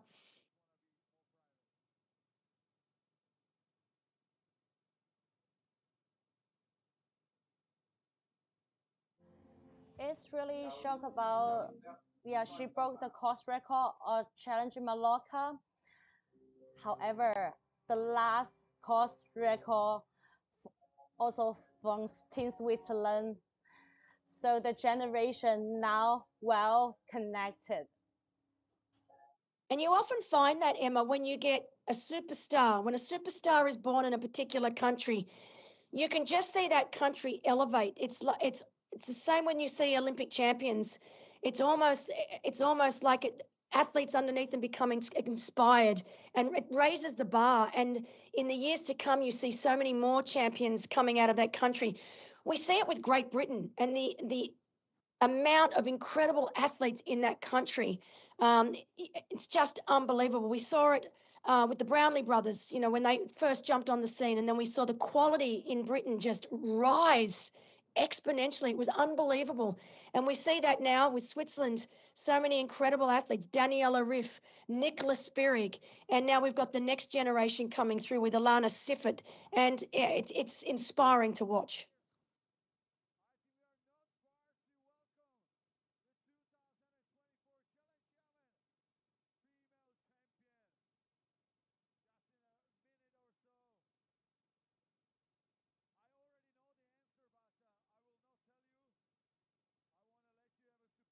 So again, as we watch our age group athletes make their way around.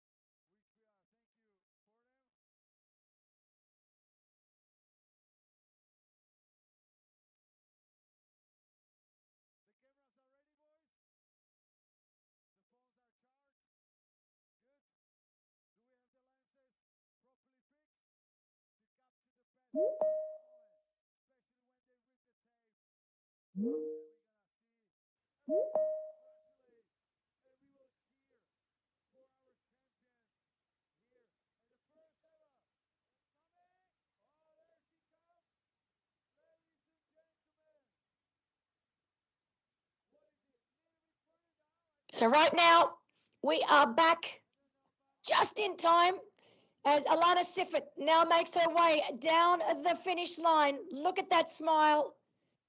Incredible race from this young woman from Switzerland. She's had a fantastic year. With the most beautiful smile.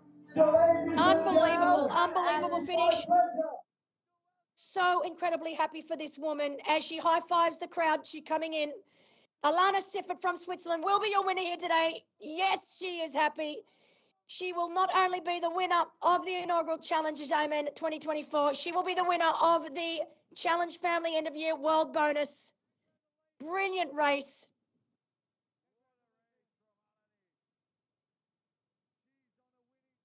Wow, what a year this woman has had.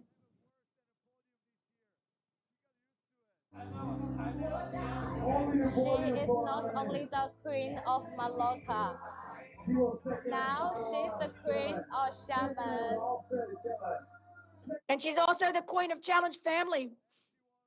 So, queen of all, that's for sure.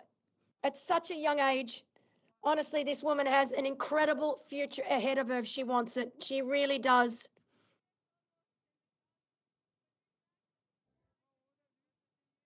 So, two deserving winners here in Onion Stojanovic from Serbia in the men's race and Alana Siffert from Switzerland in the women's race.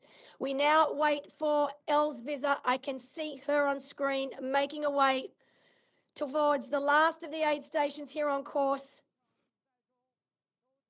Hats off to Els Visser. Came into this race knowing that she was not in race shape. She really wanted to race here. So great to see Els in China.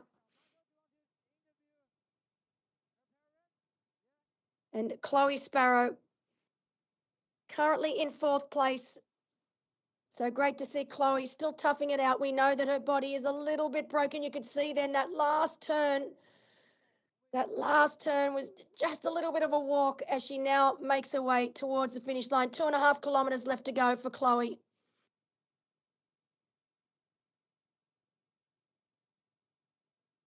So currently in 4th position, Aurelia Bollinger from France in 3rd.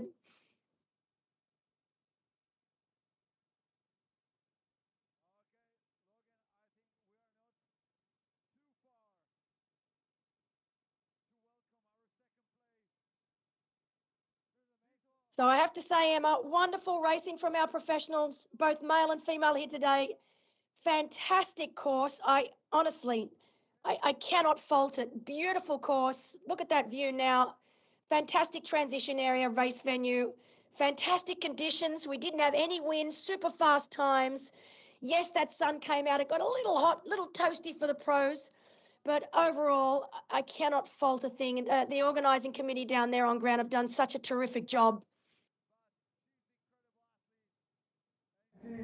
The fantastic challenging breath made this course so unique. And so a big shout out to Xiamen Sports Industry Group for putting the race on here today, along with the Xiamen Triathlon Sports Association. We have to thank the China Triathlon Sports Association, the Xiamen Sports Bureau, and the People's Government of Tong'an District, and the Cultural and Tourism Bureau of Tong'an District. Without all of the support, this race today would have been impossible. So incredible to have such great high-quality racing back in China. I'm already looking forward to next year.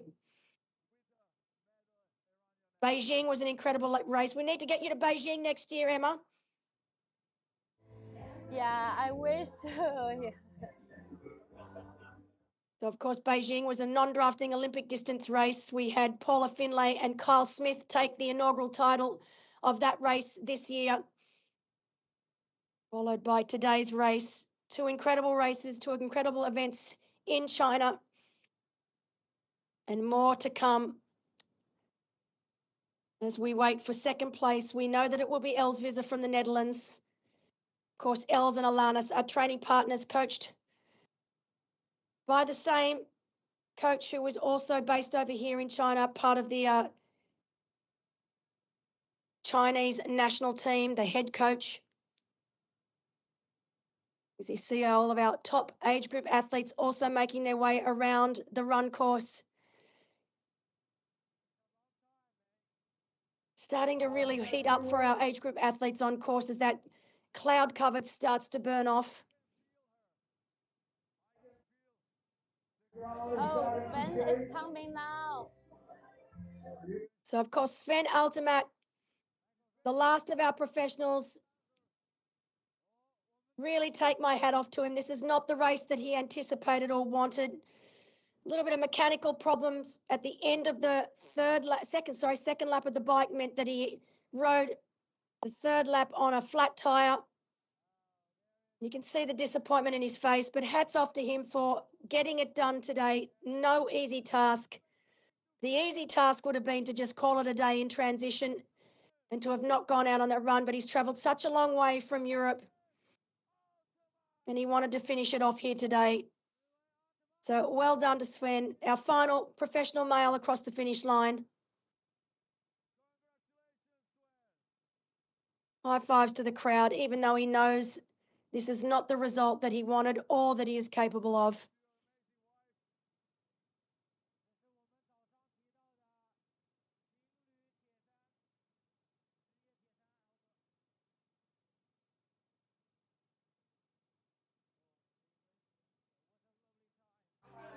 Let's cheers and clap for Elsvisa. She's almost the finish line.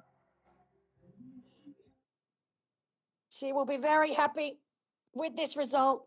She didn't come in with high expectations. She's a realist, and she knew that she was coming in a little underdone, particularly when it comes to racing. So to come second place and to come second place to her training partner, I'm pretty sure she'll be pretty happy with that. So great race from Els. And in doing so, she now moves herself up into third place. Oh, a little bit of a stumble. Don't do that. We don't want any more injuries from you, my friend.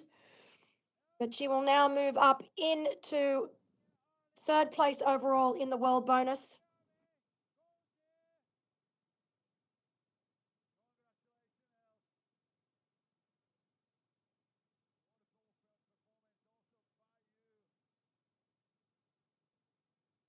And what a close affair it will be between herself and Aurelia Bollinger. Aurelia needed to come third today to make sure that she secured that second place on the world bonus. She will do so. If my maths are correct, it's never been a strong point of mine, Emma, so I hope I'm correct on this. But it is looking likely that Aurelia will finish with 975 points to Elsvisa's 950 points. So very, very close racing between these two.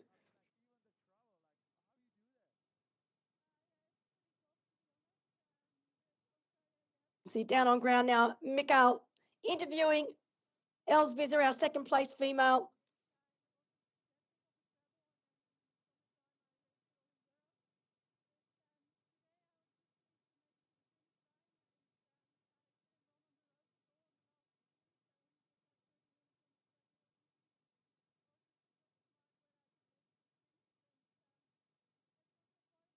In the background there, I could see Jovi Low, who owns and runs Challenge Taiwan. So great to have our team from Taiwan also on ground. I know Rowan is also there from the team. So big shout out to both Jovi and Rowan for coming to support the race here in China.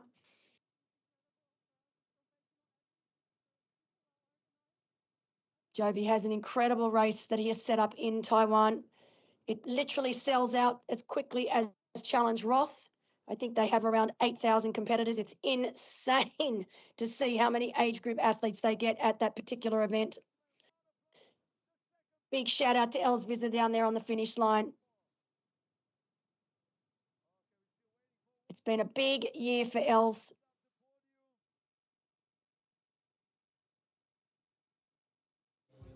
On Friday, when we met the meeting with all the pro athletes, And Michael said how strong is pretty hard to read all of her achievements of this year. Yes, too many. Oh, that's fantastic. Yeah, she's an incredible athlete. She's done incredible things, and I have no doubt we're going to see much of the same next year for Elsviser. Just to put it into perspective, she was third at Challenge Roth. She was the winner of Challenge Wanaka, winner of Challenge of 70.3 Philippines, winner of Challenge Taiwan. She was fifth at the championship, second at Ironman New Zealand, and third at the PTO T100 Singapore. I mean, incredible results. And the thing with that is Challenge Wanaka was back in February. We are now in November. This woman has pretty much raced every single month since then.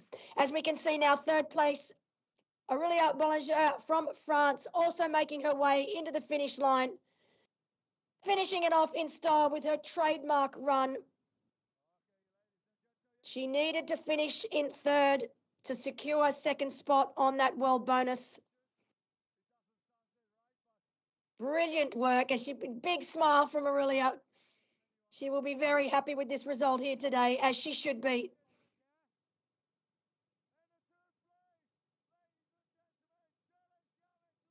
Again, came off the bike with a huge deficit, was able to make her way through the field just like Jack Moody did. So both of these athletes doing it almost identical on the day. And Aurelia Bollinger from France, third place here today in China. Also with one of the most beautiful smiles in the sport too, Emma. Exactly, Belinda. Please allow me to use my first language to say congratulations to this gorgeous lady. 恭喜利亚! I love it. Oh, I love it. It's fantastic. There are top three professional women now across the finish line.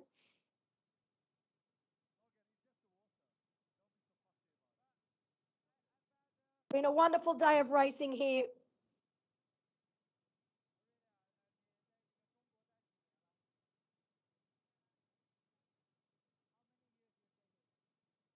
The first year challenge family being in Xiamen. Of course, this is the second year that this race has been run. It started last year. We are very happy to join them now this year. They've put on a wonderful event. It's a brilliant course. Great spot to visit. I'm sure all of the professional athletes will be having fun tonight at the awards dinner. For a lot of our athletes racing today, this is the last race of the season for them. And we do have obviously a couple more with one race left to go.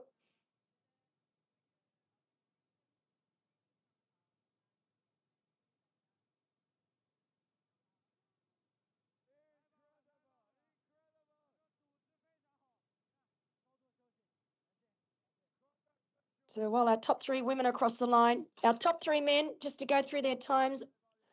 Onyan Stojanovic, our winner from Serbia, 3:41.02. Will Draper from Great Britain, 3:41.56. And Jack Moody from New Zealand, 3:43.49. And you can see our women, top three women on the screen right now.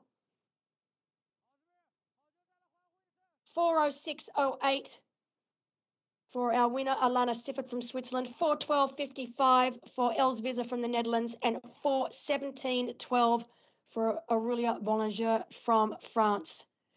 So some very fast times here today, as predicted.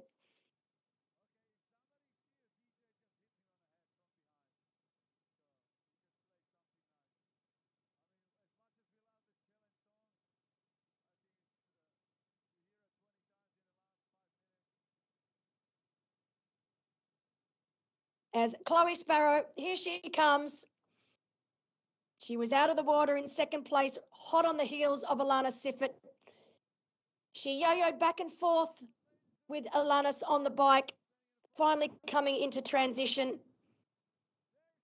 A little further back than she would have liked, but holding on in the run. We knew that she came in here with a little bit of an injury, but still managing to finish here today in 4th place. It is definitely the end of the season for this young woman. Her first year as a professional athlete. She should be very, very proud. So Chloe Sparrow from Great Britain, finishing in 4th. She'll be over the moon for her partner, who finished in 2nd place today, Will Draper. So a successful weekend for this couple.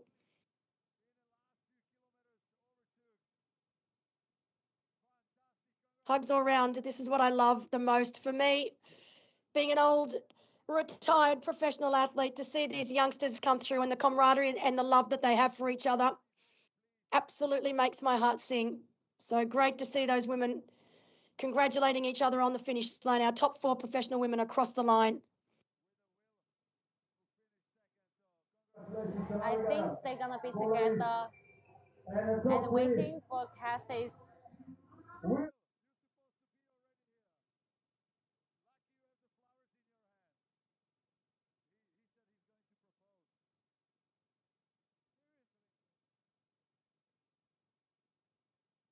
So only one more athlete left to go in our professional women's race. Cassie Heaslip from Australia. Will be great to see her make her way across the finish line, but of course the race is not over. We still have all of our age group athletes now still out on the bike and many on the run course.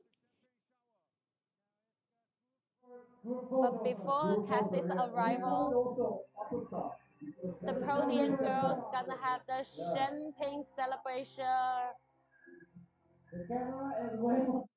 And there we go. You can see them there now. Our top 3 professional women for today: Alana Siffert from Switzerland, Els Visser from the Netherlands, and Aurelia Mollinger from France. I do believe right there, right now, we have our top 3 in the Challenge Family End of Year World Bonus as well. And in not quite the same order, Alana's in 1st, Aurelia in 2nd, and Els Visser in 3rd. So 3 absolute champions right now as they get ready for their champagne showers. This is when you get to see who is the most experienced at being on a podium, Emma. Looks like Els Visser is the most experienced. She got it open first. I love it. So Els Visser. We are so happy to see they can be more experienced in the future. Well, I think Els Visser's already very experienced. She's definitely used to being on the podium over and over and over again. But these other 2, both Aurelia and Alanis, have had plenty of time on the podium this year as well. So all 3 women definitely experienced when it comes to champagne showers. Because champagne for athletes is always represent the winning, podium, and every single milestone. It is. It's a celebration, that's for sure, and something that the athletes deserve, particularly after a hard day of racing like today.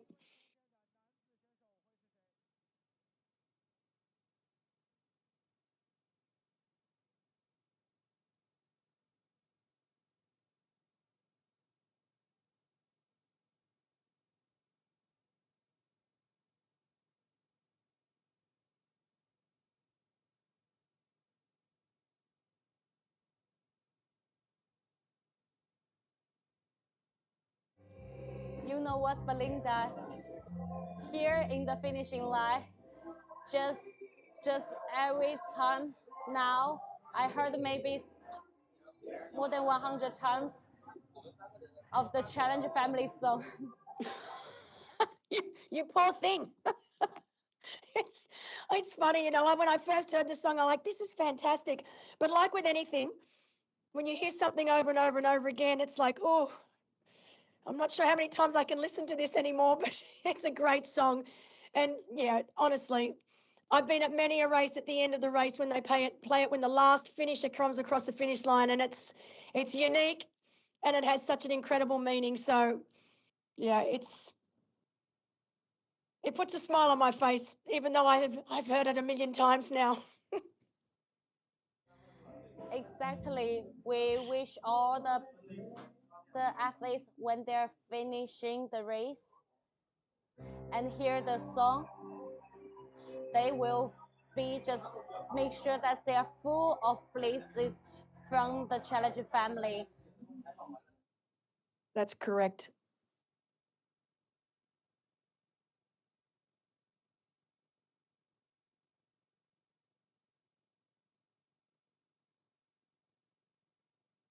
So we are waiting for our final finisher of the women's professional race.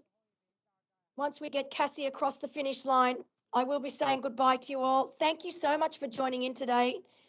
Wonderful race conditions. You always get a little bit nervous for an inaugural race, first time. But today, with our two worthy winners, one on screen right now, Alanis Siffert from the Netherlands, being interviewed by Mikael, no other than the crazy man himself.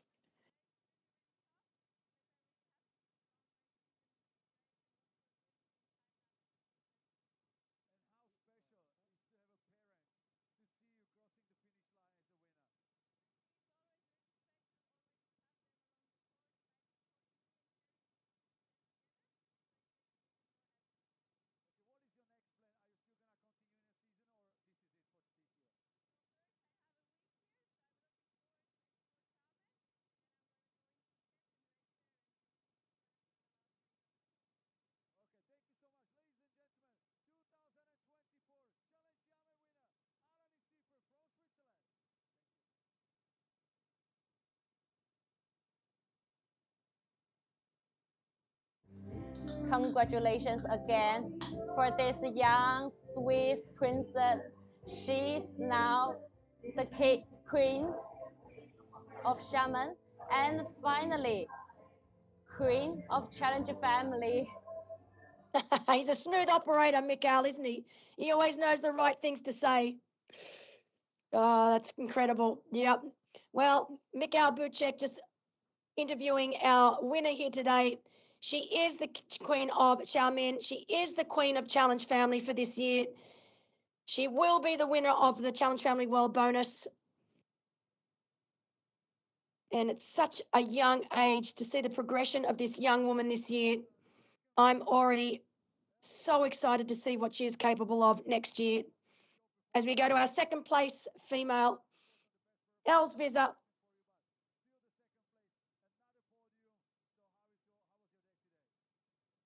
I would have liked to have seen Els come to this race fit. It was not to be. She knew that, but she still made the absolute most of what she had. I think if we had have seen the Els Visser that we all know and love, we could have seen a real battle on our hands between Alanis and Els. But we have to be realistic. She told me that she was coming in on into this race with very little run training under her belt. So if that means you still get second place, I'd be pretty happy with that. Still a very solid race from Els.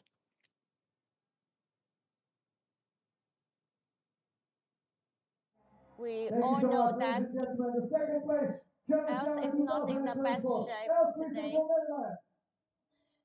We're also happy to see that Ducky won the race. However, I guess all of us prefer to see everyone 100% health to being here and start the race and finish the race. This is the magic of the sport. But life is also full of ups and downs. That's how it goes. It does. Well, as we say, sport mimics life. It's never perfect. For every high day, there's a low day, but it's how you treat each day and the attitude you have in the bad times that really show what your character's made of. And I think Els Visser is a perfect example of resilience.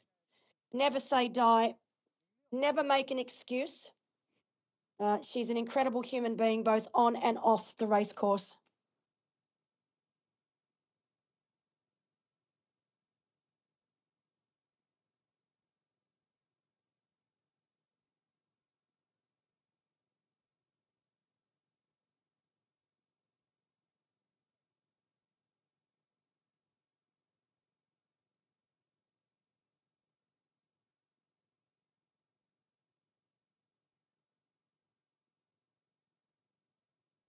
So more and more of our age group athletes now making their way onto the run course here.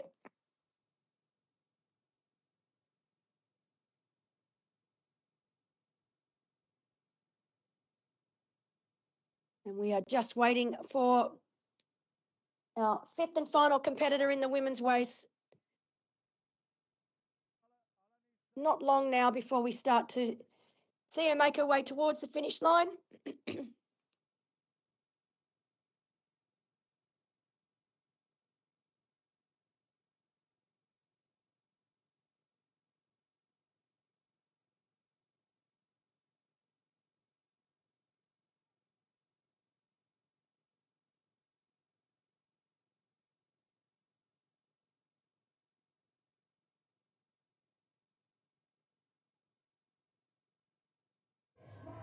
It seems Cassie gonna be closer.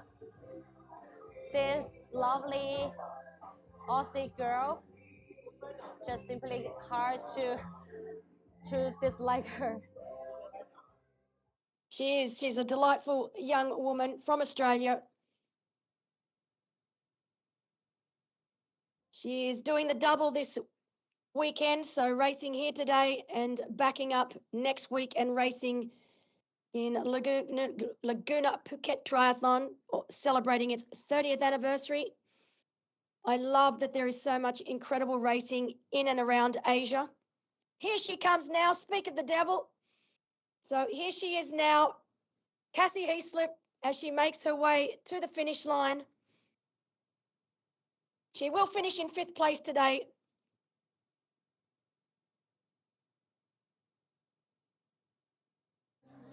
But every single finish is a win.